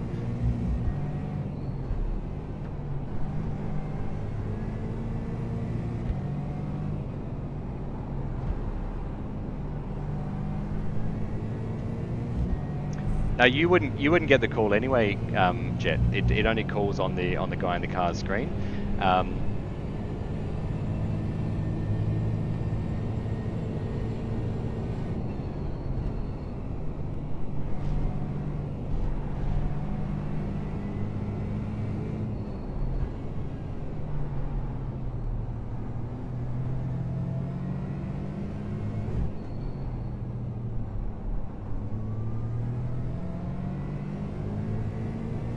Alright, so we've got 15 seconds back to the next car, and then we've got some breathing room at last again, so they're quite busy laps here when you've got other cars to worry about. The guys behind us were just chatting, the guys behind us, the guys in chat was just chatting with them. They're on an 11-minute tow. That's alright, it's life in Mull, but they're streaming for Laps for Leuko and Racing for James as well. So there are, I think there's 2 Twitch streams going for our cause here today, so good to see them on board, and they're not going to give up.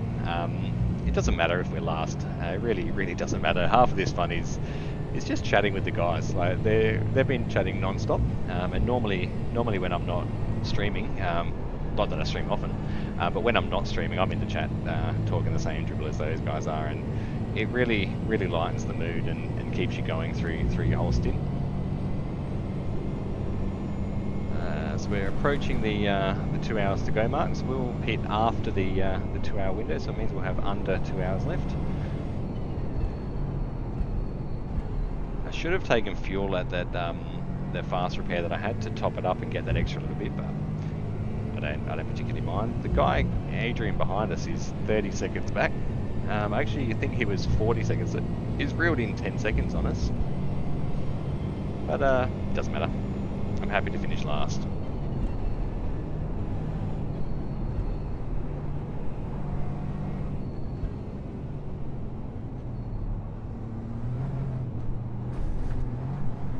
So ultimately, it was my fault for crashing.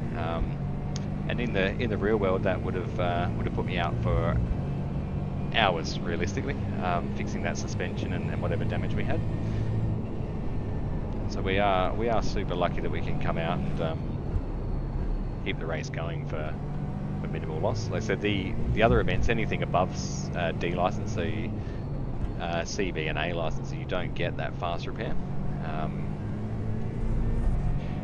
So it's nice to have. And we didn't have it in the Nürburgring, and we got 3 15-minute peoples in that Nürburgring 24-hour.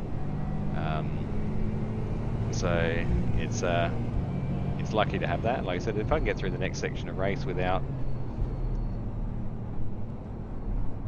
any incidents, I'll be a super happy man. I'm not disappointed with the way I'm driving. In a split of drivers that's well above my skill level, well above. So.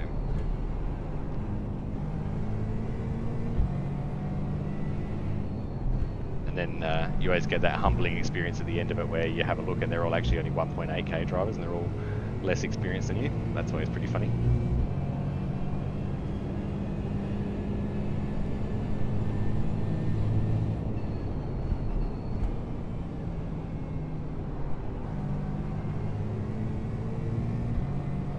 So 13, we did 4 laps before this. We're on 17 laps.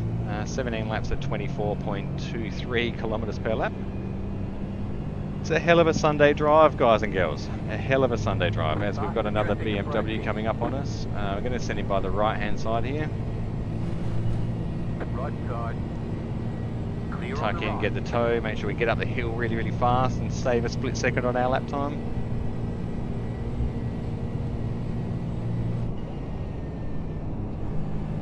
Yeah, fast up the hill. There we go. Into the braking zone. Maybe I should make it my goal to learn the name of every corner of the Nürburgring. No, don't do that. Don't do that, Trav. Don't. It's not worth it. I know the carousel. I know the mini carousel.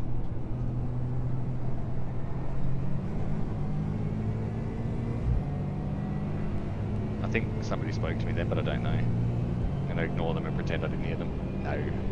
I'll call them out in a sec.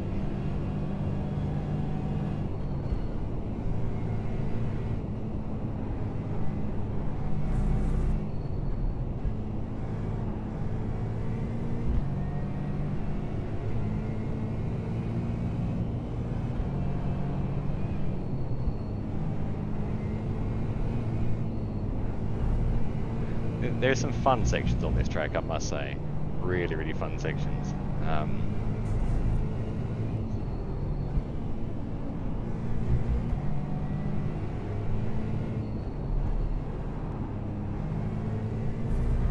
The guys in here are fast, Chris.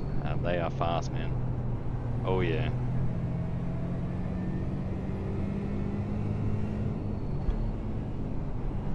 You have about 2 laps of fuel left.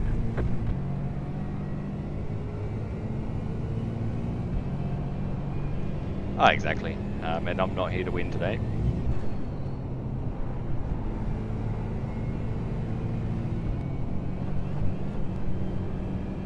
So it's got the call from one of the boys in the same race as us that I'm fast in the car in front. But they are they got the advantage of the fuel stop. Sorry, the crash stop that had the meatball. So it doesn't matter. So the guys telling me that Chris and Michael, they drive in the LMP2 with me normally. We have a 6-hour race coming up in 2 weeks' time in the LMP2 at Indianapolis Motor Speedway, the road track that's in the oval. So that's going to be myself, Autobat, and who's driving that with us? Jumbo. So the leader of Miss Davex Racing League. We'll have 3 of us in there. It'll be 2 hours each approximately. So we'll do generally the LMP2 it works out to 40 minutes a stint. So 3 stints each over the course of the 6 hours. We are going to stream that here as a part of Laps for Leuko. So those guys will be included in that, and I'll probably share the Discord chat for that one as well, so you can hear what happens on a normal race weekend. Like I said, there is going to be a lot of content this month, so you don't want to have to just listen to me. It'd be fun to have some of the other boys to talk throughout as well. And like I said, it might be nice to hear what happens and how we talk through a race and spot for each other as well. Because at the end of the day, the guys, when you're driving in a team environment, act as your pit crew. So they will let you know when cars are coming up, when traffic's an issue, when you've got things you need to worry about around the track. So it's kind of cool to have that. And I have no doubt if I'd have asked any of the boys in Miss Davex Racing, they probably would have spotted for me today. But being the first day of Laps for Leuko, I did decide I'm going to take this as a solo mission and really, really push myself. I have seen guys in the past do 6-hour races on their own, and that's mental. It really is mental. Like I said, I really don't know how I'm going to go in the fourth hour.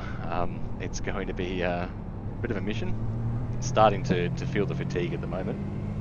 Like I said, I will have a pit stop when the pit stop comes up for the end of this lap, and I will summon some food to try and keep the energy levels up.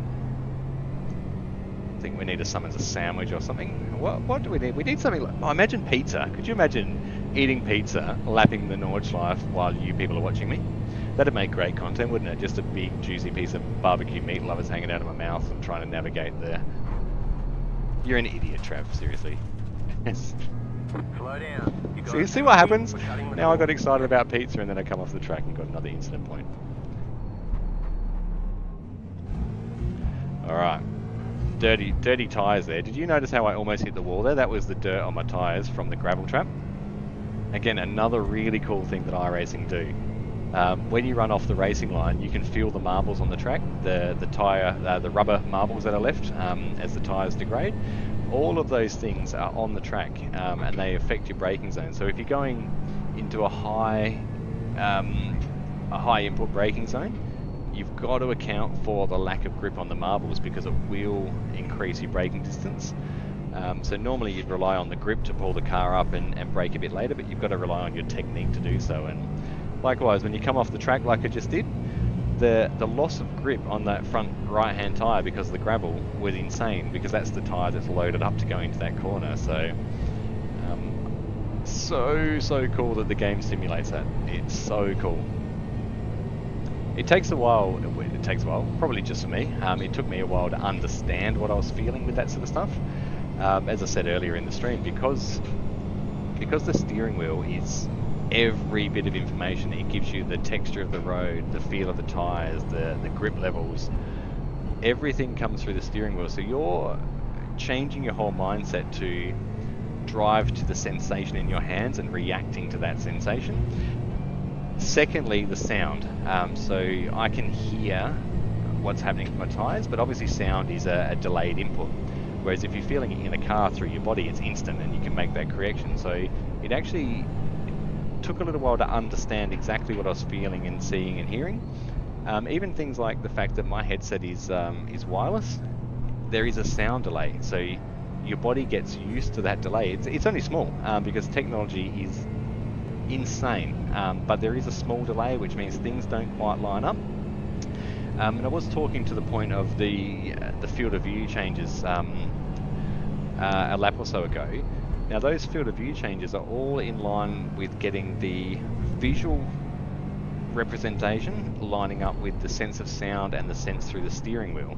So effectively what you're seeing on the screen should line up with what I'm seeing and feeling, what I'm seeing on the screen, not you, because you can't hear or feel what I'm feeling in the steering wheel, but what I'm seeing through the screen should line up as close to humanly possible with the information that the steering wheel's giving me. And it has helped catch slides and improve my consistency. The inconsistency that I get when I'm driving around the track, so I've picked up on this in the last couple of months. The inconsistency and the reason I have spins is because I'm not good at adapting from car to car. So on a Tuesday night I drive an Indy car, which is high downforce, high aero, so you've got to rely on the aero of the car.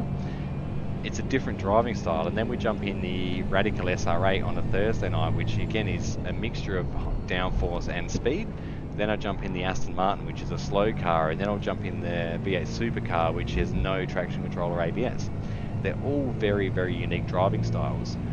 So I think that, to talk to my point about the I rating and where I fit into that scale, 2K or 2000 is that point where I feel that I have to make the determination as to whether I keep changing from car to car or whether I stick with one car type, which would, for me at the moment, would be the GT4 Aston Martin, because I actually really love driving this thing.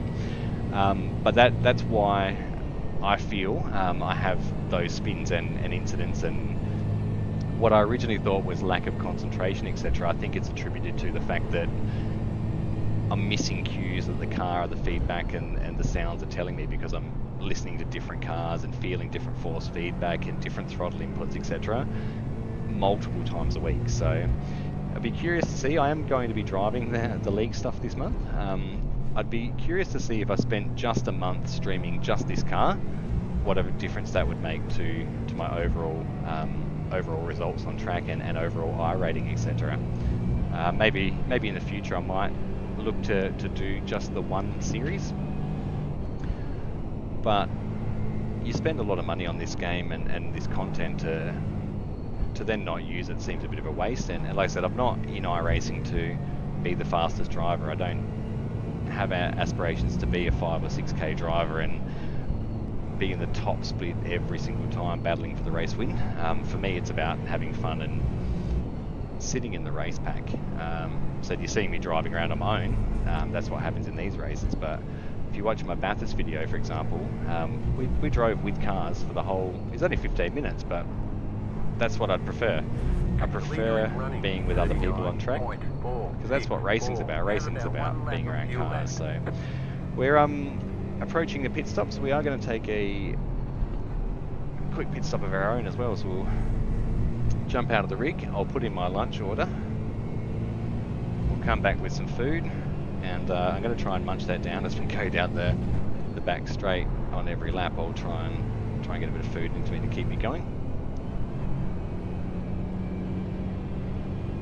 I can hear a noise in my background. It's the dishwasher. There you go. Approaching the second carousel on the straight, and then we'll be into pit lane.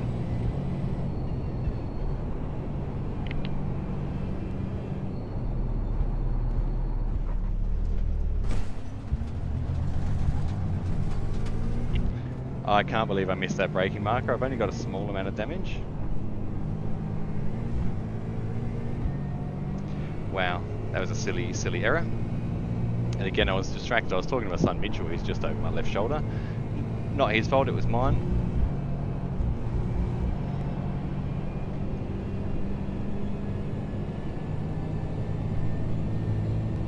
Alrighty.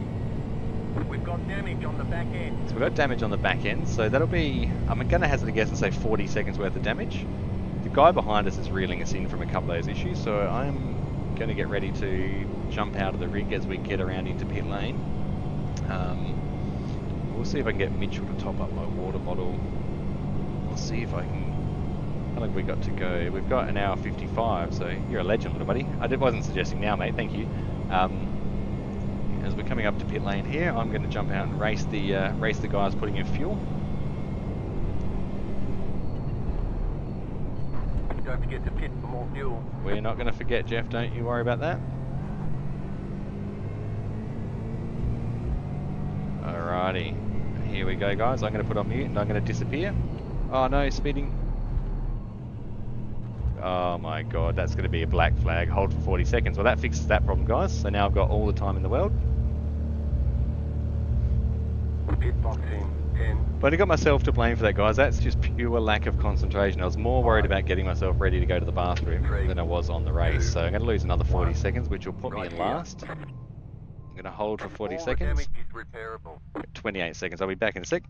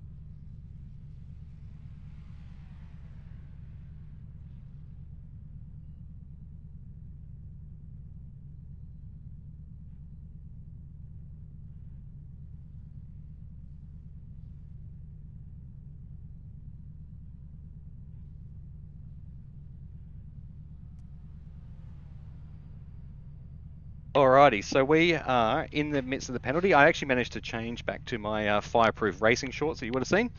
Can't believe I got that penalty. 5 seconds to go. Here we go. 3, 2, 1, and we are free agents. Get going.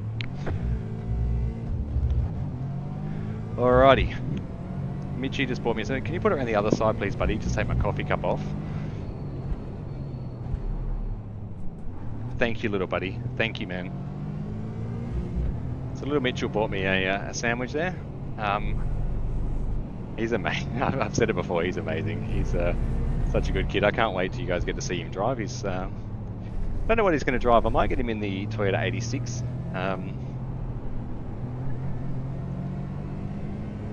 2 seconds, I'll find out what he said. So he's put in a request to drive the GR86 at Bathurst.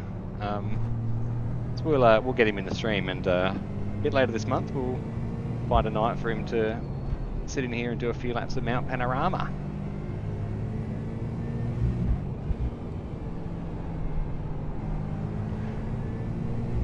So I think that pit stop will actually effectively, not even effectively, it will put us in last place. A bit of a shame, but we've got plenty more races to come this month, so.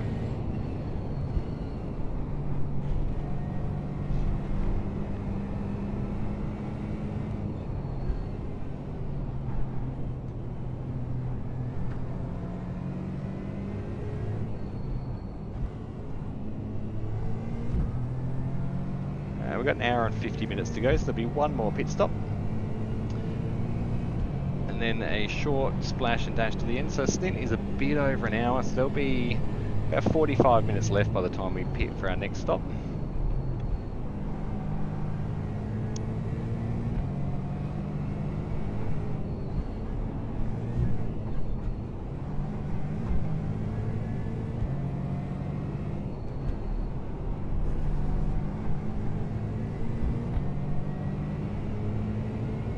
Have a bit of a bite to eat here.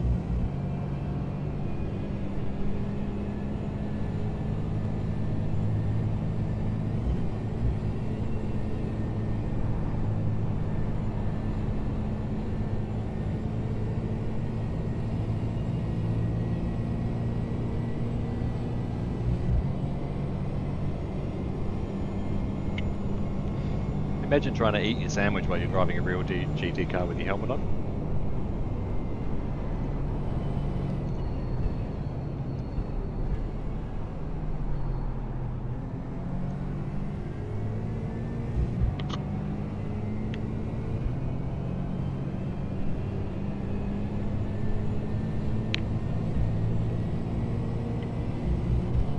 I think they are. I'm out of sync because I had a drive-through with my meatball before. Not a drive-through, but I had to like do a fast repair, so I'm out of sync by a lap. So they should have pitted a lap ago, the GT4s.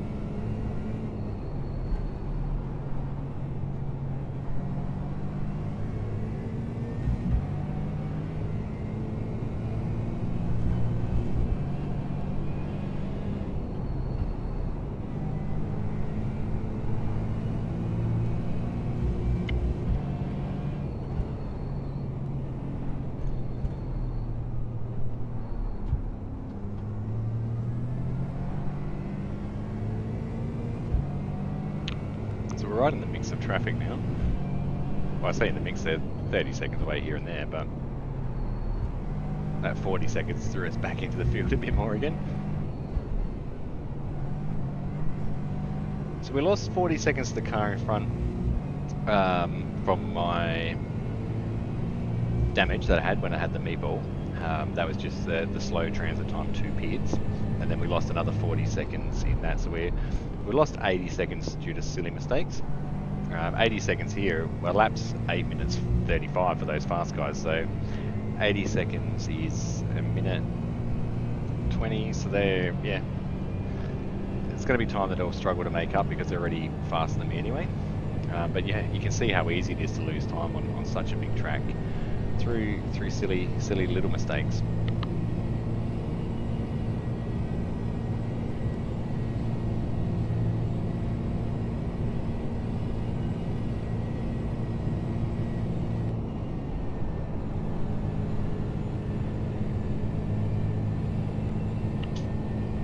It's nice to get through there when you've got fresh tyres and the car sort of grips up nicely.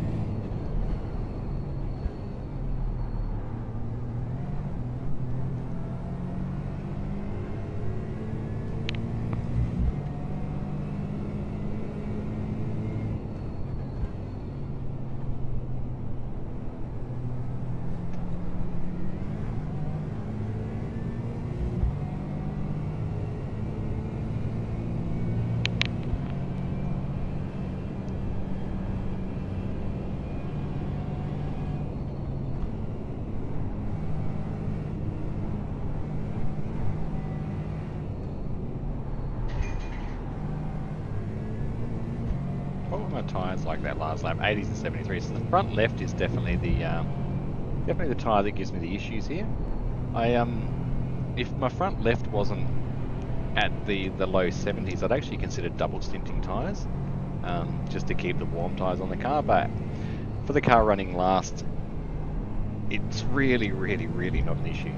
I'm not going to gain or lose any positions by changing my tyre strategy. It's just something to note next time I do this at a race. If I do manage to get competitive, it's nice information to have that you can go, okay, cool, I can double stint tyres if I know I've got half an hour left on my splash and dash or whatever. Which, as I said, we might be able to consider doing for the very last pit stop in an hour's time.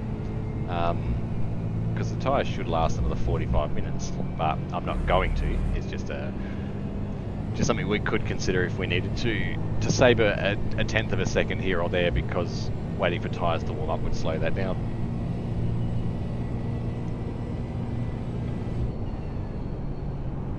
So to speak to Laps for Leuko, so what's coming up on the channel and the live stream. So tomorrow Monday, Australian time, we will be. I've got to stop talking. Tomorrow we will we'll be running the GT4 again. What we're running tomorrow though is a practice session for a test session. So iRacing are changing the way they split the races to try and make the field a little bit more fair between different categories. So iRacing are actually running a test session on Saturday and Sunday, so I'm going to enter those. They're both 3-hour races. I'll be running them in the Aston GT4, and the track is Charlotte Roval, so it's a road oval. It'll be an interesting learning curve because this is a very heavy car, and there's a couple of sections where the understeer is going to be quite hard to tame. But I think it'll be a good practice session, because we'll probably aim to do about a 2.5-hour stream tomorrow. I think my goal during the week is to do 2.5 hours per night. So I know the league races we do on Tuesday and Thursday are about 2.5 hours. And I know if I keep the other weeknights to that as well, it'll be pretty consistent.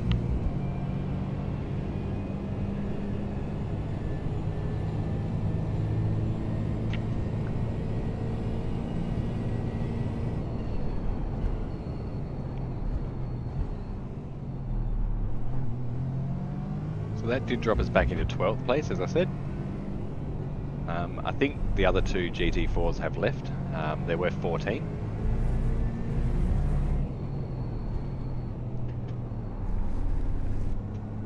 Now, Jeff usually does tell us the strength of the field at the start, and I don't actually recall him saying it. I think I was too busy talking.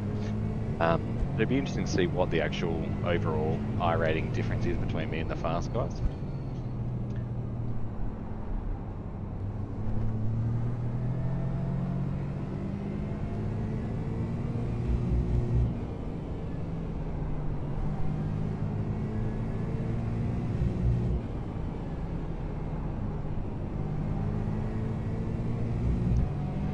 We've got a GR86 and a Porsche Cup car 40 seconds back, so I think we'll have another pretty quiet lap here.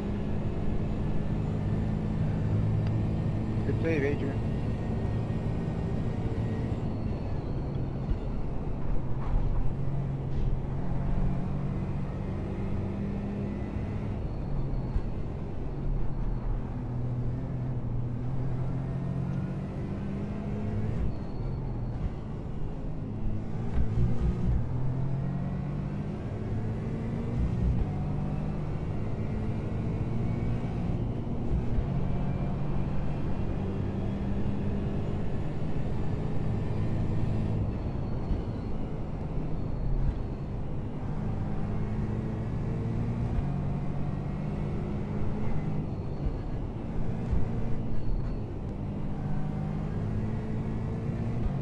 So we've reached the 20 laps.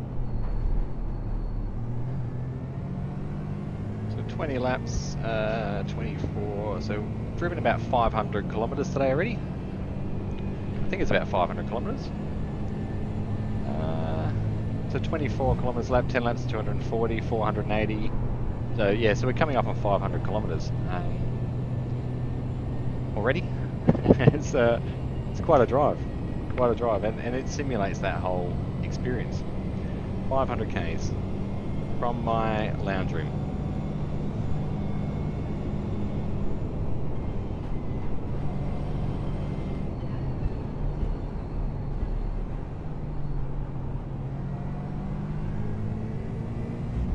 So guys, Volt and Autobat are killing it up there. I can hear the communication between those guys. It's they're doing pretty well up the front by the sound of it. I think they're still in 4th place, which is very, very respectful.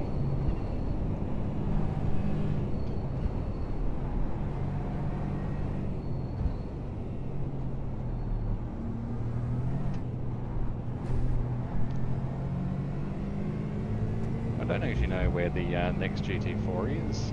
Miles up the road, a minute 40. So I did say I lost 80 seconds. They're effectively 20 seconds in front of me, which is where they were before I had those 2 incidents. So we're on pace with them.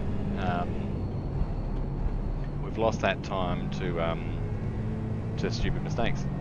That's the nuts and bolts of it. They're both 20 seconds in front. I remember at one stage they were 16 to 20 in front. So we haven't lost anything to them except for the time I lost in the meatball and the stop go. So it's important to check on that sort of information. As I said before, it's nice to know where I stack up in a field that's clearly better than I. It's nice to know that, yep, I'm still maintaining the speed, still maintaining the laps, lap in, lap out. Just need to do it without mistakes. So the lesson is, don't order sandwiches and don't take a nature break when you go into pits.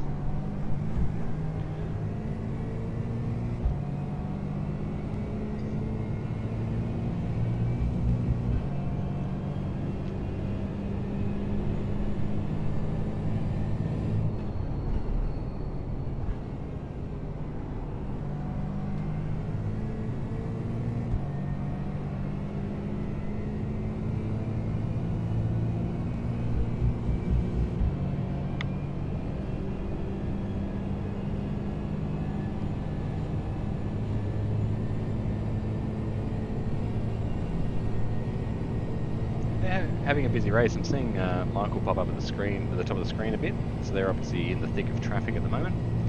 I'll expect to see the GT3 cars probably in my last stint, I think, because there'll be, because of the 40-second stop go, it's given that little bit of a buffer.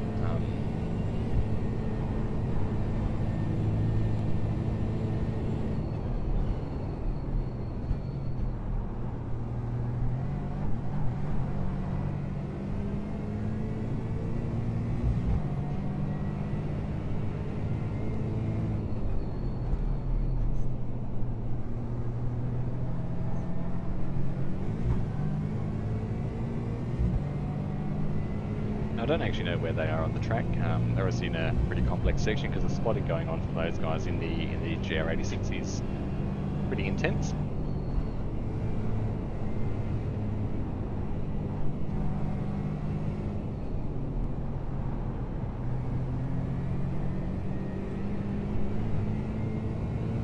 Yellow flag, that was a brief yellow flag.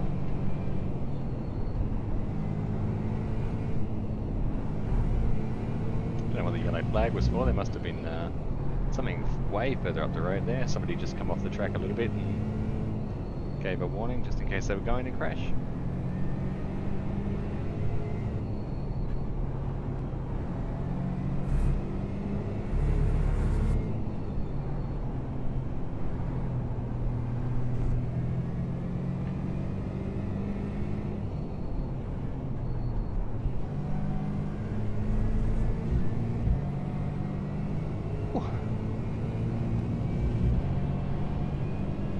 Well, my pet doggy is back in the passenger seat of my Aston Martin.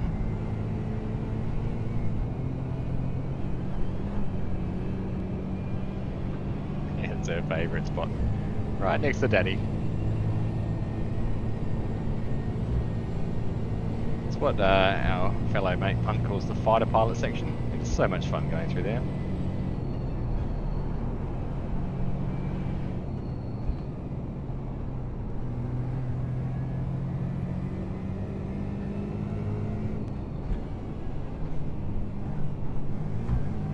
Sorry, Michael, were you talking to me then?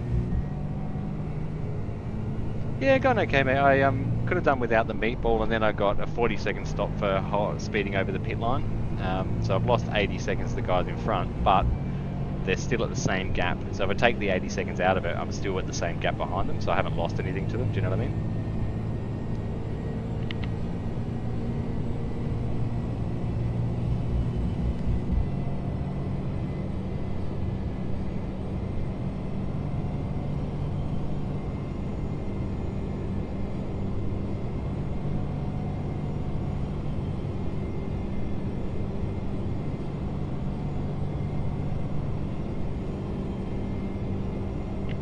Okay, here's something interesting. We're catching the guy in front very quickly. So he might have damage here. Or he's on the relative at least now. So unless we're out on pit strategy or he made an extra stop for a incident, we are catching him. I'm just going to check to make sure my stream is still on. It is. I just need to trust the system and trust the computer. But like I said, I haven't run a stream for this long. I don't know if it'll cut out or if it'll do anything that it's not supposed to do.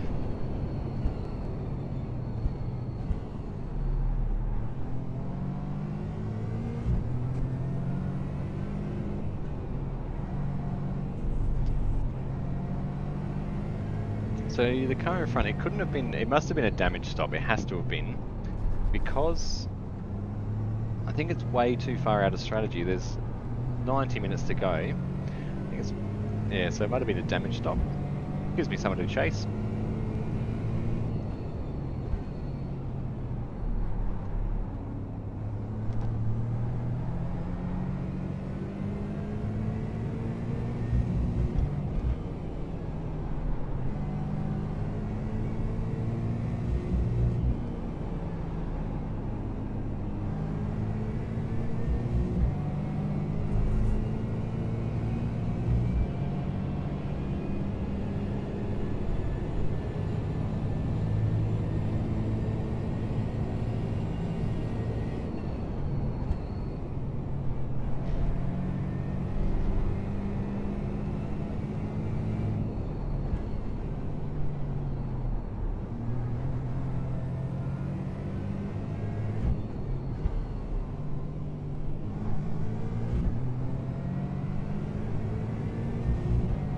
The boys, Michael, who's in the GR86, he's potentially on for a win here. He's just doing the maths.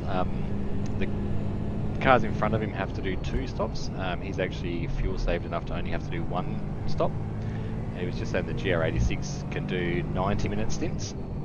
And there's a bit over that to go. The last car pitted with 1 hour 40 minutes to go. So there's every chance with the time gap that he's got, he could be on for a podium, if not a win here, which would be pretty amazing. He has done very, very well.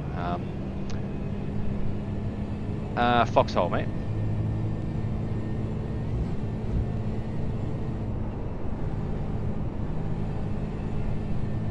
Whereabouts are you?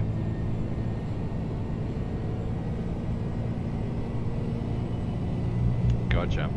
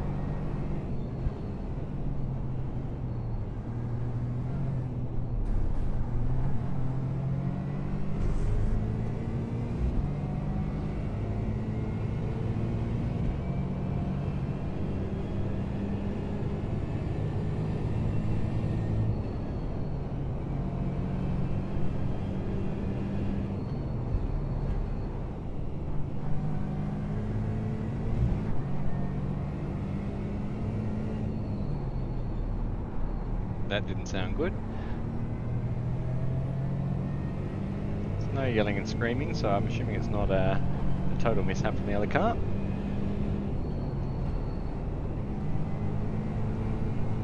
There it is. They nearly died.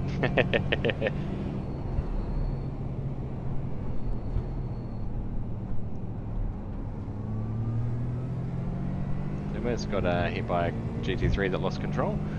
He's still going though, he doesn't have any damage, which is amazing.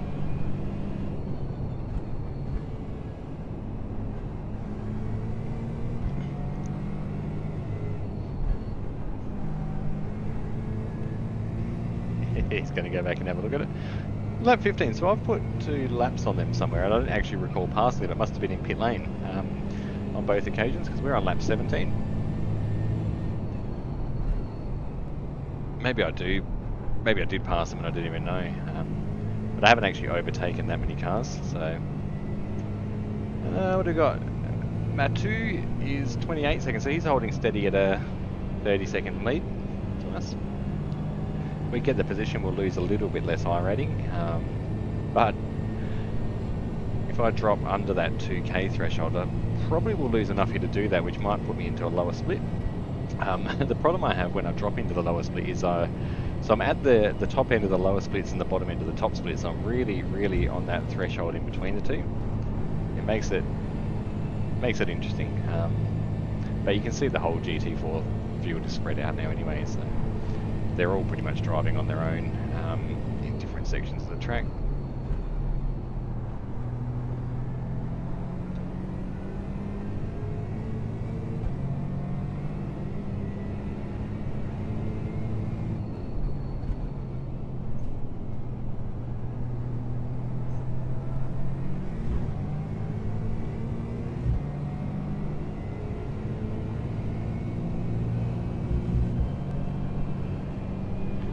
So I will try and work out by the end of this race whether this is something I will look to do again, or whether 4 hours is a bit beyond my limit in the rig. It's certainly a good challenge, and I'm feeling pretty comfortable at the moment, but we've still got an hour and a half to go, so that opinion could change come the end of this 4 hours. I like the banter of having somebody else in the car with you. I think it's good fun to share the experience with somebody else. Not that I don't enjoy doing it on my own as well.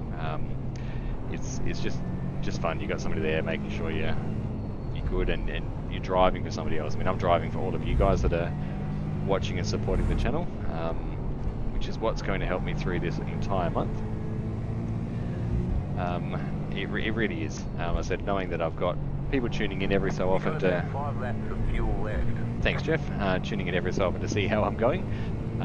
It's pretty important, and at the moment I don't have the live chat set up on the screen. I've got to figure out how to do that. I'm assuming there's an easy way to do it, or I might have to put it up on my phone and have a phone mount somewhere, which is another easy way to do it. If I could just keep my phone on the whole time of the race, I can see the chat and see what's going on. Hopefully, if there is any questions or you want to ask anything along the way, even if we haven't talked about any topics yet, I'm here to help answer questions. So we will, as I said early on, we'll chat about a few things as the month goes on, and particularly in the shorter stints, because it'll be pretty hard to dedicate a topic for 4 or 5 hours, however long the stream's going to be. It'd be hard for me to talk about something for that long and keep it interesting. But the 2 hour ones, we can certainly break up the conversation a little bit throughout the stream and dedicate sort of segments in that to chatting about different topics: leukodystrophy, cerebral palsy, family life, healthcare, etc. I've got a GR86 here. So we do sit behind these cars to get the aerodynamic tow. They do punch a hole in the air for us. We've got a... what's that behind us? It's a Porsche Cup car coming behind us. There he goes.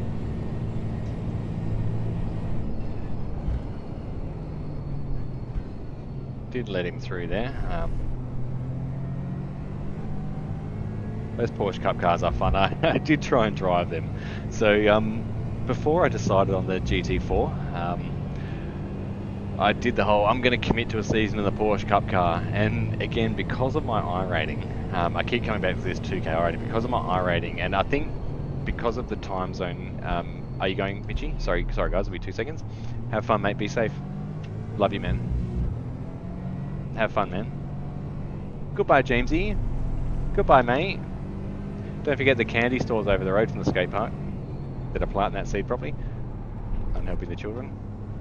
See you, Jamesy. Mitchie's going to try his skateboard.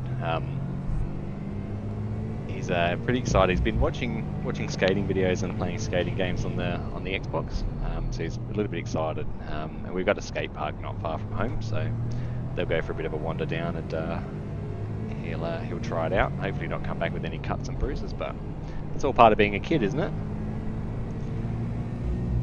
It's a beautiful day here. It's a bit overcast. Understeer, another X, 19 incident points. It's a bit overcast. There's a bit of sun out, but it's a nice, cool spring day here. So, as I was saying before with the Porsche Cup thing, so the 2K split put me in top split. So because we're in Australia and at the times of day that I can race mostly, the participation levels are substantially lower than what they are in the European time zone. So every time I jump into the Porsche Cup car, I was in top split, and the top split drivers are so much faster. So all I did was lose rating and drive around on my own. Now, the problem that gave me was because I'd lose so much rating in the Porsche Cup, I'd jump into another car that I can drive, and then I'd be at the front of the pack, and I was yo-yoing in between. So I decided to give that up. And I probably could have spent more time in it and dedicated the hours to getting better in the car, but it was never intended to be my sole driving car. So something like the Aston Martin, I do like driving. I chose the Porsche Cup because it's a car that can help develop driver skill, because it doesn't have traction control or ABS, one of the two. It's got TC but no ABS, something like that, one of the two. So it is a very, very difficult car to drive. But like I said, I'm happy to harness my skills in something like this, which is a little bit slower. I do like the LMP2. I think that's a really, really fun car to drive because it's fast. But I like the slower cars as well. I like this sort of stuff. It's a fun, heavy, big car to push around a track. And I can get the 15-minute races after work or in the evening after James goes to bed or whatever. Like they are accessible, and there's always enough people in there. I commented on it earlier, I do end up in the top split in these races as well because I'm at the 2K mark, but on a shorter track I can generally keep up. Generally, I say generally. I have had a couple of races where I've crashed out and a couple of races where I've crashed people out. But we'll ignore those ones and put them down as blemishes on the record, hey?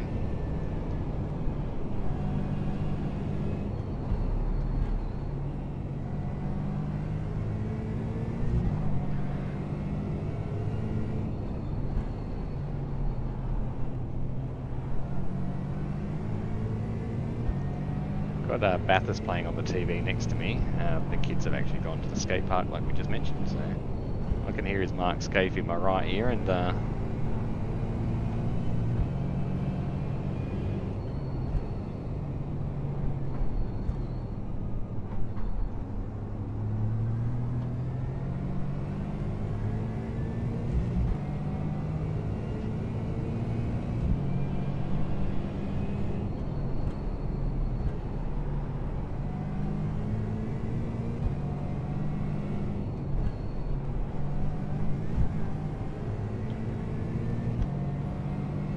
I actually would. I said it before about the BMW. I'm not keen on changing cars. I'd actually be keen to buy it and actually jump in it and see the difference in my lap times and see if it is just the car. There is absolutely no doubt its driver ability as well. Absolutely no question.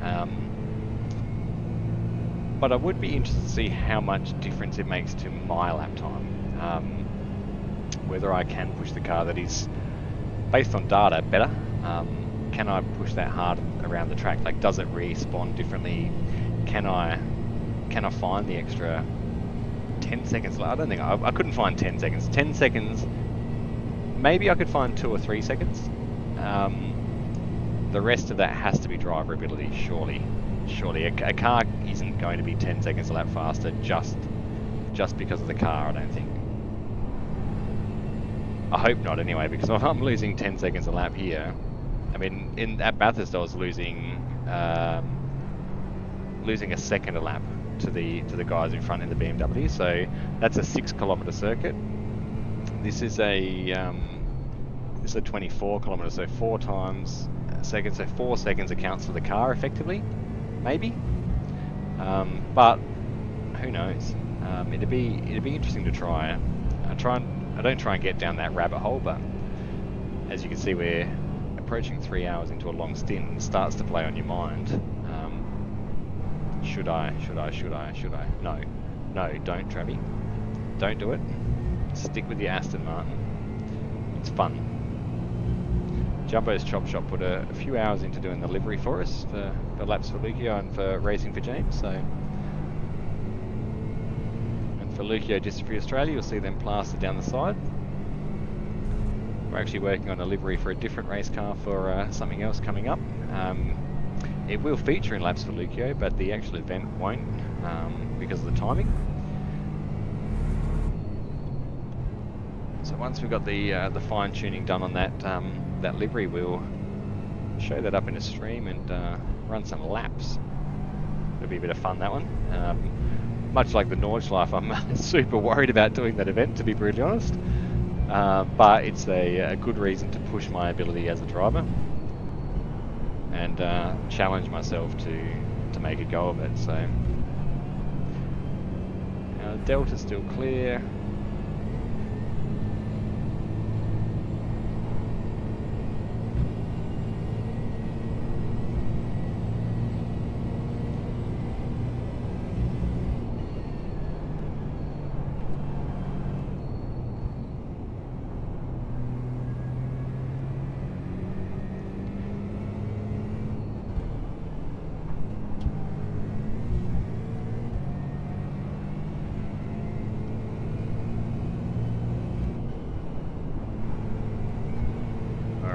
Give the foot a rest. Oh no, you're kidding. What happened there? Understeer. Man. Oh man, this is where, so I'm a little bit frustrated now. Just stupid errors. So what have we got? We've got an hour and 20 minutes left in this now. An hour and 20 minutes. I've got to knuckle down and focus. So we're going to have 50 minutes in the last stint, and yeah, I'm coming up on that 3-hour window, which is the most I've ever driven in a car. Can't believe the silly mistakes. Let's just check with Jeff what we've done. We've got damage on the back end. Got damage on the back end, so I can't believe I've had those silly mistakes. I really can't. Like, I need to fix that in my driving, and it's absolutely one of the things I'm aiming to improve. We've jumped a position 11, yeah. So we just gained a position, so somebody's quit. It's something I've really got to fix in my driving. Honestly, guys, it's I feel like I can drive, but what lets me down is mistakes. We lost 80 seconds, so I'd be in 10th right now. I'd be 50 seconds in front of 10th place. Although, we have a look at that, and we go, okay, well, what if number 10 is saying the exact same thing I'm saying? So we all have those little gremlins. But I've got to iron it out of my driving. I do it almost every race at the moment. I don't know why, I just have incidents that I can avoid. Maybe I've done enough driving in this car to know that it's not me jumping between this car and the other cars I was testing. Pretty confident of that. I do know from the 24-hour event that we run that the tyres are graining, so they're becoming a little bit slippery at this point with that 5 to 3 laps to go mark. So I know that comes into it as well. I'm aware of it, but I still make the mistakes. So it's something I need to really work on. And that's what I'm hoping, pushing through the fatigue of this month. So I'm going to be streaming every day. So if I can realise that I'm going to be driving while I'm tired, because it's hard work to physically do this every single day, and fit it in amongst everything else in life. If I can do that, I'm hoping that the time I spend will allow me to remember that I'm driving fatigued, to remember that I'm needing to slow down and not overdrive the car, pay attention to brake inputs and be more consistent, and then the results will come. So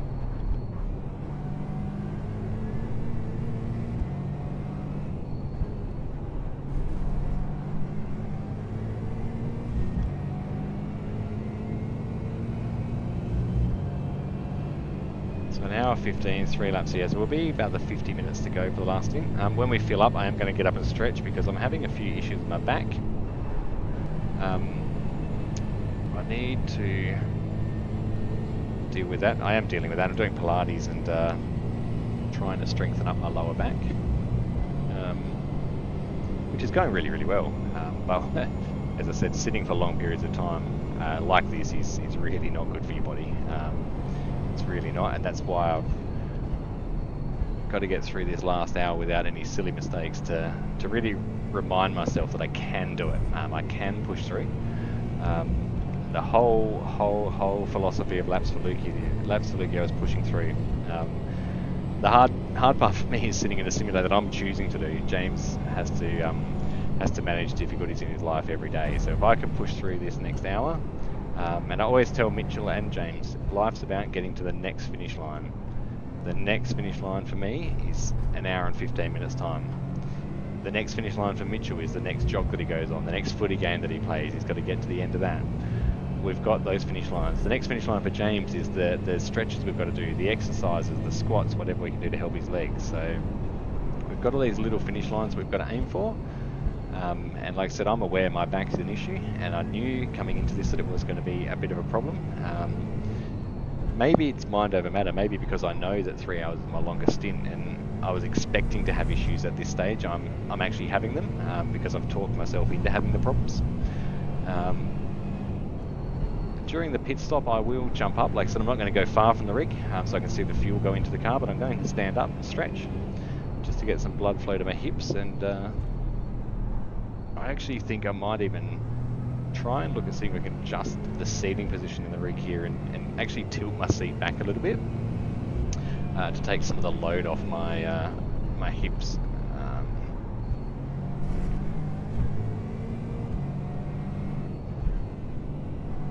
Do sit quite upright. I've got the pedals high. They're actually fairly high, and I feel like I'm pushing with my quads because they're actually quite sore at the moment. So I feel like I've got that part of my posture right. It's the base of the seat. So I've got it's a proper car seat that I've got. It's a reclining seat, but there is a bar at the bottom, and I think as I'm pushing the brake pedal, which is a load cell pedal, I think it's rotating my hips back into that bar at the base of the seat. And I actually, the more I drive, the more I think I need to buy a proper fixed back racing seat, just to give that lumbar support, because they don't have any bars at the back. They're a bowl shape through the hips and lower back area. So I'm thinking that might be a very, very good investment, and I might actually go and buy one this week to really take the load off my spine, and it'll take me 10 minutes to bolt it on in the rig. I do need to keep it on seat sliders though, because I do have other people driving the sim rig. Little Mitchell, for example. James gets in the sim rig as well. The problem with it will be is that it is a vertical seating position. So if I'm spotting in races and that, it's not going to be the most comfortable to sit in, but if I'm driving, I need to be able to have something that's going to be conducive to not inflaming my back injury. And I do love sim racing. I really do love it. I think I've made that point pretty clear as we've been chatting today. I really do. James loves getting in the rig. He really loves getting in the rig.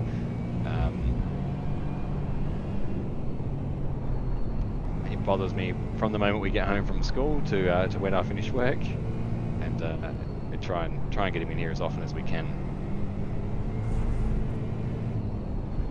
I think if I get a proper winged race seat, it might actually be nice to put him in there and get a piece of foam, like a seat insert, so that he can actually get in the sim rig on his own. I'll have to do the accelerator, the brake via Xbox controller or something, so I'll have to still sit with him. But if I can have him in the sim rig and accelerate with brake and control instead of having him sitting on my lap, that'd be huge.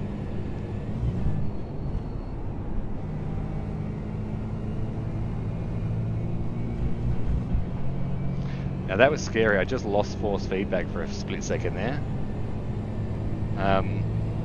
Lucky I felt that, because that was a very scary time to do that.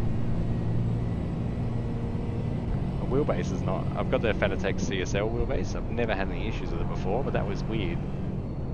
When we get onto the straight, I'll see if I can drop the force feedback down a little bit. Maybe it's running a little bit too high. So we'll swap to the auto tab. So it's at 10.8. No, do it on the straight, Trevi.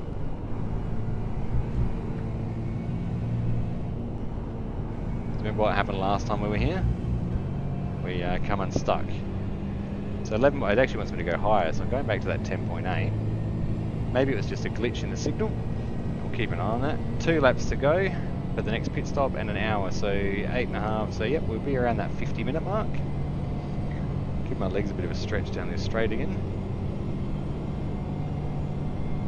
We're lapping in the mid-40s on average clean lap, so not much more I could ask for there. Just keep running those lap times if I can, and like I said, 10 seconds a lap is... We've done 19 laps, so you did the maths on the difference. Need to always just focus on what I'm running. Said iron out the 80-second mistake, and we're a long way different to where we are currently, so we're going to get another position here. Somebody else is in pits. Now I don't know if that's scheduled pit stops. I can't see them. So it might be scheduled pit stops because we are on that hour mark. If it is scheduled pit stops, we will lose that spot because they're obviously quite a long way in front of us, and we still have to make one more full pit stop. If it's cars that have left, it's freebies. So what that's going to mean is we're going to lose less I rating. So we might stay above the $2,000 mark. Yes, money. We might stay above the 2K I rating mark, potentially, which would be nice. I'd like to not drop below that because I like where I'm at. And this is the importance of keep going. It's so easy to have an incident in these races and just quit, as the tyres really start to fade away now. It's so easy to walk away from these events. We've done lots of in what you'd consider enduro, so 3-hour races over the last, how long have we been racing? 18 months. We've done lots of 3-hour events, and there's only 1 or 2 we haven't finished. One was because I got disqualified, too many incident points, and one was because we quit. We did that whole, we've had a crash and got over it. We weren't that interested in it as well. But we've also had success, unfortunately, because of people quitting. We entered one race. Can't remember. I think it was a team of 2 of us. We entered a race, and it was not a very popular track, but it went official. So what I say when it goes official is that the race has to have a minimum of 6 entries to go official and be counted. It had like 7 entries is all it had. So we spent 3 hours driving with 7 other drivers, but throughout that race, almost everybody quit. So it was a multi-class race, and because there was 7 cars in total, it still counts as an official race. It doesn't have to be 7 GT3s and 7 whatever the other car was, I can't remember now. It just has to be 7 cars. But because of crashes and attrition, there was only about 3 of us left at the end of the race, so we actually got a very, very good result just through finishing the race. I think it's a pretty hollow victory, that sort of stuff. But the old saying in life, to finish first you've got to finish. I do believe in that. That's why you have to keep going. I said over the last 2 laps, as you've seen, we've gained 2 positions just because we're still lapping here. We're lapping on our own. We've done 24 laps for Leuko so far. 24.23 kilometers per lap. It's a big Sunday drive. Going to be interested to see how many kilometers we drive this month. I couldn't even give you an estimate on what we're going to achieve. Each track has a different length, obviously, so it'll vary from track to track. Some nights we might do 50 kilometers, some we might do 500 kilometers. I don't know. What I do know is that all the laps I drive in the live stream, I won't be doing any other driving bar the live stream. I'm going to make that promise to you guys now. Anything that anytime I'm in the simulator, it will be going live on YouTube. But any laps we do this month will be counting, and it's a challenge to see how far I can get. So maybe if you want to set me a goal, if you've done a lot of endurance racing before, set me a goal. See if I can get to. See if I can get to a kilometre limit. Maybe you want to see me drive 3,000 kilometres this month. Make a pledge. I'll make a pledge. That'd be a fun way to do it. If you're happy to challenge me, and I'm happy to challenge myself. Obviously, I don't think there's any way I'm going to be driving 10,000 kilometres this month. Do you know what I mean? I don't know, but we need to make a goal that's a little bit of a stretch. So obviously every race weekend's not going to be the Nordschleife. However, I'll be doing 2.5 hours every night during the week, so that's a fair bit. And then on the weekends, a fair bit, like I don't know the maths. That's a lot of driving during the week. And then on the weekends, like I said, this coming Saturday and Sunday, I've got the 3 hours at Charlotte Roval, both on Saturday and Sunday. So there's 6 hours. There's a lot of driving coming up this month. So let's see in the comments below if you are still around and you want to set me a challenge and pledge a donation to Leuko Dystrophy Australia. Like I said, the donation link is below. If you do think we're going to have a bit of fun this month and you want to hang around and help support Racing for James and help Racing for James support Leuko Dystrophy Australia and families living with Leuko dystrophy. Like I said, the donation link is below, and you will make a genuine difference in the life of families. I said we're new to living with Leuko dystrophy, but having made contact with Leuko Dystrophy Australia, we do know the difference they make in the lives of families, and just having that extra level of support and somebody who's on your side is what we need through these often difficult times. So yeah, like I said, let's see what happens. If you want to get involved in the comments, please do so. I will have a look after the race. Like I said, I don't have the comments on the screen, so I don't know what you guys are saying. You might be laughing at me, which is perfectly fine too, because we're here to have a laugh. But it'd be interesting to see what you think I can drive this month. Let's put it that way.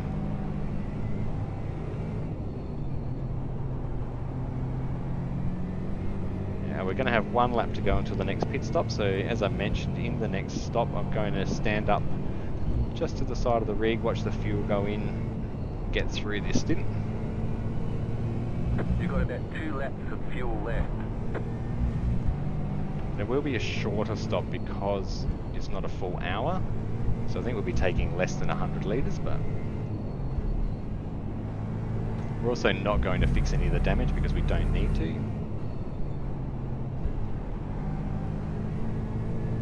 The tyres go in at the same rate as fuel anyway, so we don't need to worry about that. There is every chance we could take no tyres and fix the extra damage, but the car feels fine. So I'd rather have new tyres and that grip rather than the front left going off. Maybe I'd change just the front tyres.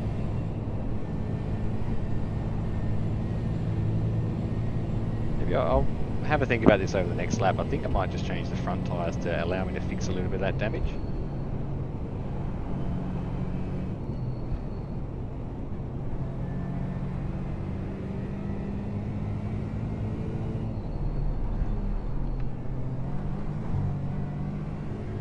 Fighting the steering wheel there. I was up on the high line for that as I turned in. It was just the wrong angle to be on.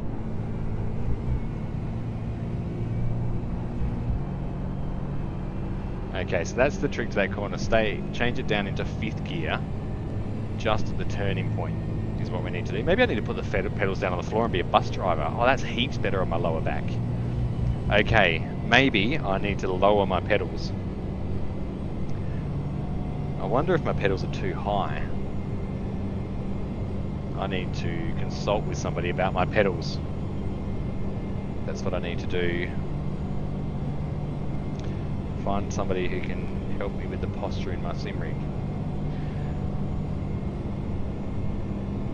Now we're catching Mr. Michael Brennan there. He is driving the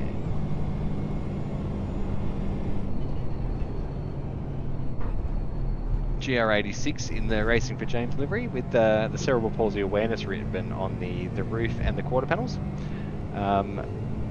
It was my first Racing for James car once I started painting things up, and I drove that probably I'd say a year ago now in a full series. So it's good to see that car out there, and hopefully we'll get to see the car. I do have to pit this lap though, so I don't know if we're 20 seconds a lap faster than him. 26 seconds a lap faster, I don't think so. I think they're doing 50s and we're doing mid-40s, so I think it's 15 seconds a lap. They have to make one more pit stop, so we will definitely get to overtake them. It'll just be sometime in the next hour.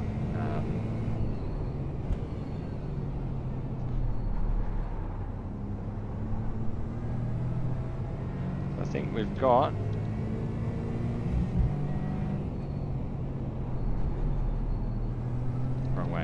59 minutes to go. There you go. So we're going to have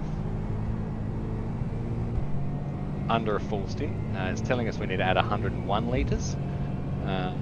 Okay, so that's cool. So we're going to take nearly a full tank, which will give me a good stretch on my back.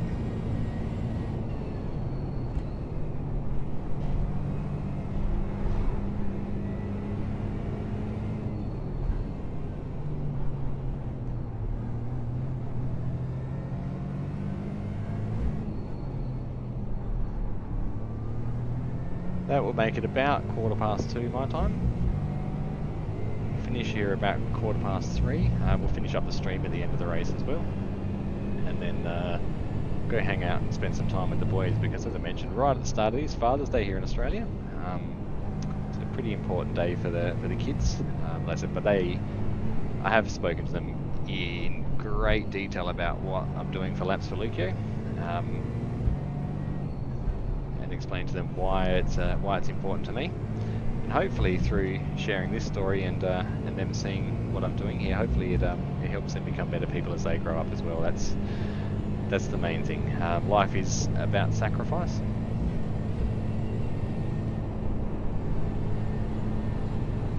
So hopefully we can all grow a little bit from what we're going to achieve this month, and that's the most important thing, whether it be an influence on my kids through this or an influence on you guys online.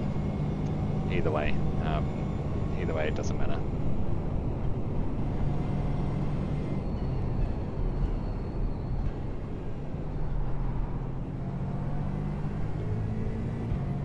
Hopefully one day in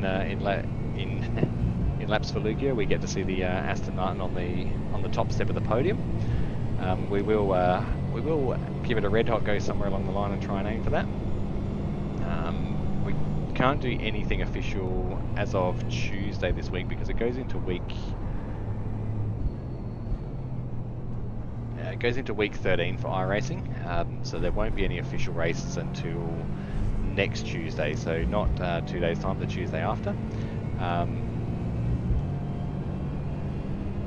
So that'll be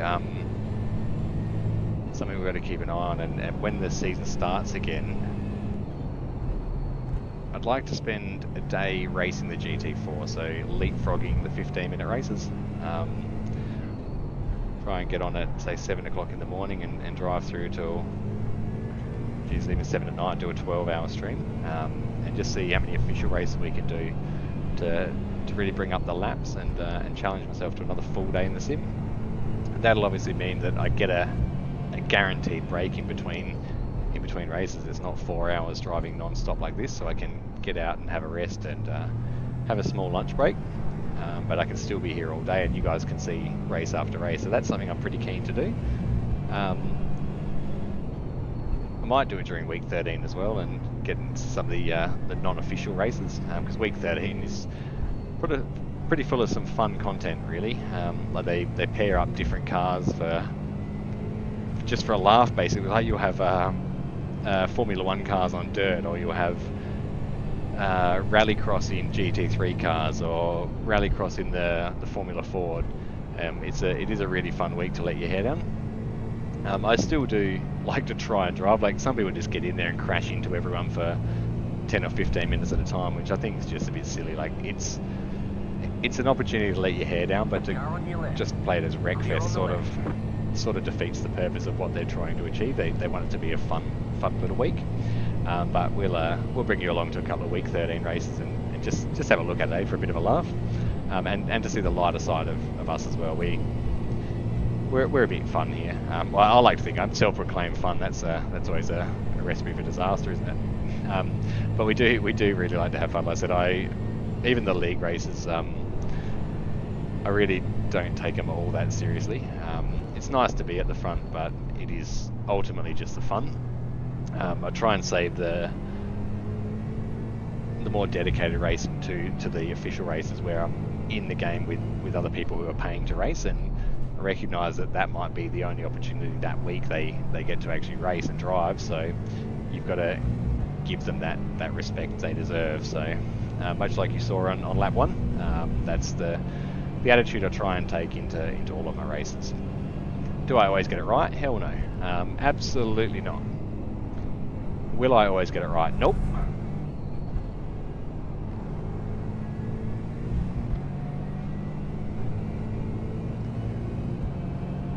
You have about 1 lap of fuel left. Jeff just reminding us we're going to have to pit this lap, which we're aware of. Approach that too quickly. That was almost another silly mistake. We fixed that mindset a little bit now, so just concentrating on really driving, and as I said, being aware that we know the last 50 minutes is going to be a struggle. I've really just focused on watching the track. Oh, you're kidding, Trav. As I do that. See, that's where I think it's unfair. I get a slowdown and a 1x for it. That's the rules of the game, and that's what I was talking about early on, is that it's a bit of a double penalty there, unfortunately. But is what it is. I'm doing 165 corners per lap, and we've done 20 laps so far, 21 laps. So on average, it'll not affect our safety rating too much. But again, we can claw back safety rating, and I'm driving on my own. I'd expect that total to be much less if I was doing half the race. But I'm battling fatigue, I'm battling sore hips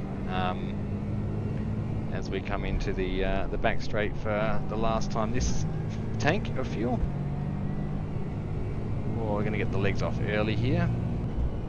Let off for that corner. I'm going to do this by hand. And roll, that's better. So not going to take any risks there, I'm just literally going to stretch my legs and try and help myself. Now, I'm not going to focus on getting out of the sim rig until I get into pit lane this time, because I can't afford another drive through. We're going to cycle down the order. So yeah, I think we are the last GT4 on track in P10. I think the other ones have left. Bit of a shame. I hate to see people leaving because of crashes and that, but they may have had other things going on they needed to get out to as well. And we're coming up 50 minutes to go. So as I said, it's going to be a sprint to the finish line from here. There's a lot of tyre marks there. There must have been a crash there. Don't forget to pit for more fuel. Alright, let's get into pits and then we're going to stand up. I'm going to turn to the fuel page so we can see that going in. We're not going to speed across the pits this time. Slowed down too much, but that's fine.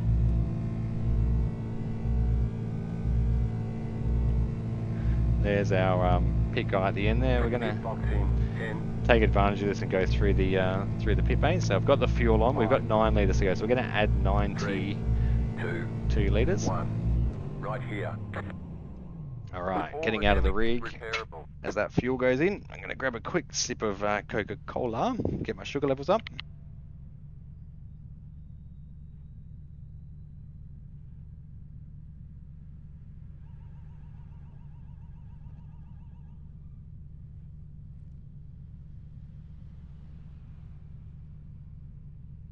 Actually managed to grab myself a muesli bar as a snack as well. Basically living the dream, guys and girls. My favourite puppy dog is still sitting here with me. She's never going far when I'm in the sim rig. 25 litres to go.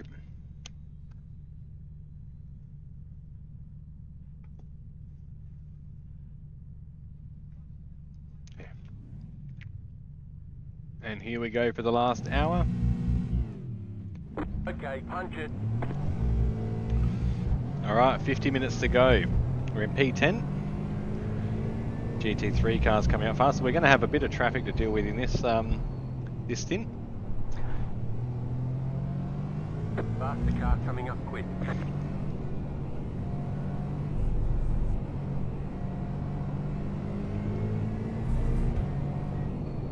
Tell you what, it was good to stretch the legs during that little break there. Not going to lie, it was much needed. I'll be pretty sore by the end of this stint though. I can tell you I'm going to go and lay on the rug and put the wheat pack on my back.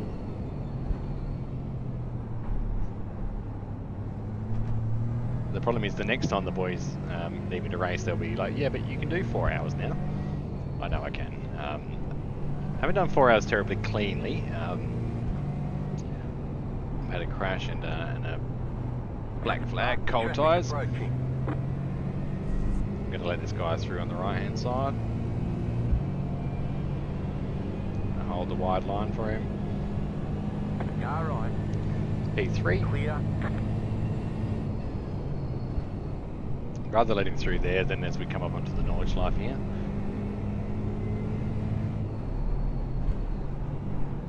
And especially because I'm on cold tyres.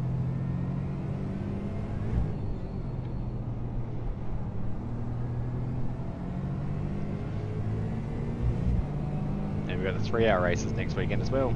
Charlotte Roval, boys.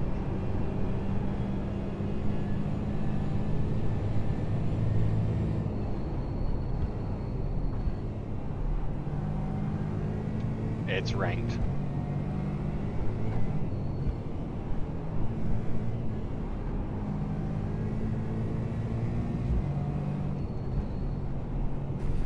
Faster traffic approaching. Let this guy up the right hand side as well. Right side. Clear.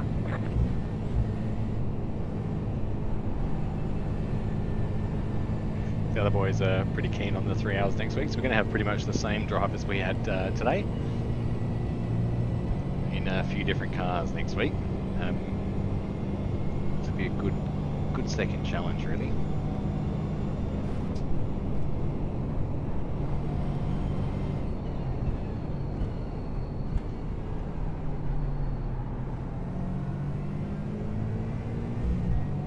I think by the look of it we're going to do about 27 laps of the Nordschleife plus the 4 laps in practice. That's a good start for the month, I think. Quite a few kilometres under our belt. So we hadn't planned on doing a 500 kilometre drive today, but I do know what it's like to go on a 500k drive. That'd see me most of the way to Melbourne. It's a long way. Glad I changed the shorts in that that break when I had that stop go. That stop go, it was although it sucked putting me 40 seconds further back on track, it was a blessing in disguise because my legs are feeling much nicer in, we'll call them my fire retardant shorts because we are in a race car. I do generally drive in shorts, but I sort of felt trackies to be a bit more comfortable today. I learnt my lesson, everyone. Don't drive in trackies, especially when it comes to summer. It gets pretty warm with the 3 screens wrapped around, and I've got to find a permanent spot for that little pedestal fan that I've got so I can keep it there for days like today. And yeah, it's not every day the wife's home to help out with this sort of stuff at the call of her husband. See, Nate, you cannot keep your car straight. There's Mick's offering free driving advice again. I think that must be the same person he was interacting with a few laps ago or a few hours ago. Still only a few laps because we haven't done that many laps.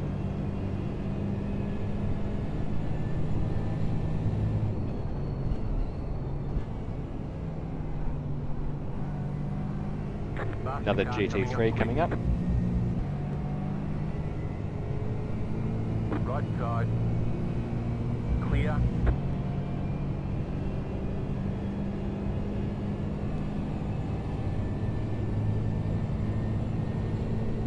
P9's coming up on us as well. So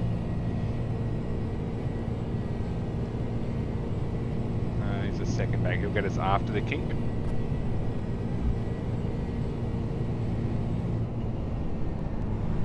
Faster traffic approaching. Car on your left. Clear.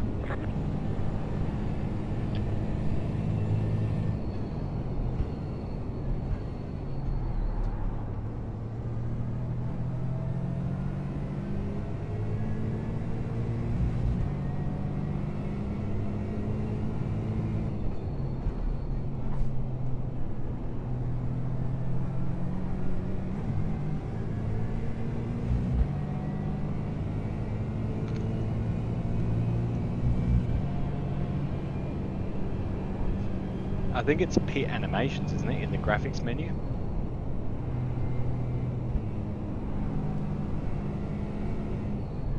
So we've got an issue with Punt and Jet in the GT3. So when Punt's coming into pits, he's not getting the call for his pit bay, and his pit man is not there.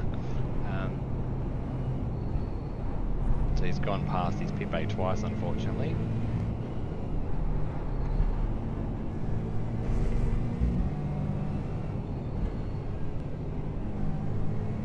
So I've seen the leader of the 86s on a couple of occasions, but I haven't seen many other cars, so...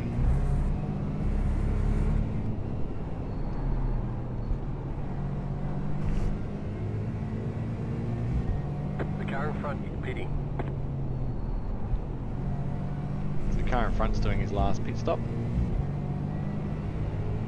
So they must have been fuel saving a little bit. Oh no, they had the incident, didn't they? That threw them out. So it must have been a damage stop they had that allowed them to run a lap longer than us. Car right. Clear on the right. Don't want to kill the leader of GT3. Toyota 86, we'll try that one. He went a little bit wide there to give me room. Took himself an off track, but it's better to be safe than sorry, especially with unknown drivers coming up on you.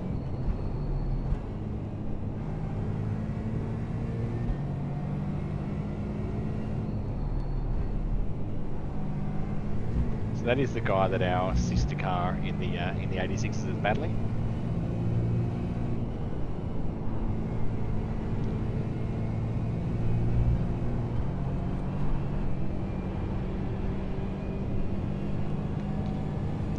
There's a solo driver here and he's starting to get fatigued right now.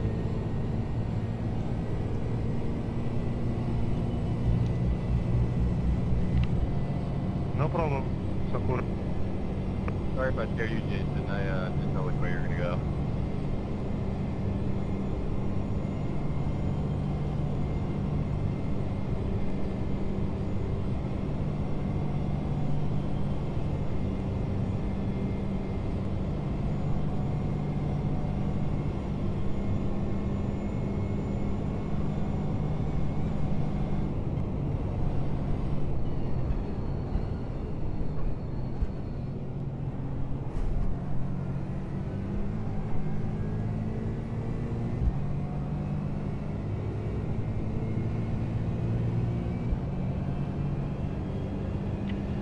got P5 for Toyota 86 coming up on us here. Car on your left, clear. Faster traffic approaching.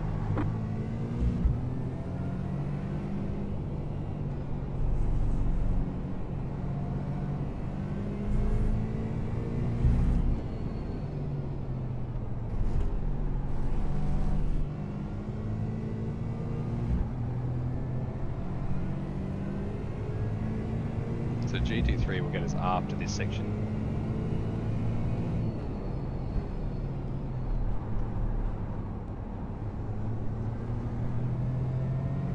So we're not much slower. So we're not much slower than them through this section. So we'll let him through on this straight here. Here he comes. Car right. Clear on the right. And there's another one 1 second back. So this will be tight going on to the Nordschleife. Again, you can see we're on pace with the GT3s through this sort of stuff. Faster car coming up quick. Left side. Clear on the left. Grazed the pit wall there. That was a bit unexpected. I didn't expect to get that. We've got damage on the back end. That's the damage we had before, so...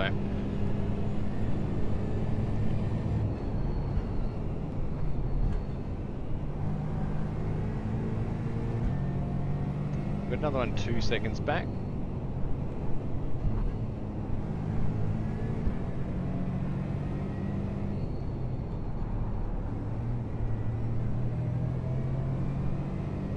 Porsche Cup car here. Faster traffic approaching. So what do we got? 5/10 back.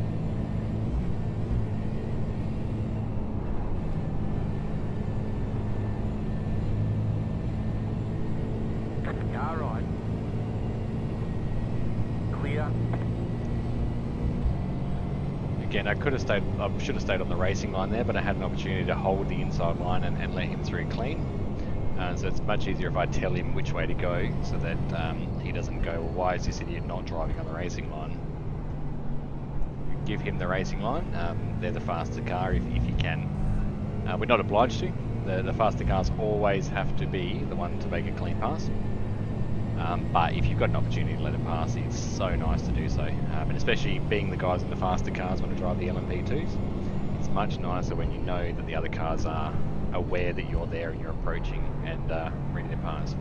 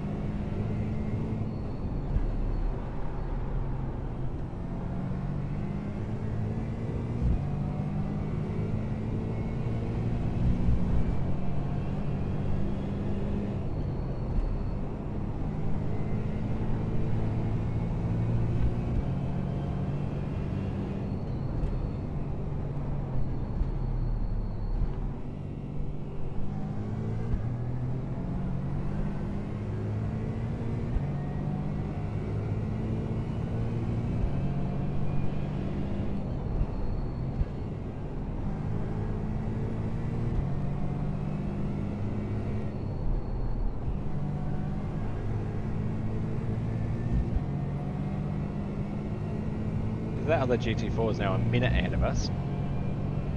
That's he's done well. He was only 30 seconds ahead of us before the pit stop, so I'm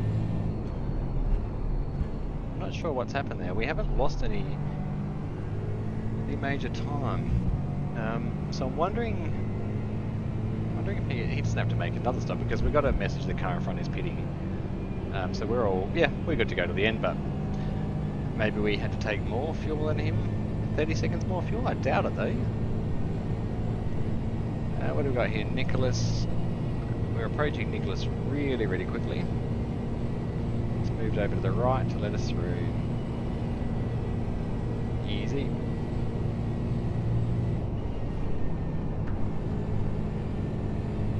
I'm assuming the guys that are doing 35s are getting through that section just flat out. They're not lifting off like I am. They're the spots where you gain a tenth, you gain a tenth, you gain a tenth. And on 165 corners, gaining a tenth per corner adds up. Less than a tenth a corner.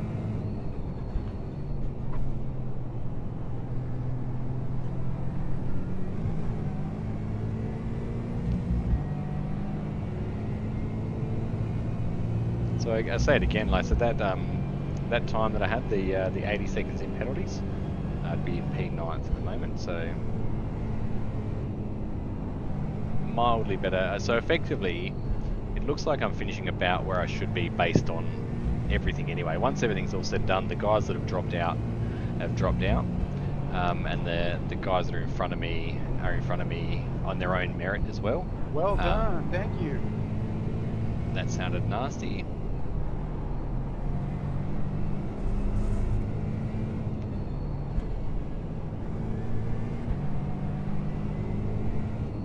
Nice one, Israel.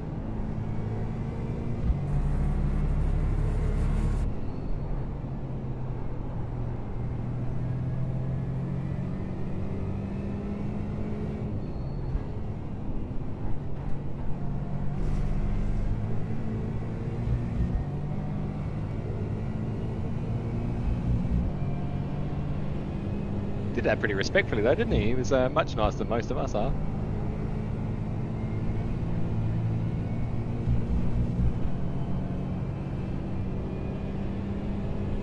Okay, we got another GT3 P6 coming up on us. Faster car coming up quick.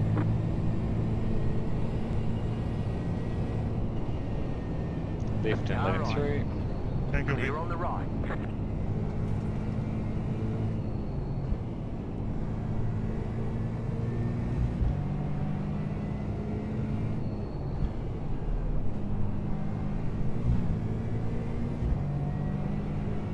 "35 minutes to go." In the longest stint I've ever done in a race car.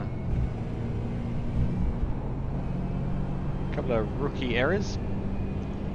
We've still got time for one more. Little Mitchell's home now, so I'm just going to shut the door again because I don't know how James will be. I'll shut the door. I'm going to shut the door. I'm going to shut the microphone off. I'll be back in a sec. Let's listen to the Aston roar.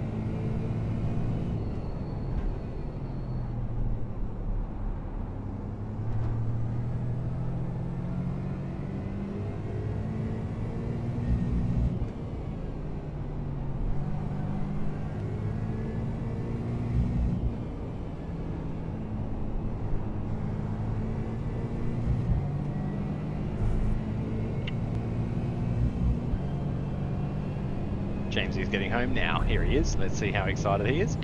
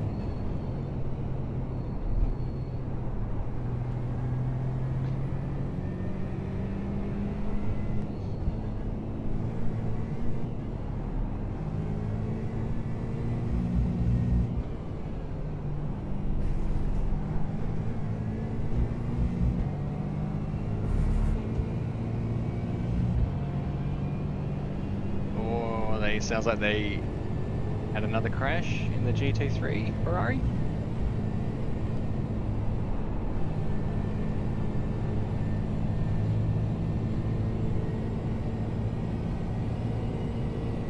So we're a minute 10, so we're still losing a tenth here and there to that car in front. Pretty confident he doesn't have to pit again, so but he's not going to spend a minute in the pits if he needs to anyway. So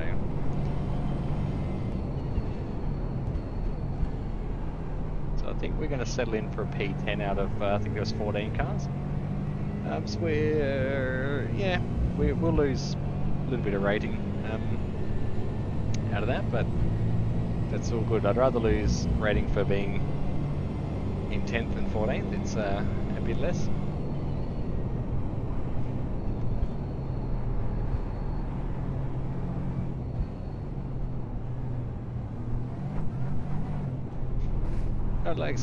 Not disappointed with the way I've been driving. It's just the silly mistakes we mentioned before. We need to try and iron out. We need to try and iron out the lack of concentration. As a race car driver, you do talk to your pit crew while you're driving.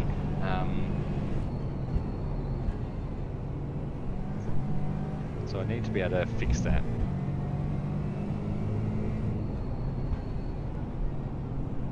If you've got any ideas, let me know in the comments. Your idea might just be less stupid as a driver. I'm happy with that as well.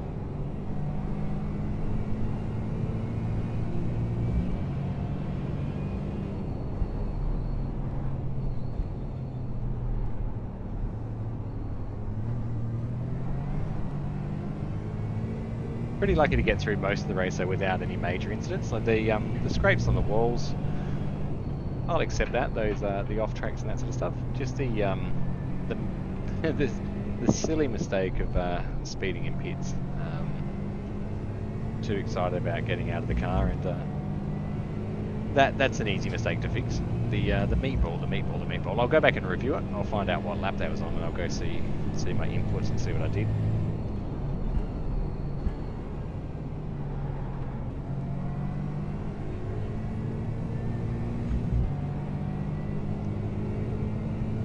How good do the graphics look right now with that sundown as it is and the shadows poking through there? Wow.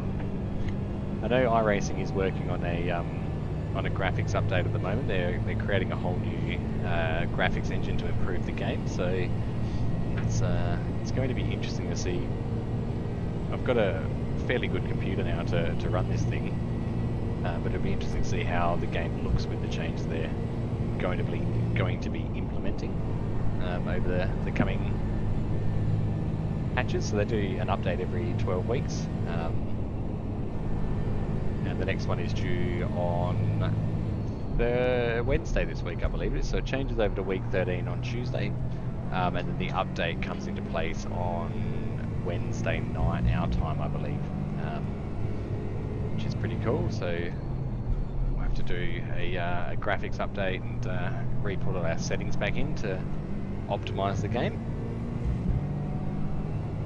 It's always exciting to see what they've improved and the little details that make it feel more like you're at the Nürburgring while you're driving in your lounge room.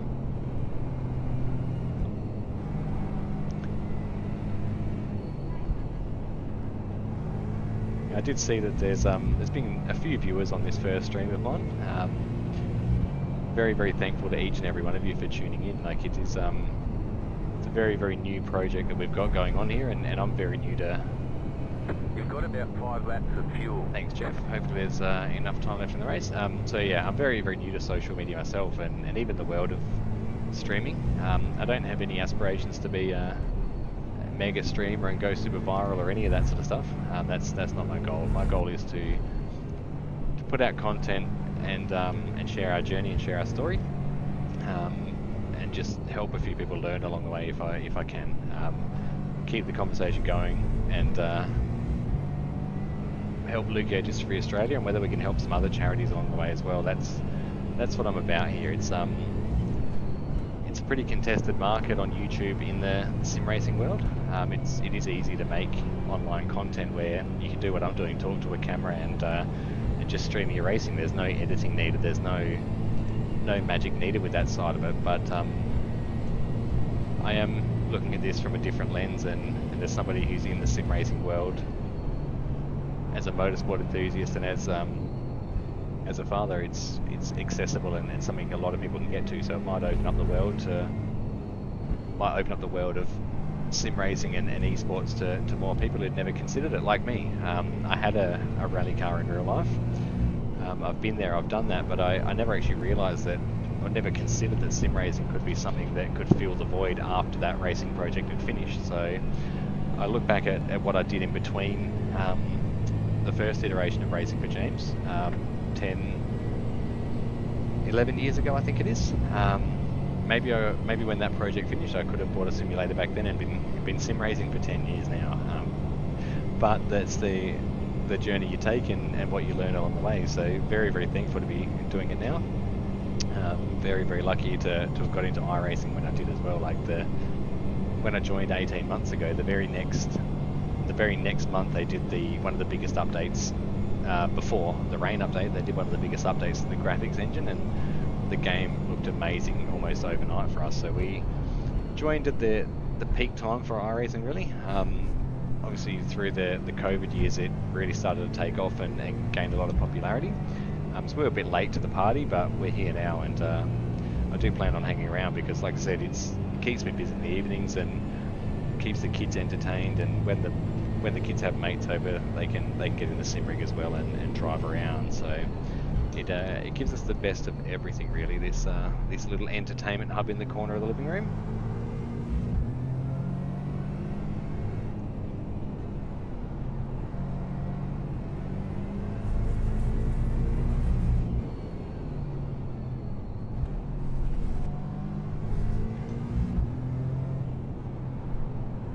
We are approaching 24 minutes to go.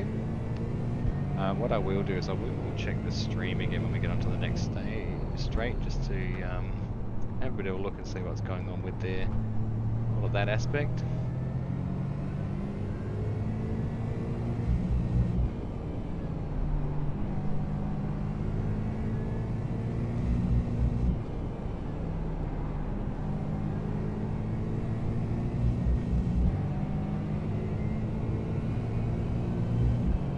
Yep, we're still good, still live streaming. The track map's up there as well.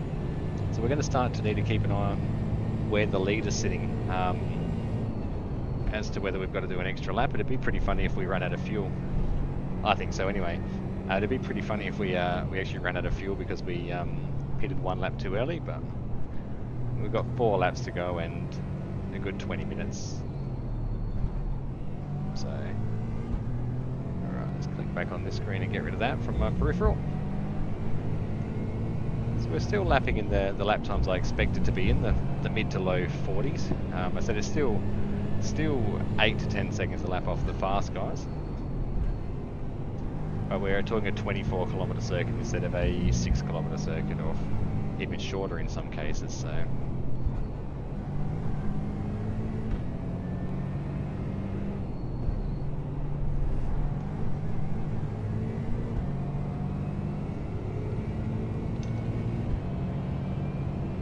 I don't think we're going to get a lot of traffic coming up behind us now.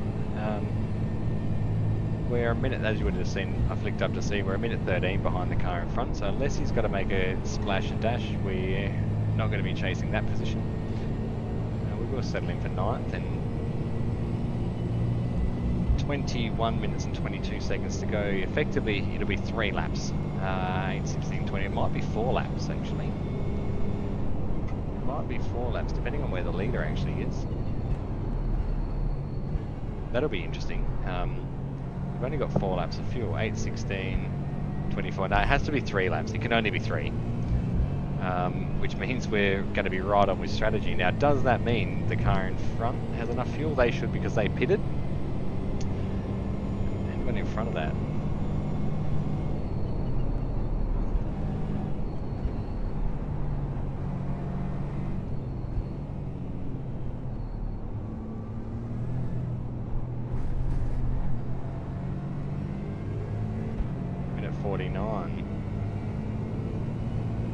Be interesting to see if we've got to do that extra lap if the other cars that pitted early have enough to do it. We pitted with 50 minutes to go, and we'll be getting enough burst in.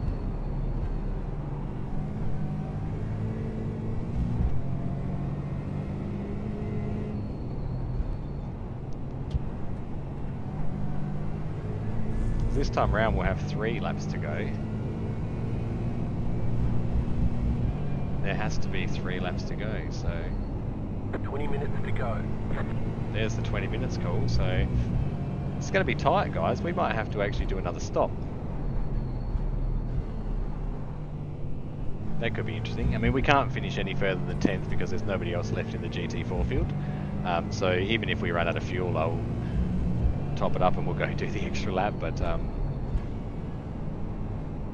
it's going to be interesting if the cars in front have enough, depending on where the leader is, obviously. Is it between us and them? No. So, maybe not. Time will tell, hey? Imagine that. Everyone runs out of fuel, we soldier on through, get the win in GT4. Wouldn't that be a dream? It's not impossible. You guys would have seen Stephen Bradbury at the Olympics. We're going to call that this race. No, we're not. It's not going to. It's not going to happen. It'd be hilarious, though, wouldn't it? It really would be. Everyone in front has to pit, but they've already packed up the fuel cells and they're already in the back of the truck, so they have to get them out of the truck, and everyone has to pit for 4 minutes and it lets me pass. All right, if that happens, guys, if that happens, that'll be equivalent to my lottery win, and I'll never buy a lottery ticket again because there's no way I'll ever have that sort of luck again, eh? And keep your eye on the leaderboard, guys. We're hoping that everyone's packed up their fuel cells and everyone's going to run out of fuel. Stay tuned. Stay tuned to see what happens. And then next minute the stream cuts out and you're all disappointed because you're like, well, what happened? And then I'll just tell you I won. And I'll be like, look, I'll Photoshop the 0 off our results board. And I'll say, look, it all happened, guys, like I promised in the stream.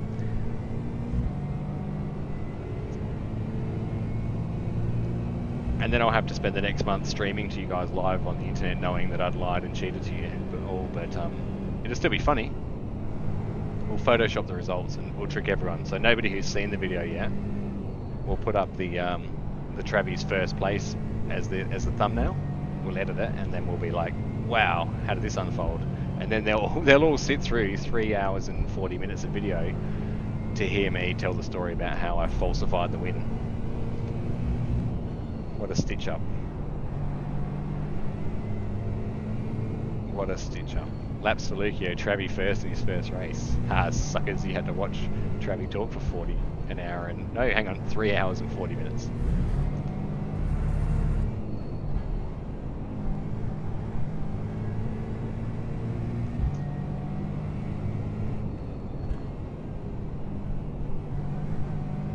Tomorrow's stream is only going to be 2.5 hours, guys. Much like it will be every night during the week. 2 hours and 30 minutes. That's going to be... I've set myself a limit, 2.5 hours. 2.5 hours, I think, is enough on a school night. I'll be getting on at... I think on Mondays, Wednesdays and Fridays I'm going to be getting on at 7:30 PM Australian Central Standard Time. And Tuesdays and Thursdays, because of the league racing, I'll be on at 6:30 Australian Central. Thank you, I did want to try and get them to line up a little bit more, but on Mondays and Wednesdays I have Pilates, and I just need to make sure I maintain my back care while I'm doing this laps for Leuko. So I think a bit of variety in the stream times will be good. On Saturday I will be on in the afternoon, so we are going to be running the iRacing Week 13 iRating 3-hour thingamajigama that we were talking about. So the plan will be to get on and do a 3-hour stream, and I'll probably do some Saturday fun races after that. Sunday, the next one for those is during the day on Sunday, so I might miss that out and just do a stream Sunday evening as well, so I can spend the day on Sunday with the kids. Don't know what we'll do yet, but we might try and get out to somewhere in the community if the weather's nice. But that'll take care of the first week of Laps for Leuko. The following midweek will be the same. So the midweek stuff is going to remain the same. But the following Saturday, so in 2 weeks' time, we will be running the 6-hour LMP2 race at Indianapolis. So that'll be, as I said earlier in the stream, it'll be myself, Autobat and Jumbo. I'll only be in the car for 2 hours, but we will definitely be streaming the whole race, and all of the laps from those boys will count because it's going to be in this stream. I'll have a chat and I'll make sure I get the permission from the guys to see if they want their voices on live TV on YouTube for Racing for James. I don't think they'll have a problem with it, but I'll absolutely ask the question. So it will be quite interesting to hear how our spotting and watching dynamic goes, because we are quite a chatty bunch at times, and we do like to have a bit of fun while we're driving. So maybe we'll keep that a secret for you guys, and we'll unveil that later in the month when we pull together our end of Laps for Leuko plan. So 3 laps to go, and I noticed that the timer is 14 minutes. So I have a very, very odd feeling that I don't know where the leader is on the track. And we're going to be 3. So it could be 3 laps. Can it? No, it can't be 3. Well, it depends on where the leader is.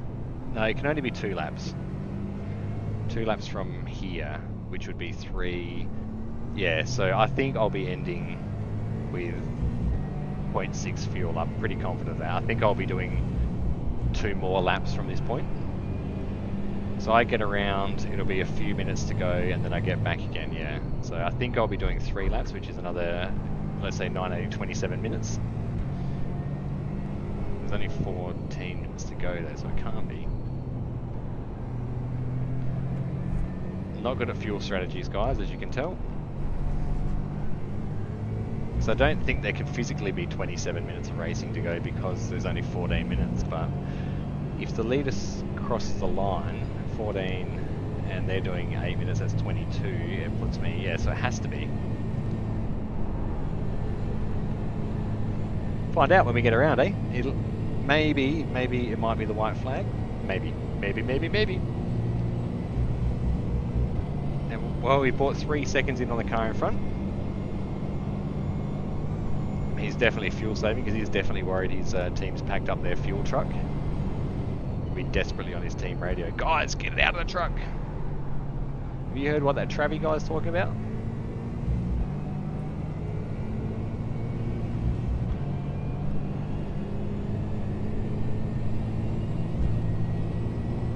We still haven't had the pleasure of overtaking Lord Volt in the Racing for James GR86. I do believe he's due to do a pit stop soon though. I think with about 10 minutes to go he'll have to pit.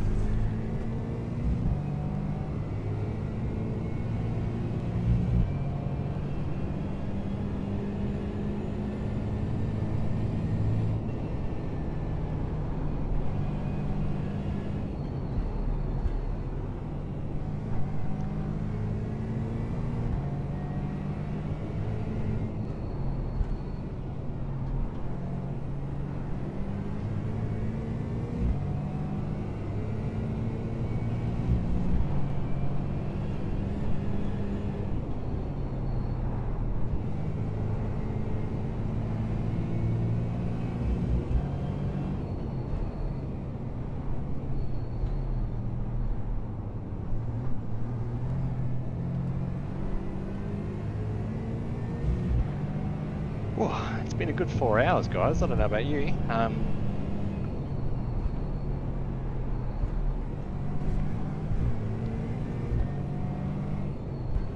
hell of a track to do this at, that's for sure.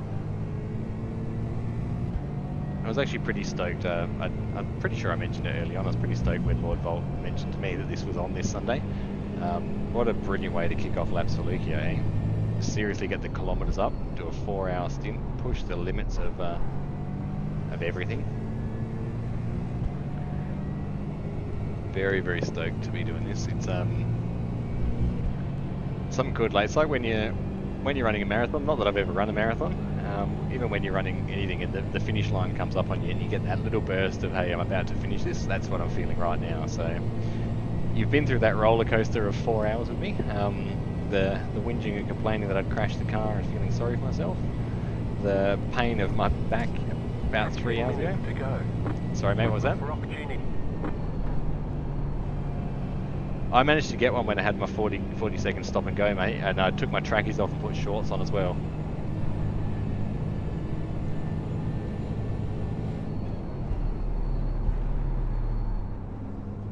It was completely unintentional, but as soon as I sped over that pit line, I'm like, no, I'm taking this opportunity, boys. It's happening.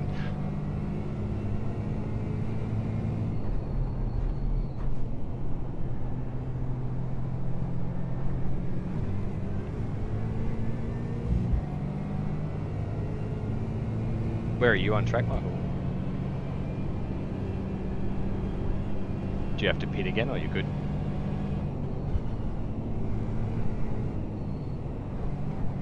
So the Racing for James GR86 is in second place, 12 seconds behind the leader. Wow, it's pretty impressive. We're going to see one of the Racing for James cars up on the podium. Not in my uncapable hands, but nonetheless there'll be one there.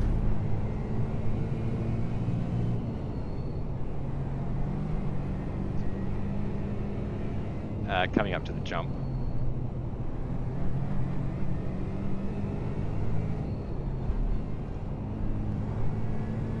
Now, I was talking about that a little bit earlier. I must have passed you in pits all the other times.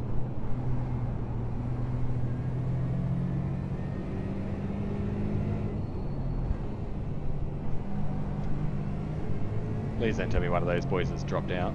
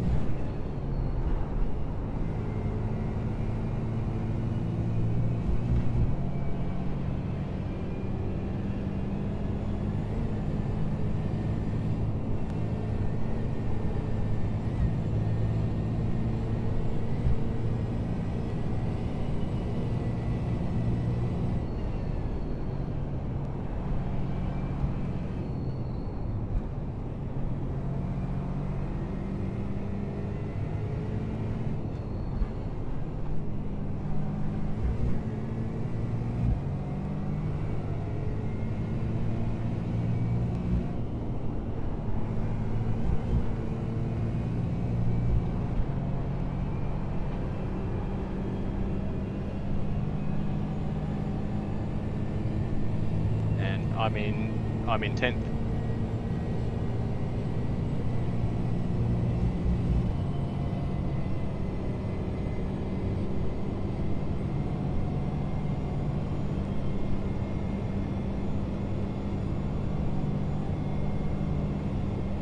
So one of the other boys just joined chat. One of the newer guys, Mush. Now we find out if we're coming up onto the last lap here, guys. We do have enough fuel, so there's 2.8 laps to go. So even if this isn't the white flag, I'll have 1 lap of fuel to go with the white flag lap. So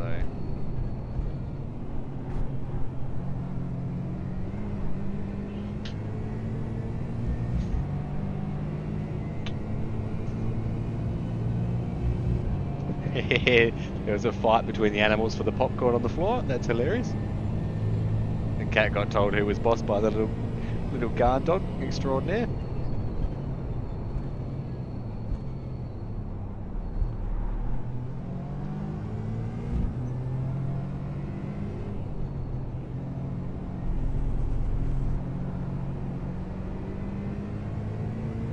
Car right. Clear.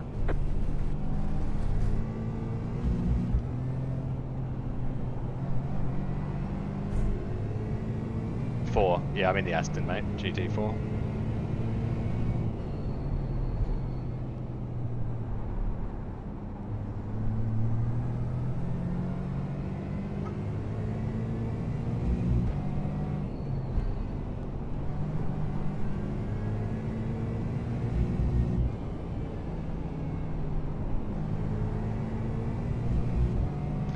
So we will have one more lap to go after this one. So it has to be the end of the race next time round. So we do have the fuel right. It means the other guys in front have the fuel right as well. They have to. They can't be, unless they pitted early or something, they can't be wrong on the fuel. But that's okay. We can still hold on to the myth that 5 minutes to go. we can still hold on to the myth that everyone's going to have to stop again, just for our own sanity to get us through the next 18 minutes of the race. So we'll have a full another lap, won't we, Michael?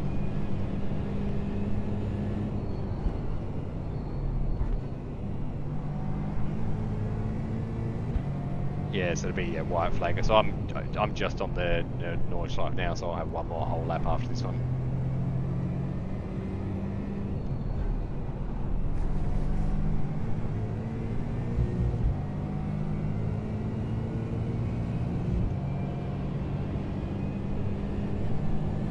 Whoa.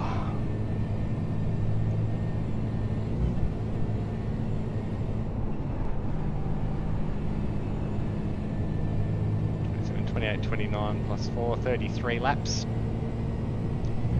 33 laps. How many kilometers are we going to run?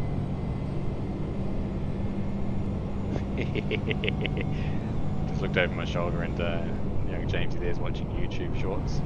There's a baby laughing on the screen that's making him chuckle as well.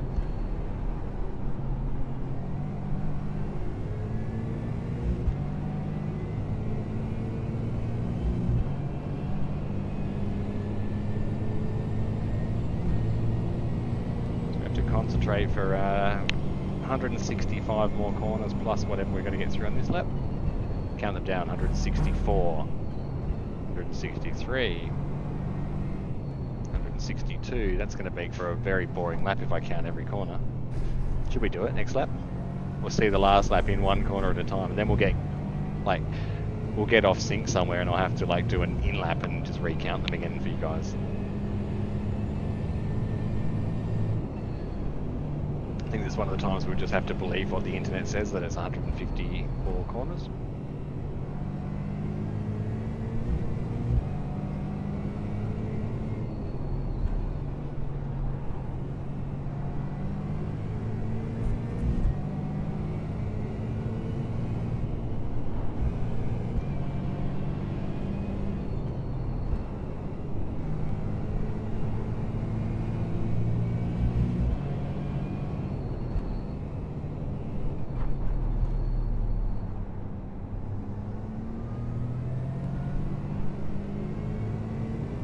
Fun coming down these downhill sections. The weight of the car certainly is heavy under brakes.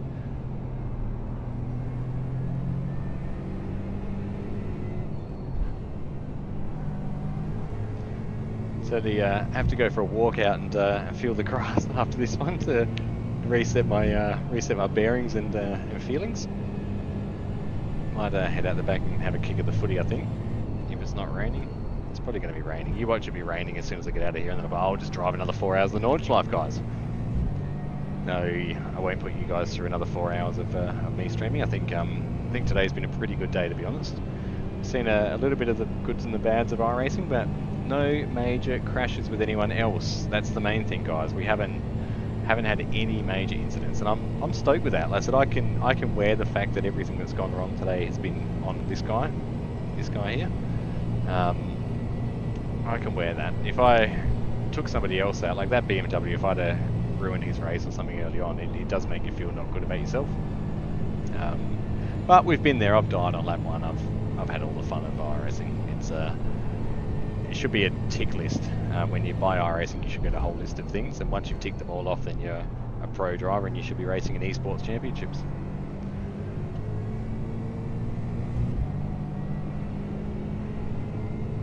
So we'll get one more go of the carousel after this one. Whee! Watch me roll it in the carousel on the last lap like I did at the Nürburgring 24-hour. Wouldn't that be funny? What I did notice though, the guy in front is actually catching the guy in front of that.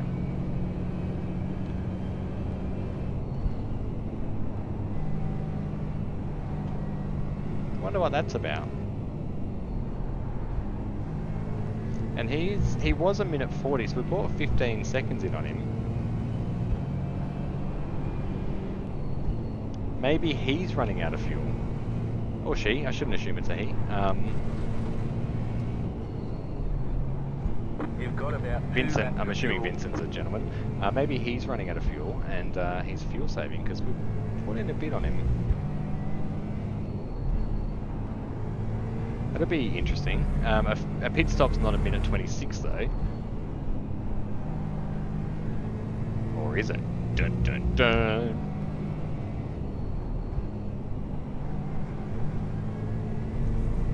I mean, 9th place isn't going to net us any more, I reckon. It'll just mean we'll lose a little bit less.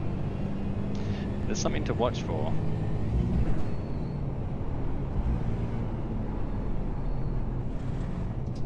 I imagine if I just crash then. It's alright, that'll lose another second to those guys that we just spent reining in.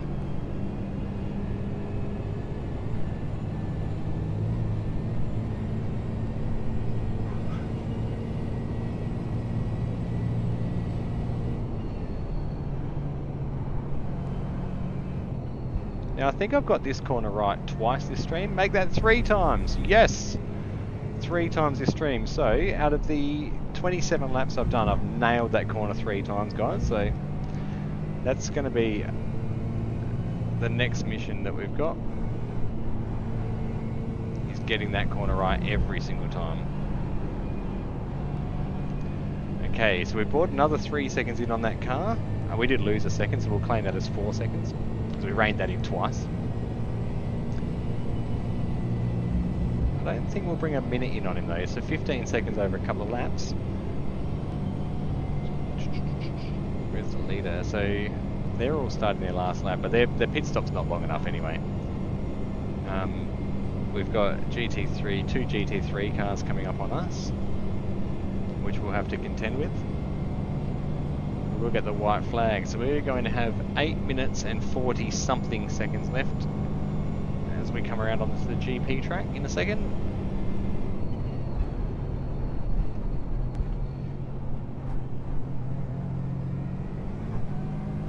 Alright, here we go, white flag. Ah, see, I should be Jeff. Basically, maybe I'm Jeff. How was that for timing? We got the last lap, 8 minutes 40, between 40 and 45 seconds to go, depending on how I go and if I make any mistakes. But again, I just want to thank everyone who's tuned in throughout this stream. There is going to be 29 more streams this month, so if you feel like you missed out, don't worry, you've got 29 more opportunities to watch me talk about things and race cars and potentially have crashes and not have crashes and then make silly mistakes and not have silly mistakes and win races and lose races. So plenty of opportunities for all of that fun stuff.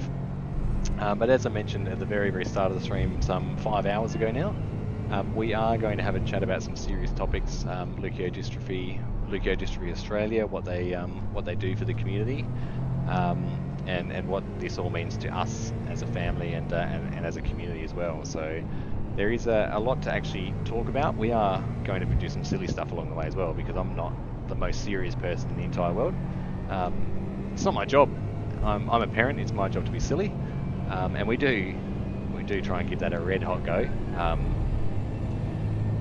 We have to. So it is about 7.5 minutes now until I get to go and enjoy a little bit of Father's Day. So we'll see if we can get outside and kick the footy, or we'll get outside and do something, and stretch the legs that desperately need to be stretched.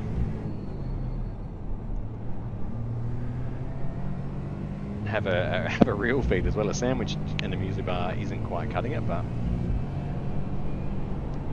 if I was in a real race car, I'd have some sort of food in a smoothie or something that I'd squirt up into my helmet. Protein smoothie or something like that, no doubt. But I'm not an elite sports racing athlete. We are a sim racer.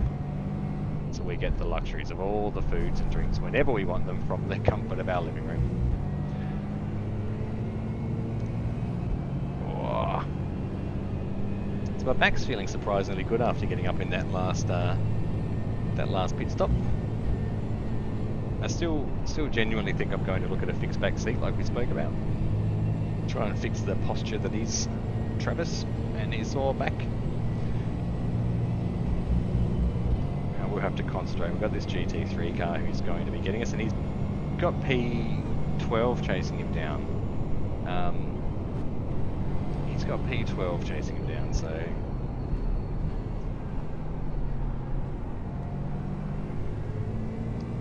I'm pretty sure that'll be for position. It's obviously hard to tell if they are laps down because they're both red. There's no indication if one's further down than the other. But P11 will be pretty keen to get by me without any delay if he is being chased by P12.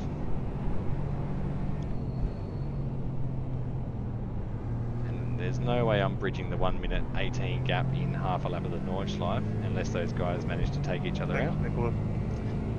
So we will do the right thing and let P6 go past, P6, car 6 go past. He's in P11, here he comes. 1.9 out.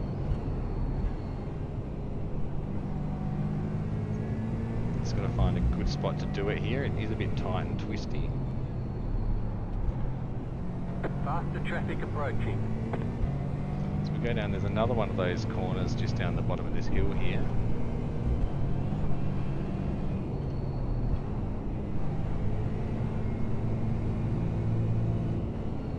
Let off the brakes. All right. Clear. There we go.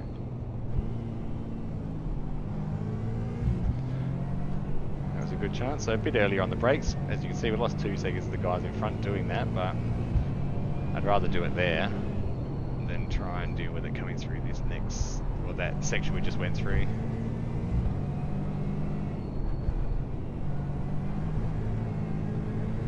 Now the other one may very well catch us 13 seconds back.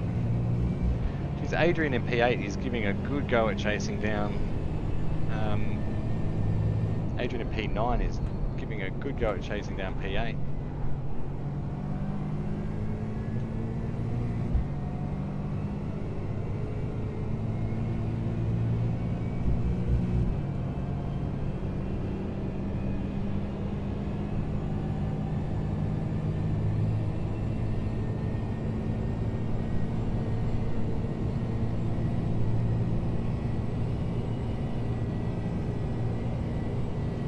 Still think Lord Volt's on for a second place, and he has gone pretty quiet in the chat, so he may be very well chasing down P1 for the win.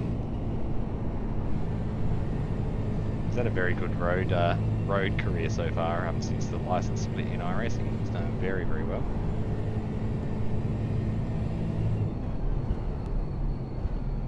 Now we're seeing all the disconnections at the top, so those are the guys that have actually finished the race. We're coming up into the last time around the carousel.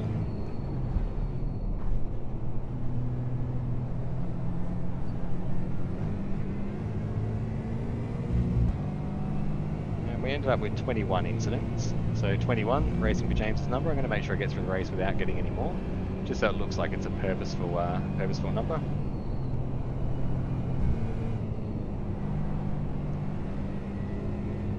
Got him, he got the win. There you go. So Bolt got the win. Man, unlucky Jason.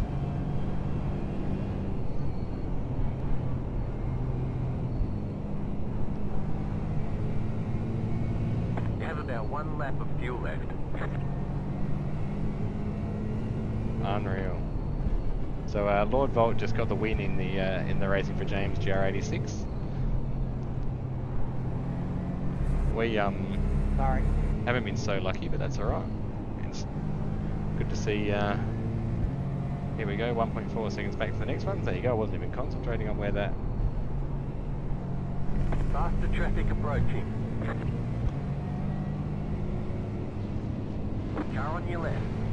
Clear.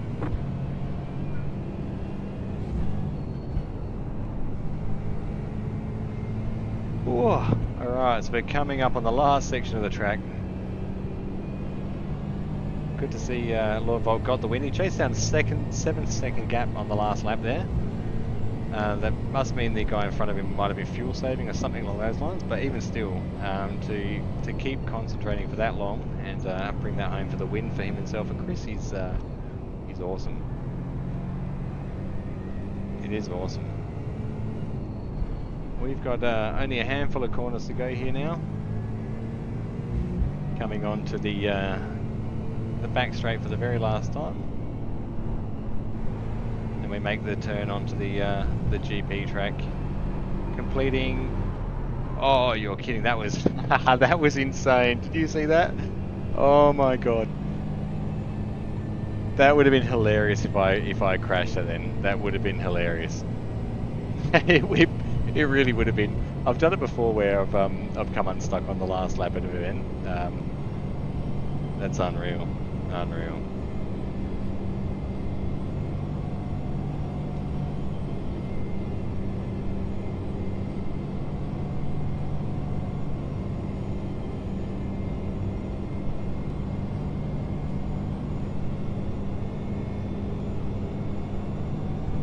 Alright, here we go, the last couple of corners of the 4 hours of Nürburgring Endurance Championship. Guys and girls, thanks for tuning in and watching this stream. I honestly, really thank you from the bottom of my heart. It means a lot that you guys watched, and even if you only watched a few minutes, I genuinely appreciate it. We'll be back every single day in September, like I said before, and if you guys are able to, or if you know somebody that can make a donation to help out our cause, it'd be hugely appreciated. And rest assured, every single dollar goes to families in need along the way. So thank you very much, everyone. We are going to update the lap counter on Racing for James, and we will see you tomorrow night at 7:30 Australian Central Standard Time for some more laps at Charlotte Roval in the Aston GT4, guys. Thank you so much again for tuning in here, and we'll do it again very soon. Take care, guys.